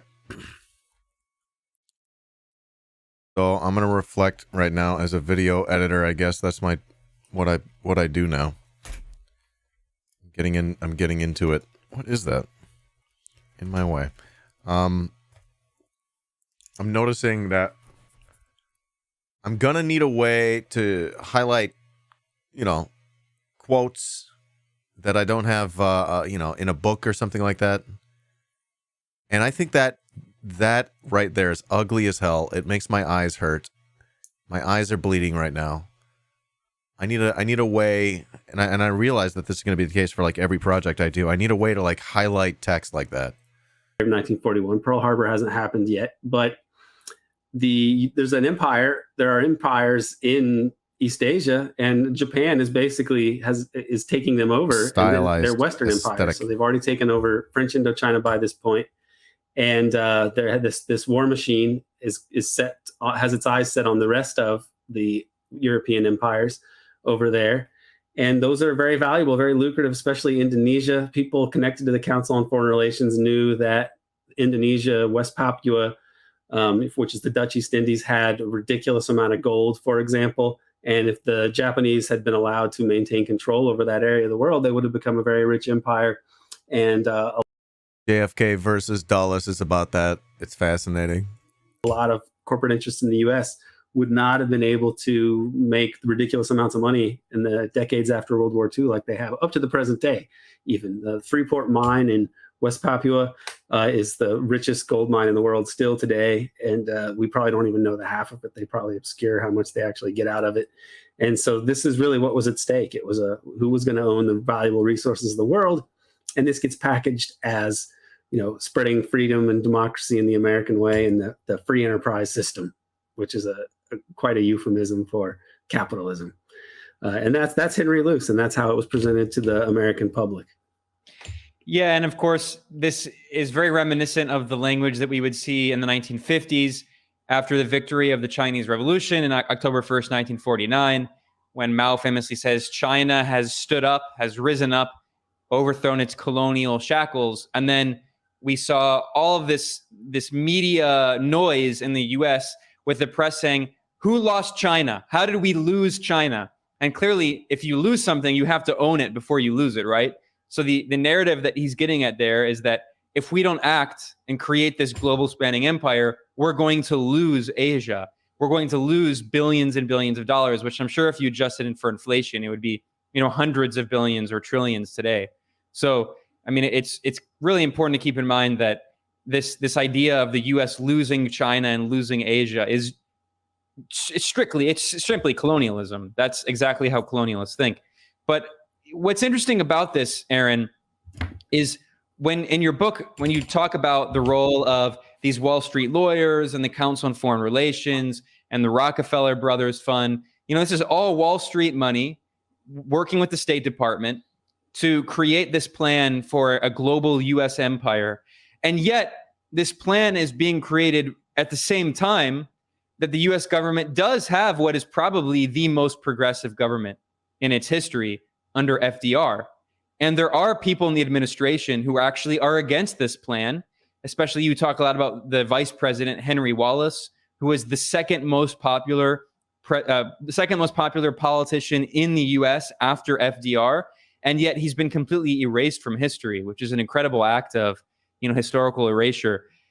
How was this contradiction kind of reconciled, or was it reconciled? How do you have these U.S. corporate elites from Wall Street creating this plan in the State Department for a massive U.S. empire at the same time that you have in the White House progressives who don't want a Cold War and who don't want to create an empire like that? Well, this, I think, is a case that illustrates the real limits of liberal democracy. It really shows that you cannot have the fundamental basis of a democratic society is that it's the public that controls the state and that it operates in the public interest and the interest of the majority. But you see with this case that even when the U.S. is at its most democratic, there's nothing to stop the oligarchic forces from asserting control of the state and determining the course of history. And at the time that this was happening, because there were progressive elements in the state and because unregulated capitalism had been discredited, they sought to depict this, to couch this in progressive rhetoric that's much more progressive than what the U.S. says today. I mean, famously during World War II, you had FDR talking about the four freedoms, and these were advertised and posted and promoted in the U.S. as in images by Norman Rockwell. So you can see Norman Rockwell painting here, talking about the four freedoms: freedom of speech, freedom of worship, freedom from want, freedom from fear. And this was something that people were to fight for, and this was something that the U.S. was saying should apply to the whole world. And freedom from want is quite notable here. This is something that, if you think like progress sort of moves on in a kind of incremental way and so on, you think, well, this freedom from want, this providing material security for people, why is that still out of reach? Why do we still have tens of thousands of people dying every day from preventable diseases and malnutrition that could be eradicated for a fraction of the cost of the Pentagon budget? And you see the conclusion is that this sort of thinking was rolled back and was destroyed in America. And it was useful to mobilize people to support this war effort because it was a good cause, and you couldn't really say make the world safe for democracy after Woodrow Wilson. So there was more that was promised, and I think that Roosevelt was not insincere insofar as he was behind, supported these ideas. Ditto, and even more so for Henry Wallace, his vice president from 1940, after the 1940 election. But even at this time, you had right-wing elements who were, not excited about this, but they didn't want to be contradicting the president and so on. But they put a whole campaign out about the fifth freedom, okay, which is the fifth freedom is the U.S. free enterprise system. So, capitalism does not really fit with these four freedoms, but these guys just, because they have enough money, they can create a PR campaign to just crudely put that out there. Okay. So even at this point, freedom to exploit. Exactly. I mean, that's, capitalism is based on that, on exploitation. It's basically that the market and exploitative market mechanism should prevail through as much of society as possible. And where it doesn't prevail, they kind of want to go after those things: public education, public roads. They'd like to make everything a toll booth, et cetera, et cetera. Because that's just that's the mindset of these people. So this was a contradiction of the time, and it really shows how weak U.S. democracy was, even at its strongest point. And there was an anti-fascist. There were a lot of anti-fascist sentiments in the United States as well, and they were fighting against fascism in World War II. So it was good to have an anti-fascist as vice president. But here's Henry Wallace talking about American fascists. If we define an American fascist as one who, in case of conflict, puts money and power ahead of human beings, then there are undoubtedly several million fascists in the United States. Okay, now that defines so many people in the United States and in the United States power structure. And so Wallace is basically pointing out that these people should probably be considered fascists then and now. And he was very popular. Wallace was very popular, second most popular politician, as you say, in the United States. And he only was able to be the vice president in 1940 because FDR and Eleanor Roosevelt intervened to say that basically FDR would drop himself from the ticket if Wallace wasn't the vice president. They basically, it's a dramatic sort of showdown, and then so they let Wallace become president, or vice president. But in 1944, you have what's called Pauley's coup, where Claude Pepper, Florida senator, was going to nominate Henry Wallace for the vice presidential position at the Democratic Convention, and he gets within 5 feet of the microphone, and then people are alarmed because they know what he's going to do, and so they fake a fire. They say there's a fire, and they got to evacuate the building. And so, because if he'd been able to nominate him that night, he would have won hands down. And so there was a conspiracy by this guy named Pauley, who was the Democratic Party treasurer and a California oil millionaire. And they basically scuttled Henry Wallace's vice presidential chances and get him dropped from the ticket, despite the fact that he's extremely popular. And they replace him with Harry Truman. Why do they replace him with Harry Truman? Not that he had distinguished himself in any way, but he hadn't offended anyone.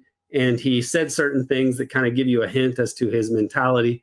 For example, he said, as a senator, if we see that Germany is winning, we ought to help Russia. And if Russia is winning, we ought to help Germany. And that way, let them kill as many as possible. So that logic is kind of, fitting in terms of describing what the U.S. did in the early years of World War II. Even after Pearl Harbor, they wait to go into Europe until basically the Russians have turned the tide and are marching towards Berlin. And so this reflects what the kind of thinking of Harry Truman. It also reflects the Cold War mentality as well. I mean, it just shows that they're more concerned about dominance and global dominance than really having peace, especially in Germany or Russia. That they'd rather pit them against each other, which they do in the Cold War. So this was a tragedy. Wallace was really progressive, and his plans were more for the century of the common man. He put out a counterpoint to Henry Luce in a speech called The Century of the Common Man. And he talks about how this shouldn't be an American century. It should be a century of the common man, where technology in the West is dispersed throughout the world to allow people to develop their societies and solve material, technological problems, and more or less create a just world that kind of conforms to the idea behind the four freedoms. And that would be the way that America could have a leadership position, but a benevolent one instead of an exploitative one. But of course, that wasn't to be. So on the subject of that Truman quote, I think we see throughout World War II, and I don't want to discount the sort of, I think the American populace itself. Obviously, there is a fascist element in America prior to the war. And then a lot of people genuinely who at least were aware of what was happening in Germany were joining for the right reasons. And I guess what I'm trying to say is we have to step outside of the sort of Manichaean duality of World War II, of like the U.S. is on the side of good and it's against evil, because ostensibly that's what's happening.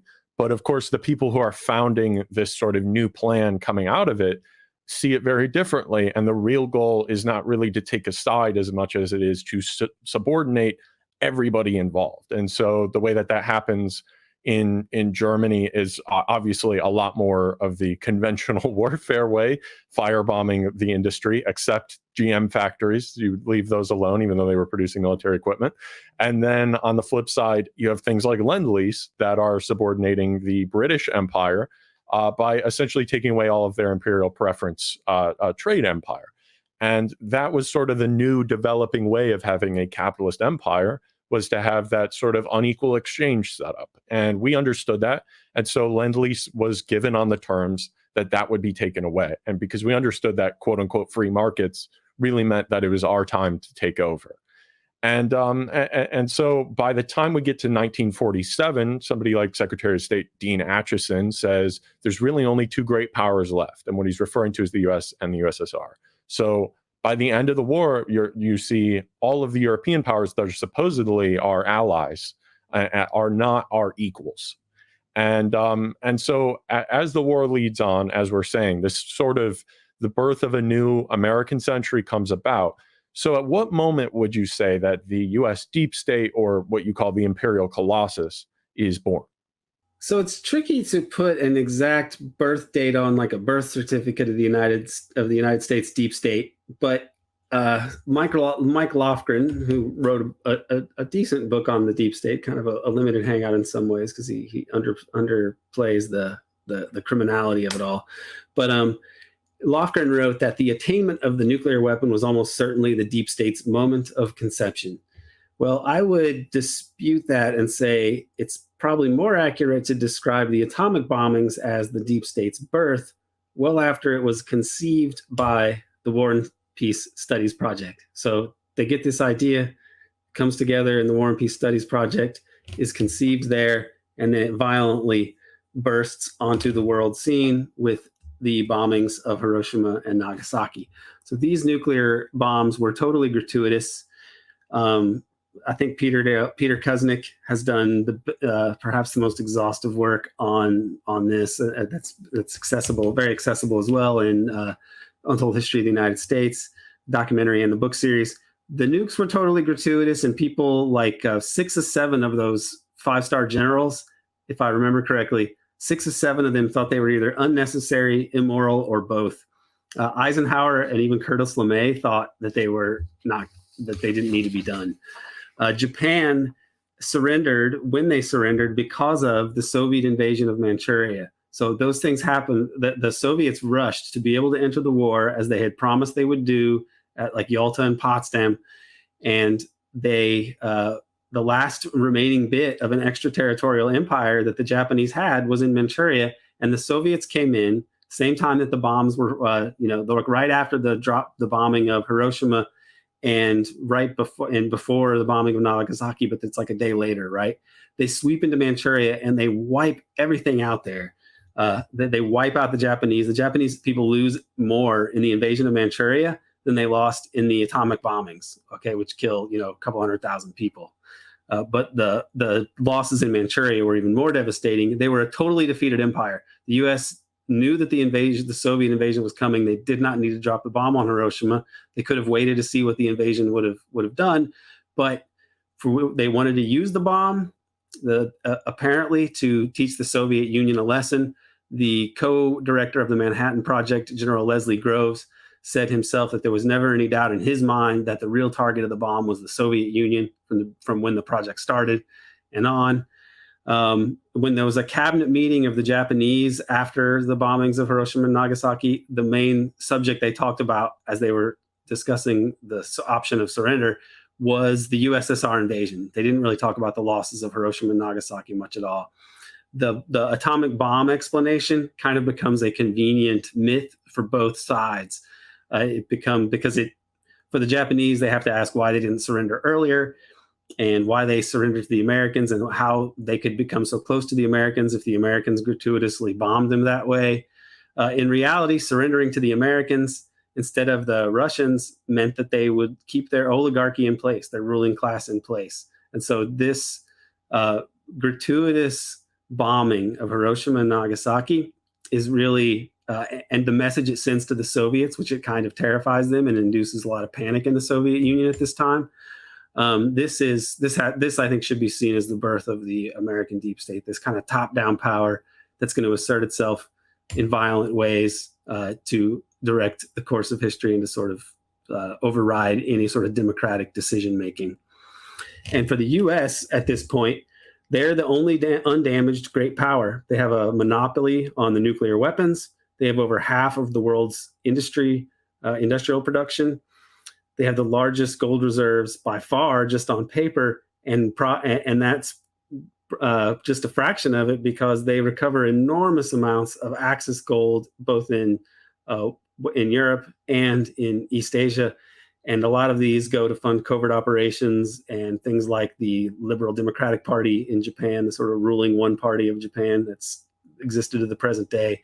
We don't even really know about these angles. But so this is another example of just deep political power taking over, and America becoming essentially an empire as per the designs of its oligarchic class, the overworld of corporate wealth. So, Aaron, part of the narrative that was used to justify the first Cold War was the idea that the Soviet Union was hell-bent on world domination. They were trying to overthrow all independent governments. Of course, we know now that's pretty ridiculous. And I should say that a book that we've talked about in this series is The Doomsday Machine by Daniel Ellsberg.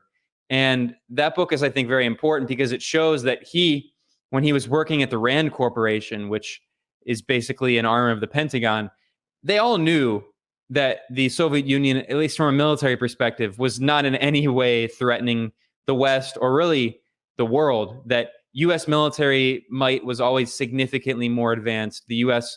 military technology, missiles, nuclear weapons were all significantly more advanced. So talk about this narrative that was used to justify the first Cold War and the creation of this empire by trying to inflate the threat supposedly posed by the Soviet Union. You know, as you allude to, the Soviet Union had been fighting a brutal war. Really, the Soviet losses in World War II exceed anything ever experienced in the history of human civilization. They lost 26.6 million people to the United States, 400,000. Okay, which means that gets rounded up to 27 million. So it gets rounded up 400,000. So basically the US losses in comparison to the Soviet losses are a rounding error.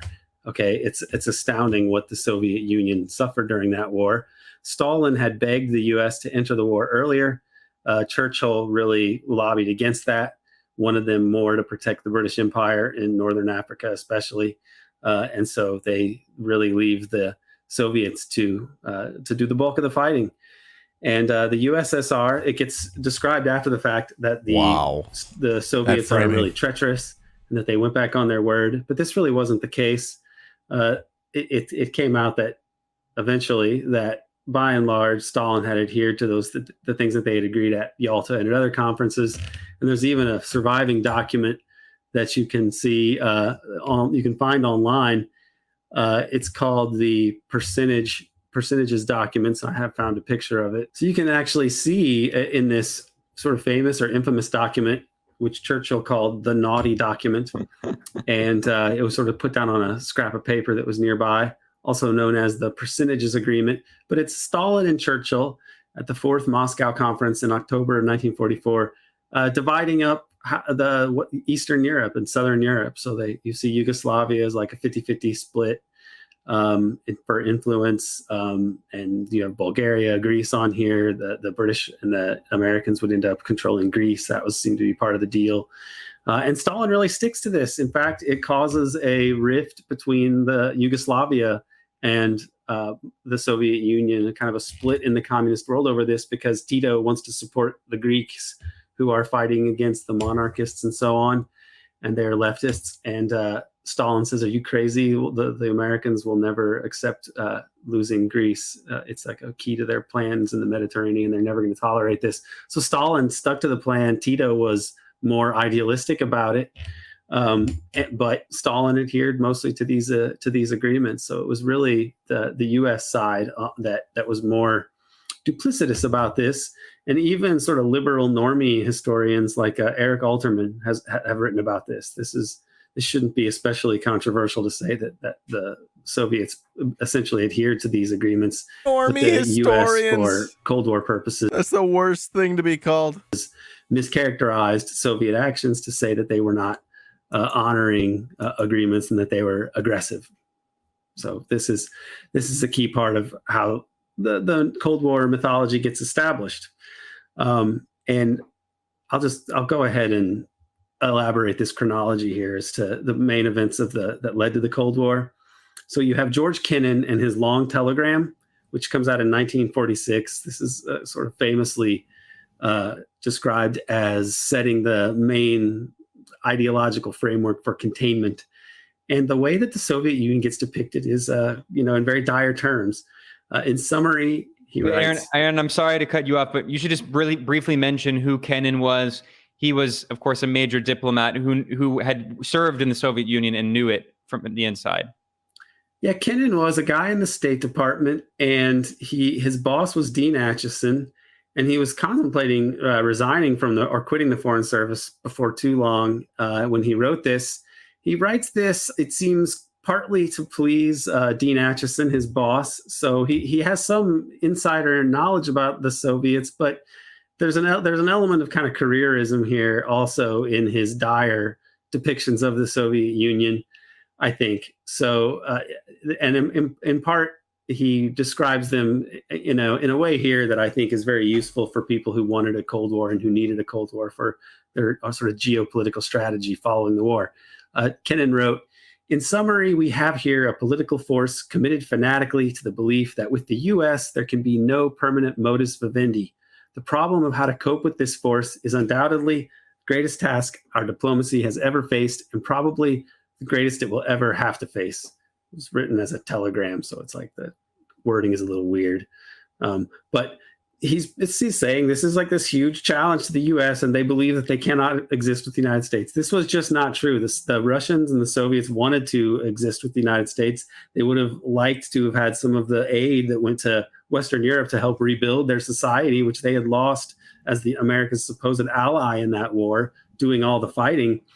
So yeah, Aaron, speaking of aid after World War II, in terms of the Marshall Plan, there actually was money offered to the USSR, but it was less than what was offered to the defeated Nazi Germany. And at that point, I think it was more disrespect than anything else. And so the sense was, fine, we'll go rebuild on our own, rather than sort of accepting something so embarrassingly small compared to the people who just killed millions of from our country and destroyed 25 years of wealth and just sort of snuffed all that out from a huge amount of people. Just kind of made all of that disappear, all of this productive capacity. Some like 75% consumption drops by like about half. Like it's such a huge plummet in economic consumption. And Europe sees all this money pour in, some like $12 billion or something like that, which is, massive in today's money. And compare that to, they offer more to Nazi Germany than they do to the USSR, who then declines it, obviously. Yeah, and people talk about how important Lend-Lease was, and it was important to help provide military materiel, weapons, tanks to defeat the Nazis, but that wasn't free money. That was aid, and the Soviet Union and then later post-Soviet Russian Federation were forced to pay back those billions and billions of dollars to the U.S. and didn't actually pay it back until the mid-2000s. Yeah, and there were also strings attached to the Marshall Fund that were not going to be acceptable to the Soviet Union, and probably intentionally put in there to make sure that didn't happen. So that also ends up being the case with arms control and nuclear weapons control later. That it gets poisoned by the U.S., who puts in measures that they know will be unacceptable to the Soviet leadership, and so they're not able to cooperate. But then you can blame the Soviets and say, "Oh, look, they backed out." So shortly after, Kennan issues the long telegram, which I think you have to see Dean Acheson's hand there as well. You have the Iron Curtain speech in March of 1946 from Winston Churchill, where he describes how this Iron Curtain has been laid across Europe. And this is kind of an aggressive, saber-rattling speech, right after the end of World War II. In March of 1947, you have Truman's Truman Doctrine speech, where he often says that the U.S. will support free peoples who are endangered around the world. And it doesn't really make much of a distinction between like vital and not so vital American security interests. So this is another escalation of the Cold War. It's really in large part about the Greeks and the civil war going on in Greece, and also, events in Italy that are coming down the pike. 1947, the U.S. Truman signs the National Security Act. This creates the CIA, the Joint Chiefs of Staff, the National Security Council, and this is the real national security state structure of the U.S. empire is basically laid out at this time. CIA gets created at the behest of Wall Street lawyers and bankers, people like Allen Dulles of Sullivan and Cromwell, Ferdinand Eberstadt and James Forrestal of Dillon Reed, a Wall Street investment bank.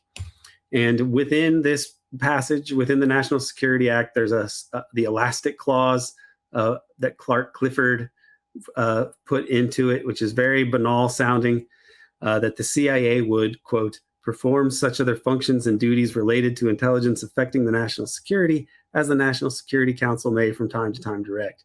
So it just sort of obliquely says the CIA will do some other things that the National Security Council tells it to. Doesn't specify what that is, but of course like it means coups, assassinations, rigging elections, sexual blackmail, other activities. Yeah, exotic forms of assassination, and so on. I mean, everything under the sun, mind control programs, everything that you can think of. And so this is put in there in 1947. In 1948, you have NSC 10-2, which elaborates on covert operations. And I'll give you a little quote here from the document itself. Covert operations are so planned and executed that any U.S. government responsibility for them is not evident to unauthorized persons, and that if uncovered, the U.S. government can plausibly disclaim any responsibility for them. So already a year after the CIA has established, they're laying out the sort of legal, you can't even call it a legal justification. It's more of a declaration of just how it's going to be in these kind of national security documents. And because you've defined the Soviet Union as an existential threat bent on global domination with which there can be no peaceful modus vivendi, then you set the stage for being able to justify this kind of state power. And it's not, these documents were kept secret. It's not like the public was debating like, well, wait, what does it mean if we're going to have a secret service doing all these things and then lying about it? Isn't this going to be kind of anti-American, sort of more of a imperial monarchist kind of an institution, which it was. It was pretty much taking things that we would have been against philosophically for the British Empire and adapting them to the American case. And since it's kind of problematic, they just got around that by not talking about covert operations. So it's like it's very similar to the covert operations themselves. We're not going to be honest about what policies actually are, because we can use covert operations to make things happen and then say they didn't even happen. And we're not even going to be honest about the fact that we've assumed this power of using gaslight covert from the operations beginning as a means to implement policy. So okay, I'm going to pause right there. I need to take a break. I'm going to run the ad and play a song, and I'll be right back in a few minutes.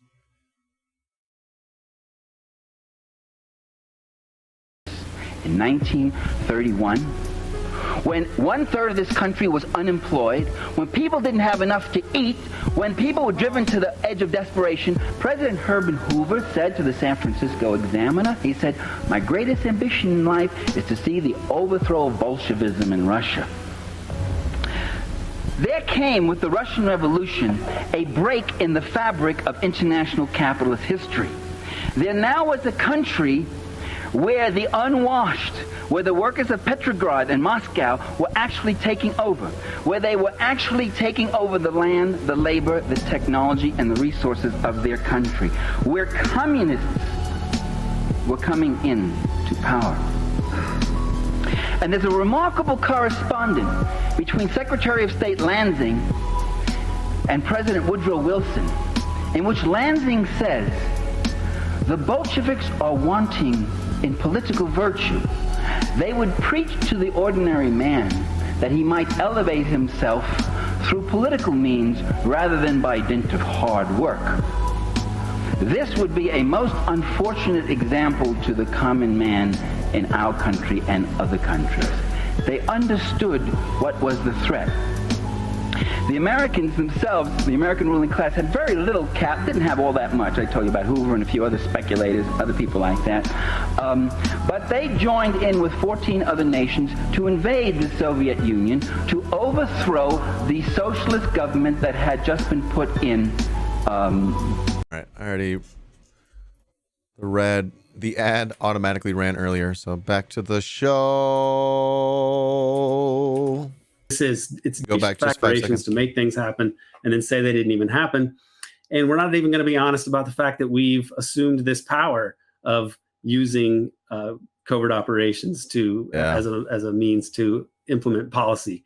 So it's creating layers of secrecy and obfuscation and historical stupefaction of the American people.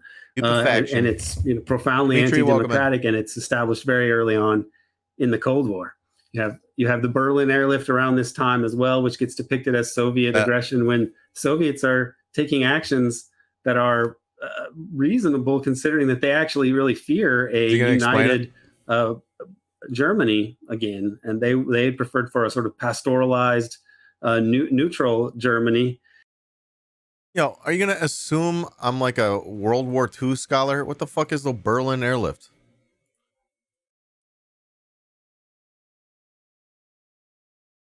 Because you're a nerd, you're going to assume I'm a nerd? All right. End of World War, and in the Second World War, U.S., British, Soviet military forces occupied Germany. Divided into occupation zones, Berlin was located far inside Soviet-controlled Eastern Germany. It's tricky. That's sort of tricky. The United States wants to have its cake and eat it too, huh?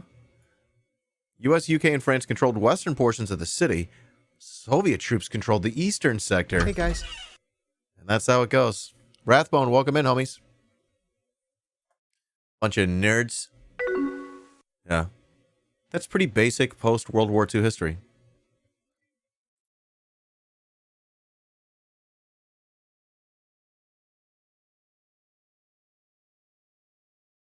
Stabbed me in the back with that one.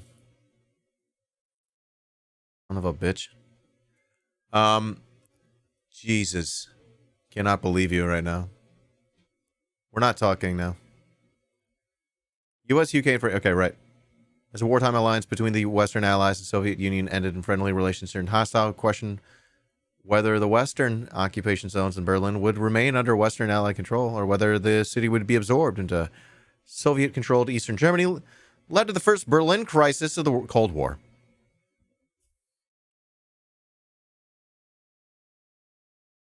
In June 48, Soviet forces blockaded railroad water access to Allied control areas of Berlin. U.S. UK responded by airlifting food and fuel to Berlin from Allied bases. What do you got here? Sparkling water. Thank you so much. Responded by airlifting food and fuel to Berlin from Allied air bases in Western Germany. The crisis ended 49 May when Soviet forces lifted a blockade on land to Western Berlin.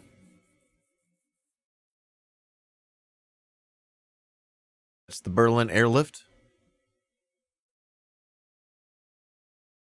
A whole bunch of food and shit.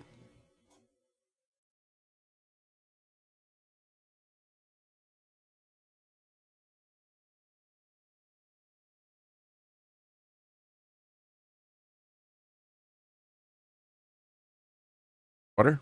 Oh, I love it. I love sparkling water.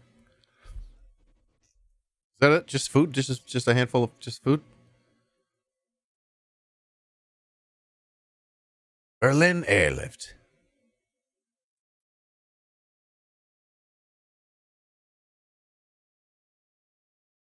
I love beer. I love beer. Love beer. Imagine trying to manage Germany in cooperation with countries that refuse to denazify.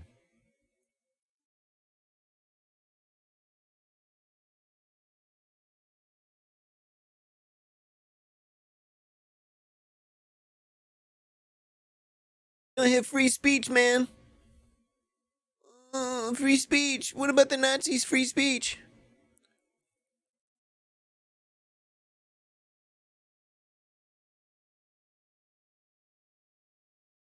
All right. Hold on.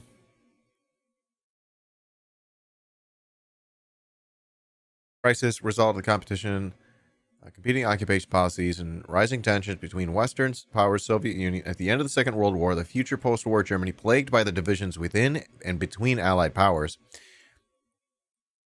the only decision of significance that emerged from wartime planning was the agreement of zones of occupation. Even after the end of hostilities, the problem of what to do about Germany was not successfully addressed at the 45 Potsdam Conference. Not only was there a lack of consistency in the political leadership and policy making among the British and Americans, occupation policy on the ground also confronted unforeseen challenges. 2.5 million Berliners, bunch of donuts, spread between 4 zones of occupation, faced profound privations. What? Allied bombing had reduced the city to rubble. Shelter and warmth were scarce. Black market dominated the city's economic life, and starvation loomed. Mired in such conditions, Berlin emerged as a forward salient in the Western struggle against the Soviet Union. Until 1947 saw major shifts in occupation policy in Germany.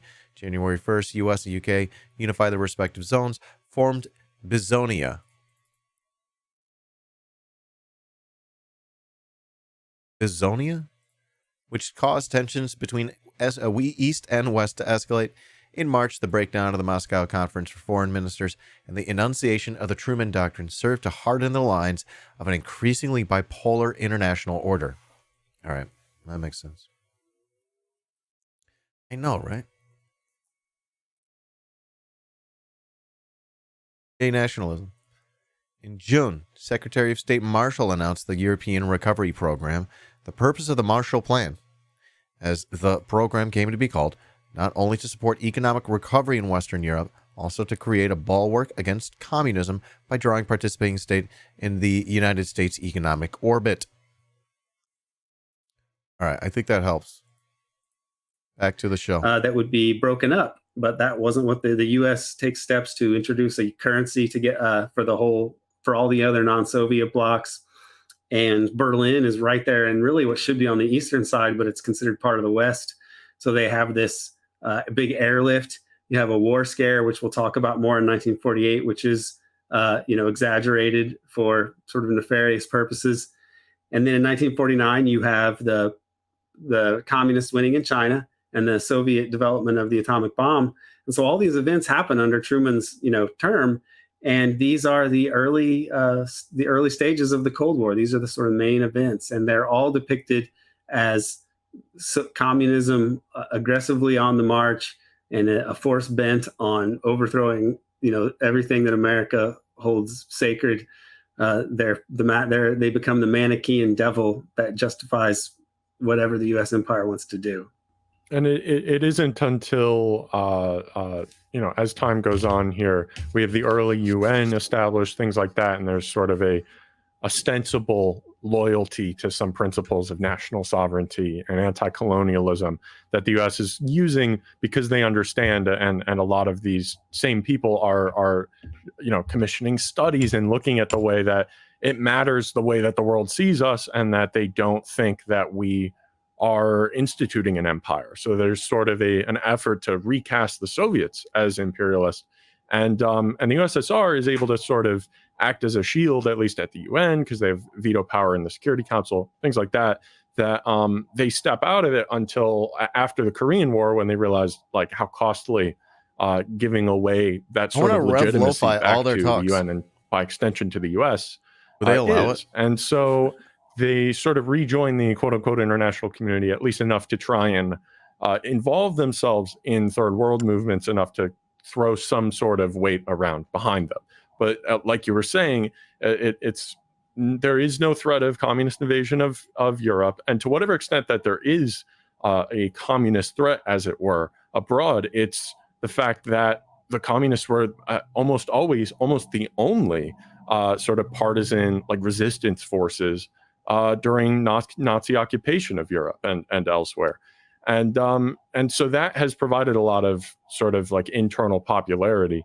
But coming out of that, the U.S. has to sort of recast the narrative while also internally making all of these plans to ratchet up the tension. Because the more that there's sort of a perceived security threat domestically, the more we're able to project that out onto the global stage of actually this is just for our self-defense, when really like we are right on their borders and are very openly sort of goading them into war. And a lot of the time they stay out of even their quote unquote sphere of influence because they know that we're the only ones willing to use nukes, including in places like Iran, trying to get the Soviets to stop occupying there. So, there is no shortage of places that will go. And there are some less tasteful or less proper people who are involved with the U.S. deep state at this point. So what are some of the early components of the U.S. deep state that are being activated during this time?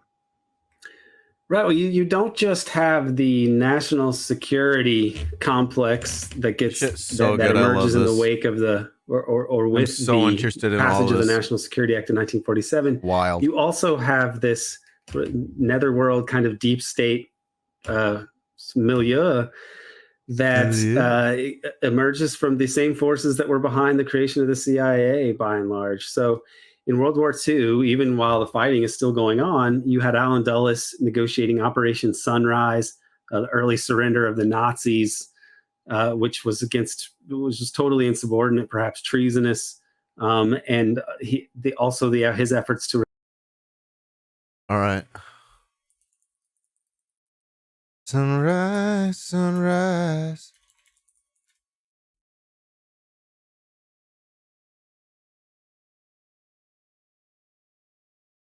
Surrender of local German forces in northern Italy between Waffen General Karl Wolff and American OSS agent Allen Dulles. Oh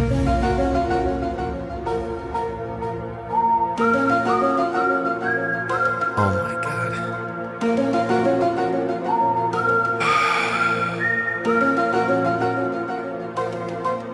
I hate that guy. The meetings provoked Soviet suspicion the Americans were seeking to sign a separate peace with the Germans and led to heated correspondence between Joseph Stalin and Franklin Roosevelt, an early episode of the emerging Cold War.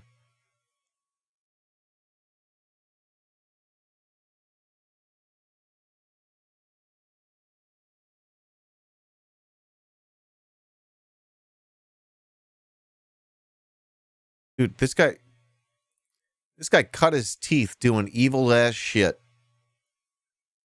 What do you think the rest of his career is going to be like? And he would have a long, fruitful career.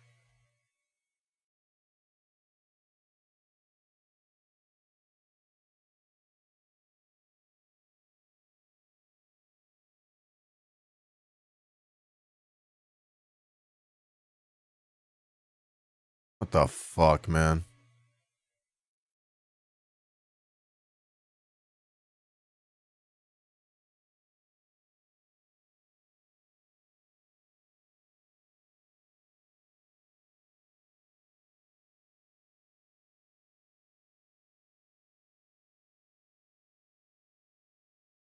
All right.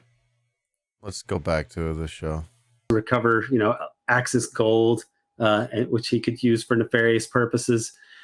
They rehabilitate, quote unquote, some of these people. Oh my God! Say that again. Just totally the early surrender of going on. You had Allen Dulles negotiating Operation Sunrise, the early surrender of the Nazis, which was just totally insubordinate, perhaps treasonous.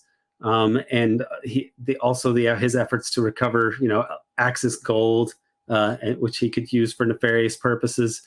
Oh my God!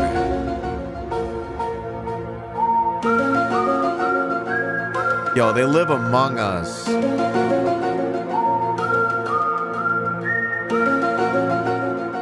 Rehabilitate, quote unquote, some of these people after Holy shit. That's one of the biggest. That's explosive. I didn't know that about Dulles. I may have read that in the book and I can't remember. Jesus Christ. I got to get back to that book. It's called JFK versus Dulles. I think it's Greg Poulgrain. God, this hits so good, homie.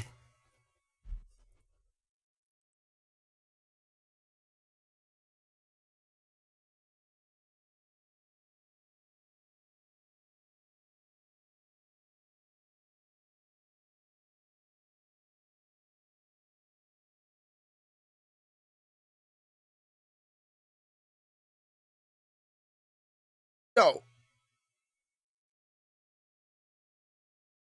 Reader, read this.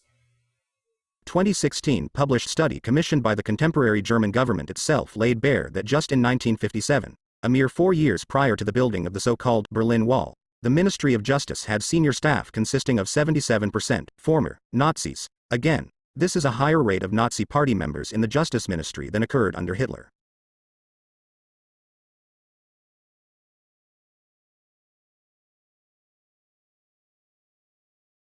Come on.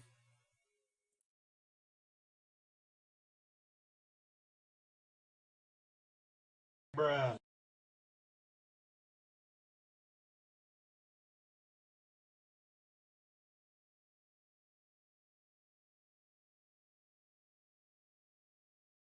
War, who were war criminals, and it's they're sort of incorporated into what Peter Dale Scott calls parafascism. He has a great essay on this from the late 70s, finally published in Lobster magazine in the 1980s. But really, these got some of the worst of the fascist, goons were taken and repurposed. Okay, the Axis itself, the Axis powers, were really the Anti-Comintern Pact, right? The Anti-Communist International Pact, and some of the fascists that they would employ. People like Otto Skorzeny, okay, that he gets picked up and sheltered by the CIA. Klaus Barbie gets rescued, taken off to South America, later emerges to participate in sort of clandestine chicanery with the... Slow down. I'm taking notes here. People like Otto Skorzeny, okay, that he gets picked up and sheltered by the CIA. Klaus Barbie gets rescued, taken off to South America, later emerges to participate in sort of clandestine chicanery with the CIA, and then later with like other even more deniable deep state entities. Karl Wolf, his story, he's an SS officer, war criminal. His story is well told in David Talbot's Devil's Chessboard, but Alan Dulles was intervening to try to save him. Reinhard Gehlen, the Nazi intelligence chief, who later becomes the West German intelligence chief, a guy who should have been, hanged as a war criminal, gets employed by the CIA and serves in the upper echelons of the BDN, is that right? West German state after the fact. Yoshio Kodama in Japan, Class A war criminal, gets sprung from prison, takes over $100 million in stolen war material to establish the Liberal Democratic Party, which is Japan's right-wing party, which still essentially runs Japan as a one-party state, basically up to the present day. Yeah. Licio Gelli, probably pronounced that wrong, but the Italian fascist who was a liaison between fascist Italy and Hitler's Germany. And then in the Cold War, he's the venerable master of the Propaganda Due Masonic Lodge, which is more or less like a CIA cutout. How many times can I hit that in one show? How many times?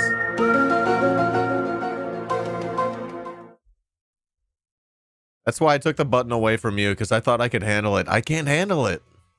It combines mafia types, business elites, fascists, and so on, to act as a kind of secret deep state in Italy, more or less. But really, it's controlled by American forces.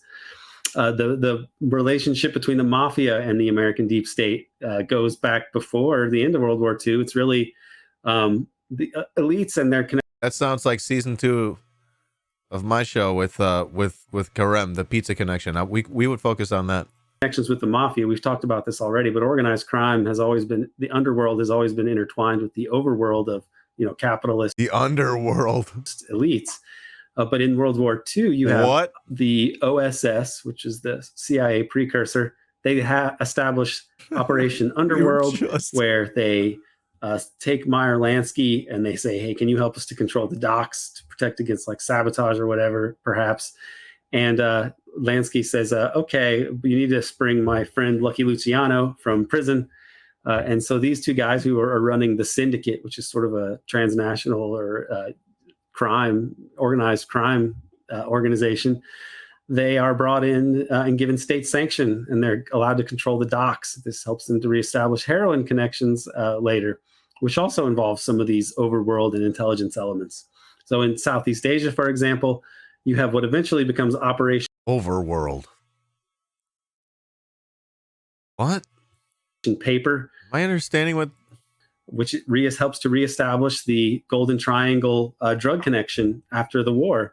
Involves the Kuomintang, which is the nationalist Chinese, the OSS people who were formerly OSS, the Flying Tigers, which was General Chennault's outfit there. They have an airline, and they get financing from the World Commerce Corporation, which was had real bigwigs in the American elite, like Nelson Rockefeller, John McCloy, Richard Mellon were backers of it.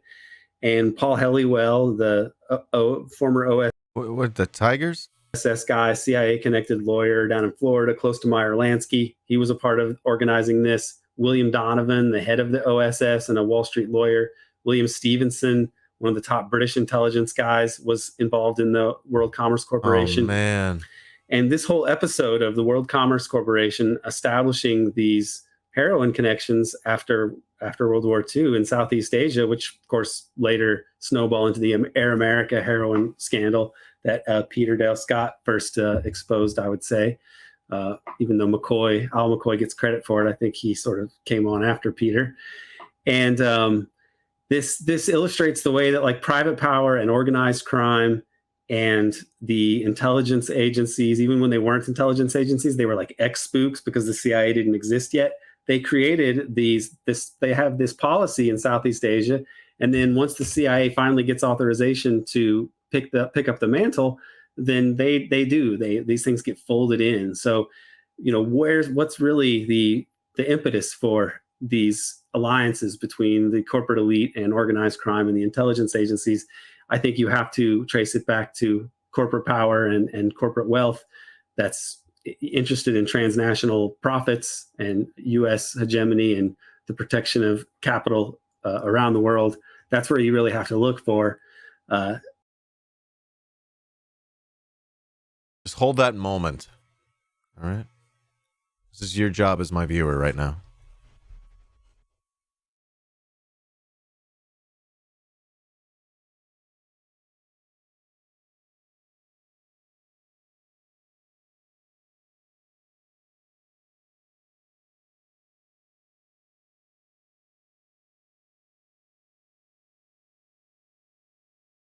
Conspiracy theory is a term that's used whenever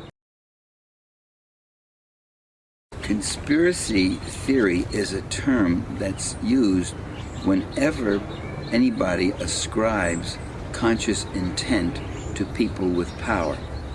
So I can say to you that school teachers are concerned about their salaries, and they're organizing, and they're threatening a strike, and they're pressuring. I can say to you that farmers are doing this and looking for subsidies and facing certain policies. But the minute I say to you that the very people at the top, the plutocracy, the very rich and powerful, the ones who own most of America, that they are consciously pursuing power and wealth, someone will come along and say, what do you have, a conspiracy theory? Or they'll say, oh, you're cynical or you're paranoid. Their view is that stuff just happens, things just happen, unintended consequences, or our leaders are stupid and they're jerks, or they're confused and they don't know any better. And of course, the critic knows much better than everybody else. People who operate in this world operate with intent. There's no such thing as imperialism without imperialists. There's no such thing as capitalism without capitalists. There's no such thing as rulers who are somnambulists who walk around in their sleep. You watch out for your interests. You watch out and you make calculations. What makes you think that David Rockefeller doesn't? What makes you think that the people at the top don't do it? And what makes you think they don't collude and organize? Or what do you think? You have a group of people who sit around in a room and they plan this? And I always say, oh no, God, they don't sit around in a room. They meet on carousels and they go up and down merry-go-rounds, or they meet skydiving and they hold hands and they argue. Of course they sit in rooms. Where the hell else are they going to meet?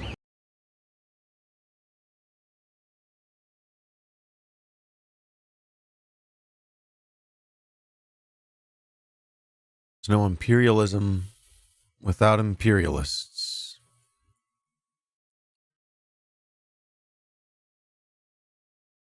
Interested in transnational profits and U.S. hegemony and the protection of capital around the world. That's where you really have to look for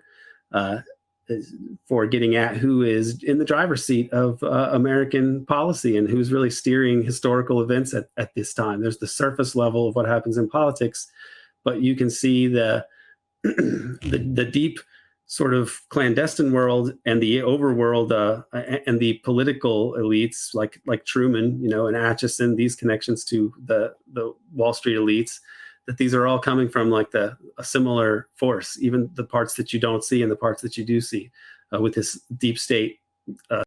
These guys are put into power extremely important parts of history, and they're the ones in the driver's seat when it comes time to like pushing certain little dominoes.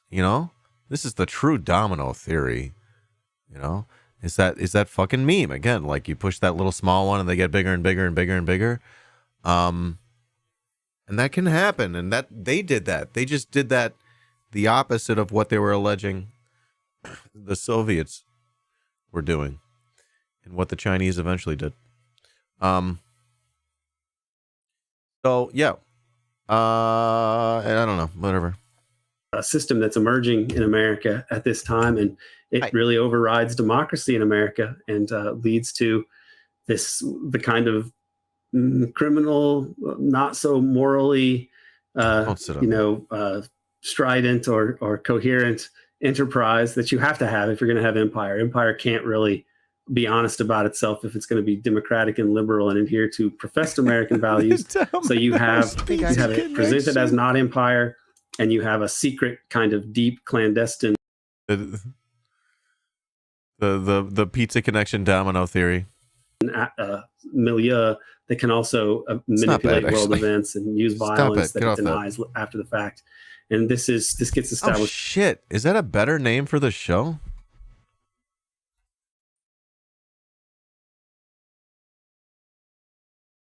No, I want. Get the fuck out of my space. Get out of here. Book, you stay here. You're good. You're a good cat. Too much stuff on my desk. I haven't cleaned off my desk in a while. It's getting all over the place. You're so good. Everyone loves you so much. You can't do anything wrong. Did I hit that button? Sorry about that. Whoops. All right. Yeah. I gotta write that down. Is that better than Chotley? No, I gotta save the pizza. I think the pizza connection's gonna be what am I fucking keep forgetting. Season 2. I honestly think that is a different rabbit hole that I would like to go down. It is fascinating. I think we could talk but if I were to go down that road, I would have to sort of become like an expert on Sicilian mob and like American mob, and I'm not sure I want to go down that rabbit hole. It seems like a path well trodden, you know what I mean? I want to make fresher content. But the pizza connection is fascinating. So we are probably going to do at least one episode on it. So hold on to your butt holes.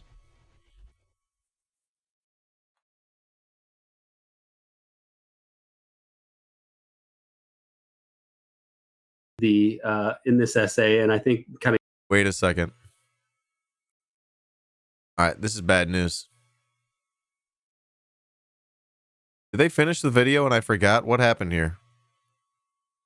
Or did I not? I think I clicked.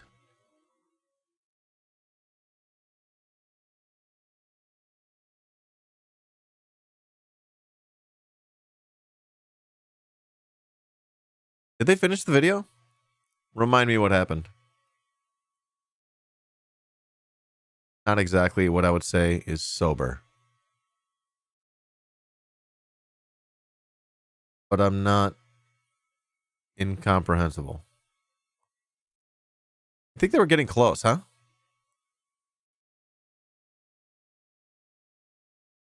Can anyone remember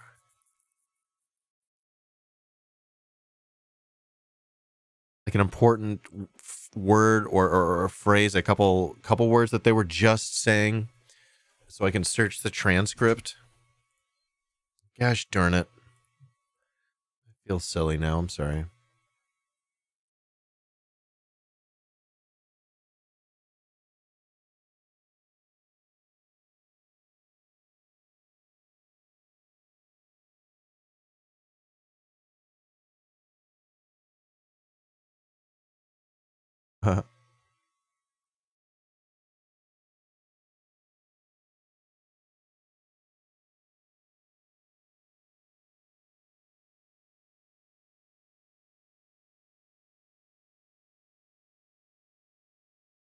When they weren't intelligence agencies, they were like ex-spooks because the CIA didn't exist yet.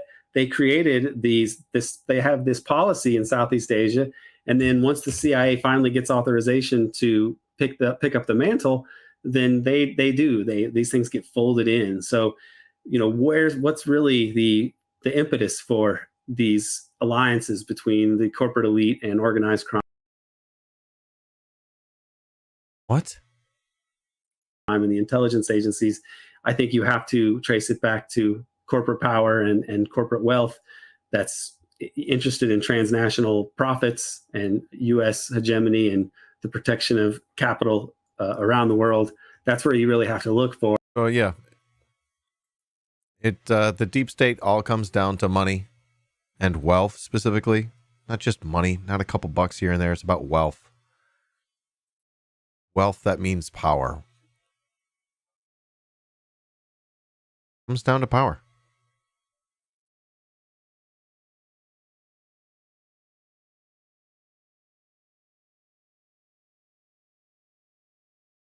A power knowing that like you'll never have to do like a normal job. That is one of the things about the owning and ruling classes. They just hate the idea of having to work at a restaurant. Because they'd have to serve people like them. And that's why it sucks working in a restaurant. And why I prefer streaming. Because I could serve people like you. Love your face. For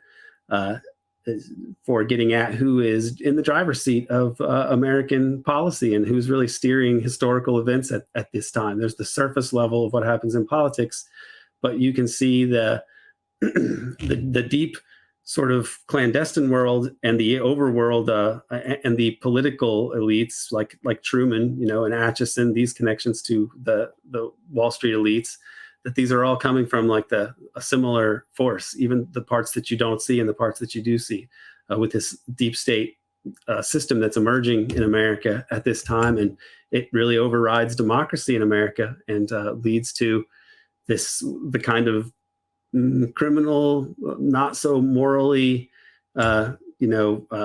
strident or coherent enterprise that you have to have if you're going to have empire. Empire can't really be honest about itself if it's going to be democratic and liberal and adhere to professed American values.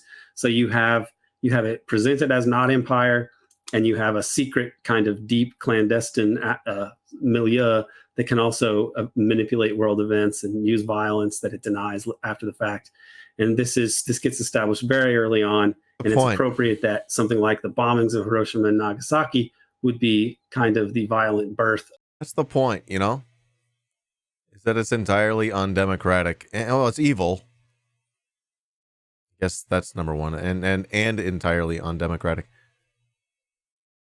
There were precursors.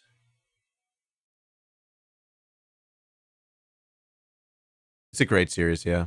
I enjoyed it a lot. This whole American empire and the whole enterprise, the American century, as it were. That's a great way of putting it. I mean, I have one final question. We could end there, but I just want to. I mean, the century's over? That's what's implied by a new American century? Jesus Christ. I think we've had our century. Y'all had a good time? It totally ended with the pandemic. No. It implies we have 20 years left? What the fuck? We're already in decline.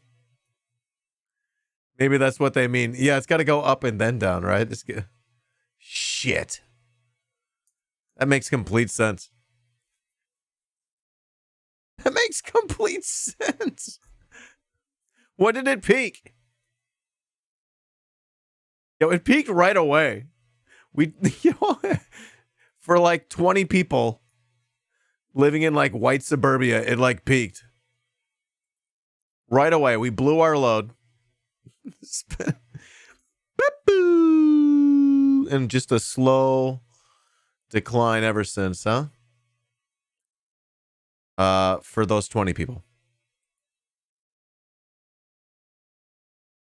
Of course, you know,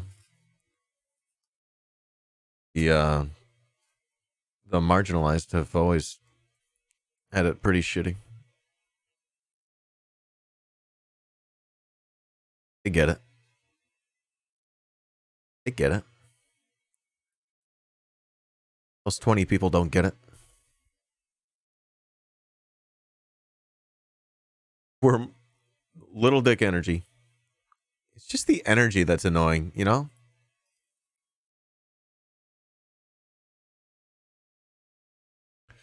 I don't want that little dick energy around me.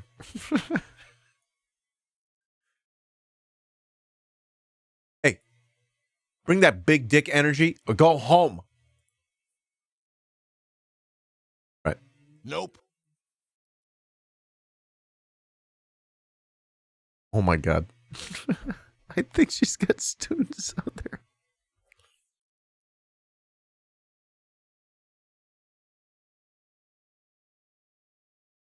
I hope that's not something they picked up. Oh, fuck me. It's Sunday, so she's got students over here. Okay. We're doing good. We're doing good. They're almost done over here. They're bringing the big dick energy, okay? That's why we listen. All right, here we go. Back to it. Back to it. I'll back up 10 seconds. The American century, as it were.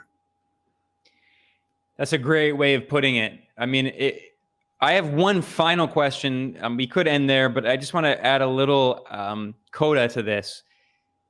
What we're talking about today is the creation, the early creation. There's still much more history, but the very beginning stages of the creation of the national security state and this institutional apparatus after the end of World War II. We talked about the Council on Foreign Relations. We talked about the National Security Act, which created the Joint Chiefs of Staff, the CIA, the NSA. In a previous episode, we talked about different theories of the state in the United States, and we talked about this book by this very mainstream professor, Michael Glennon. And his book is about the U.S. national security state, and he proposes this model of double government. He acknowledges essentially that there is a double government. And his talked about that in the case, he refers to one faction as the Madisonian institutions, and that would be, what in your model, the tripartite state, that would be, the public state. Okay. And he contrasts that, Glennon, this mainstream academic, he contrasts that against what he called the Trumanite network. And I just wanted to add a coda here before we conclude. I think it's important to kind of to understand. Clearly, you have a critique of Glennon's model. You add the other element of the tripartite state, of the deep state, the public state, and the national security state. But I'm wondering if we can just conclude here with thoughts of this. Are y'all tracking that? That's an important piece of analysis. That's what I'm getting at.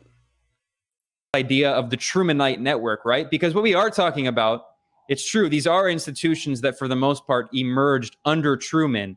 And your book is chronological and you go through each president. So I think in that sense, the Truman presidency is such an important historical moment in the history of the U.S. empire to understand how all these institutions were created. You mentioned that Truman was kind of this blank slate candidate, that he was put in through this coup to prevent Wallace, the left-wing VP, from being president. Can you just end briefly here, concluding on this thought of what a Trumanite is, right? Because we still hear that term today, Trumanite or Trumanism or whatever.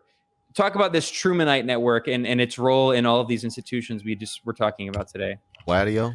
Yeah, I think that's important to focus on. And you want to get into the issue of why did Glennon decide to call the national security state the Trumanite network? And it's not, you can see why, because all of these institutions basically arise under the presidency of Harry Truman. You just said but there was one general or observer to the whole decision to drop the atom bomb. And he described he said Harry Truman didn't so much spearhead that as he just got out of the way. And he went on to say, either he said this or somebody else did, that he was like a little boy on a toboggan. And so I think that's probably the good metaphor to describe Harry Truman through all of this. And it complicates the efforts of Glennon to try and say that these things should be called Trumanite, because it's like as though Truman is somehow emblematic of this. But Truman himself was picked not because he showed a lot of initiative or independence, but because he was pliable and he would take cues from the establishment. So people like Condoleezza Rice, for example, will say like, "Oh, Harry Truman was the best president," but he wasn't an exceptionally brilliant person or a really great orator or anything else. His defining characteristic is pretty much his co-optability and the ability to kind of appear sincere, even as he was quite co-opted and co-optable. So Truman is just, the Trumanites are not so much Trumanite. It's hard to know what would be a better term because of the way Glennon formulates it. But it's like, if you look at Truman, you see Truman is not really in the driver's seat. So why would a Trumanite network really be in the driver's seat? And it's not. It's just the national security state is more of a function of Wall Street and capitalism, just as Harry Truman owed his meteoric rise. Right, so there it is. There it is. There's the analysis. That network existed before Truman. Right? They were using them. The support of the American oligarchy. And so that's the shortcoming of Glennon's work. And yet you understand why he would leave that out, because the oligarchy is so significant in the U.S. and denial of the oligarchy is such a fixture of our. You have to act like it's a democracy. Mainstream ways of understanding and describing politics and history. It's heresy to say it's not a democracy. That it's like it's too radioactive or scandalous to actually just point this out, because it's like, well, that's kind of like what Marxists say, and so it's so easy. Marxists do not do well in U.S. academia by and large. It's so easy. It's just like, yeah, no, you don't really get a say. What not a democracy? The United States, homie. So let's just put it on Truman and Trumanites and the national security bureaucracy and not really look any further than that. Never was. Which is better, at least, than saying the U.S. is a democracy, but it still leaves a lot out. Yeah, well, I think that's the perfect note to end on, because it really emphasizes how much of this is structural. And it's not so much about the individual sitting in the Oval Office. It's about these institutions that were created toward the end of World War II that we were talking about today. And we're going to continue this history going forward. I'm really looking forward to the next part of this, which is going to be about NSC 68 and the rise of the military-industrial complex. A lot of very interesting, exciting history here that is so important to understand our world today. Sick. But, we try to keep these episodes bite-sized, around an hour each. So we're going to take a break here, and we're going to come back in episode 13 and continue this history of the creation of the U.S. national security state. As always, I'm Ben Norton, a multipolarista, and this show is co-produced with one of my favorite podcasts, the American Exception podcast, and my friends and co-hosts, Aaron Good and Seamus McGinnis. This, as always, this series is based on Barely let the Seamus book American talk. Exception. What the fuck?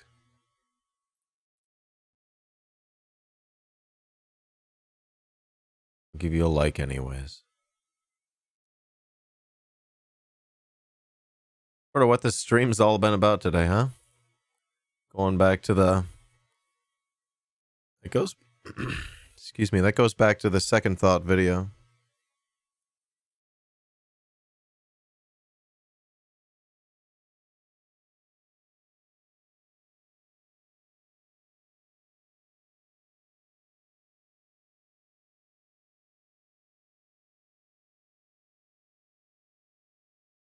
All right, I got 2:30.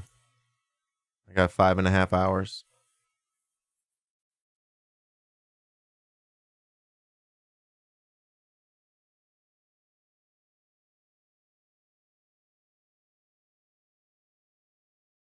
I'm gonna hit that button. I don't know. How about this button? Awesome.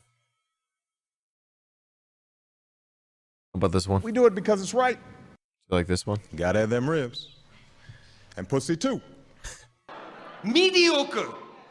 Mediocre. Get the fuck out of here. Hang on a minute. It's not your country. You love Joe. when I do this. You doddering old fool.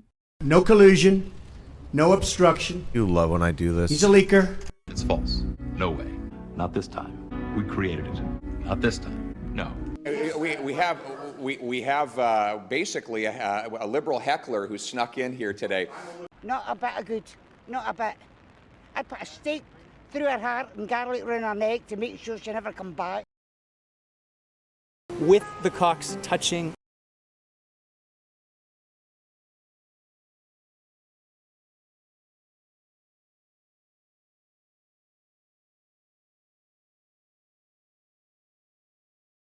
Well, the struggle continues. The struggle continues. Cock push-ups? Love your face.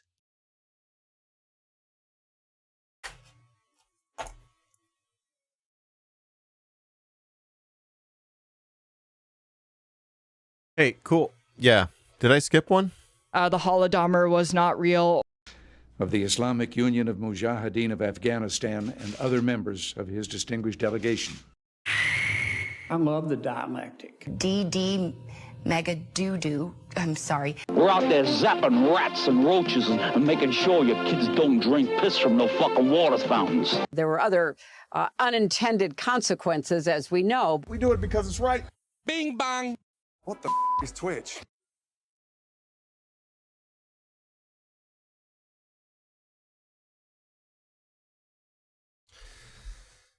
Yeah. Got buttons. This is what some channels don't have, is buttons. You need to get them there some buttons. Get on my level, homie.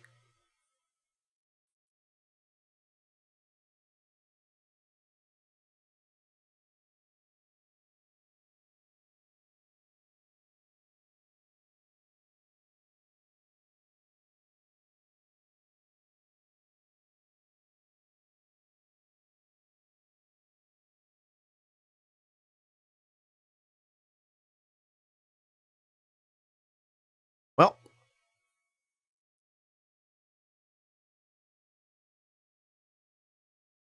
today's been educational.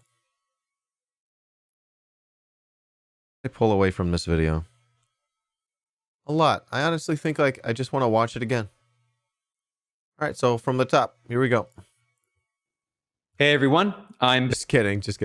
I'm gonna watch it another time in my life. Why would I do that right now? That's not how learning works. Okay. However, I learned through repetition. So, I'll probably pull it up again sometime. Yeah. I guess I slowly wrap my head around things like history where I've never been taught properly. I don't know. I'm the type of guy you get to tell things twice, I guess. I don't know. Sorry. Trying. I'm not malicious about it. All right. Well, let's get moving here.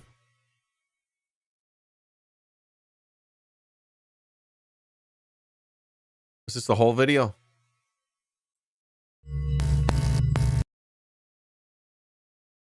The video we just watched. What are y'all doing over here?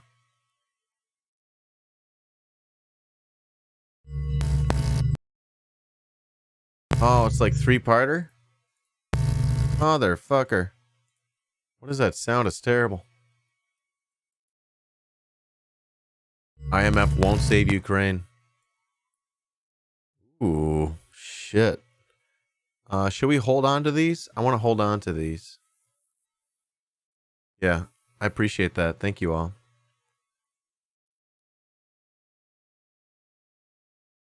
I see now that they're all different, but they're all right up my alley. Wow, they're making that good content. Michael Hudson, huh? Dad, how you doing?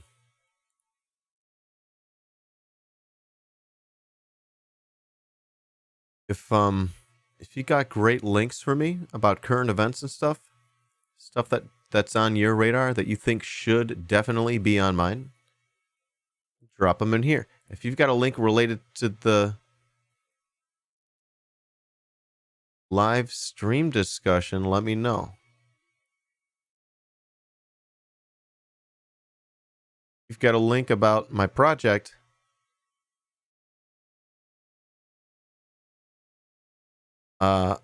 About Abdullah Chatli, Alparslan Türkyas,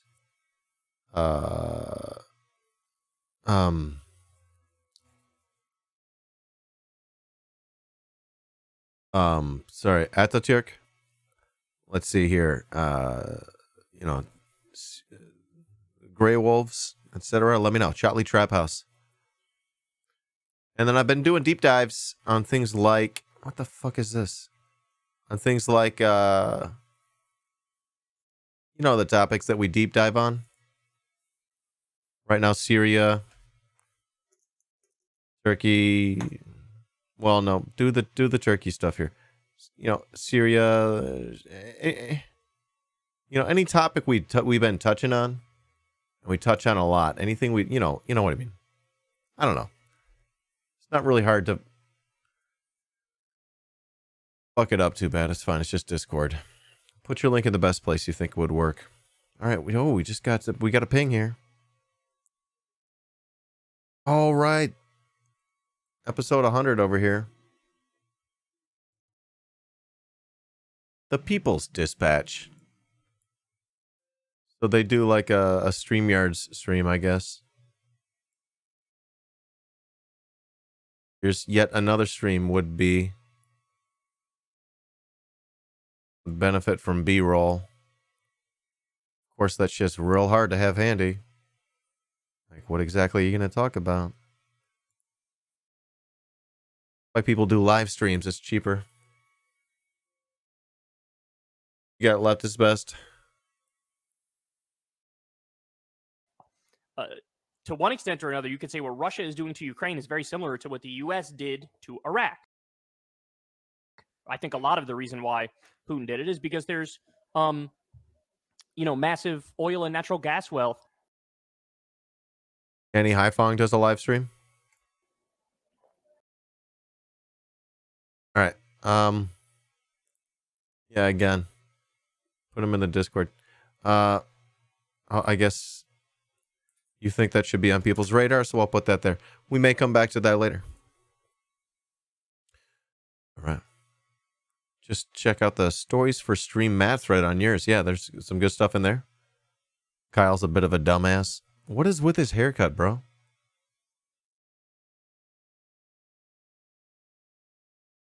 The real Slim Shady.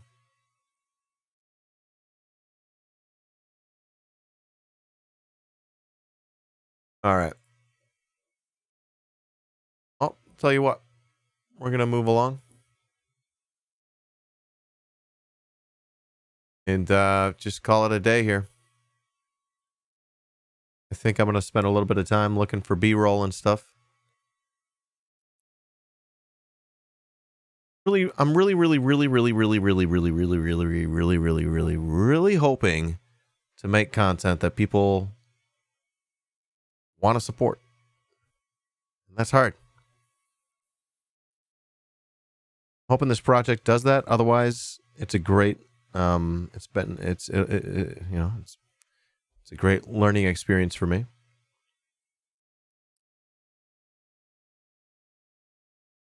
Get a sponsor. Grey Wolves. Get the Grey Wolves to sponsor me.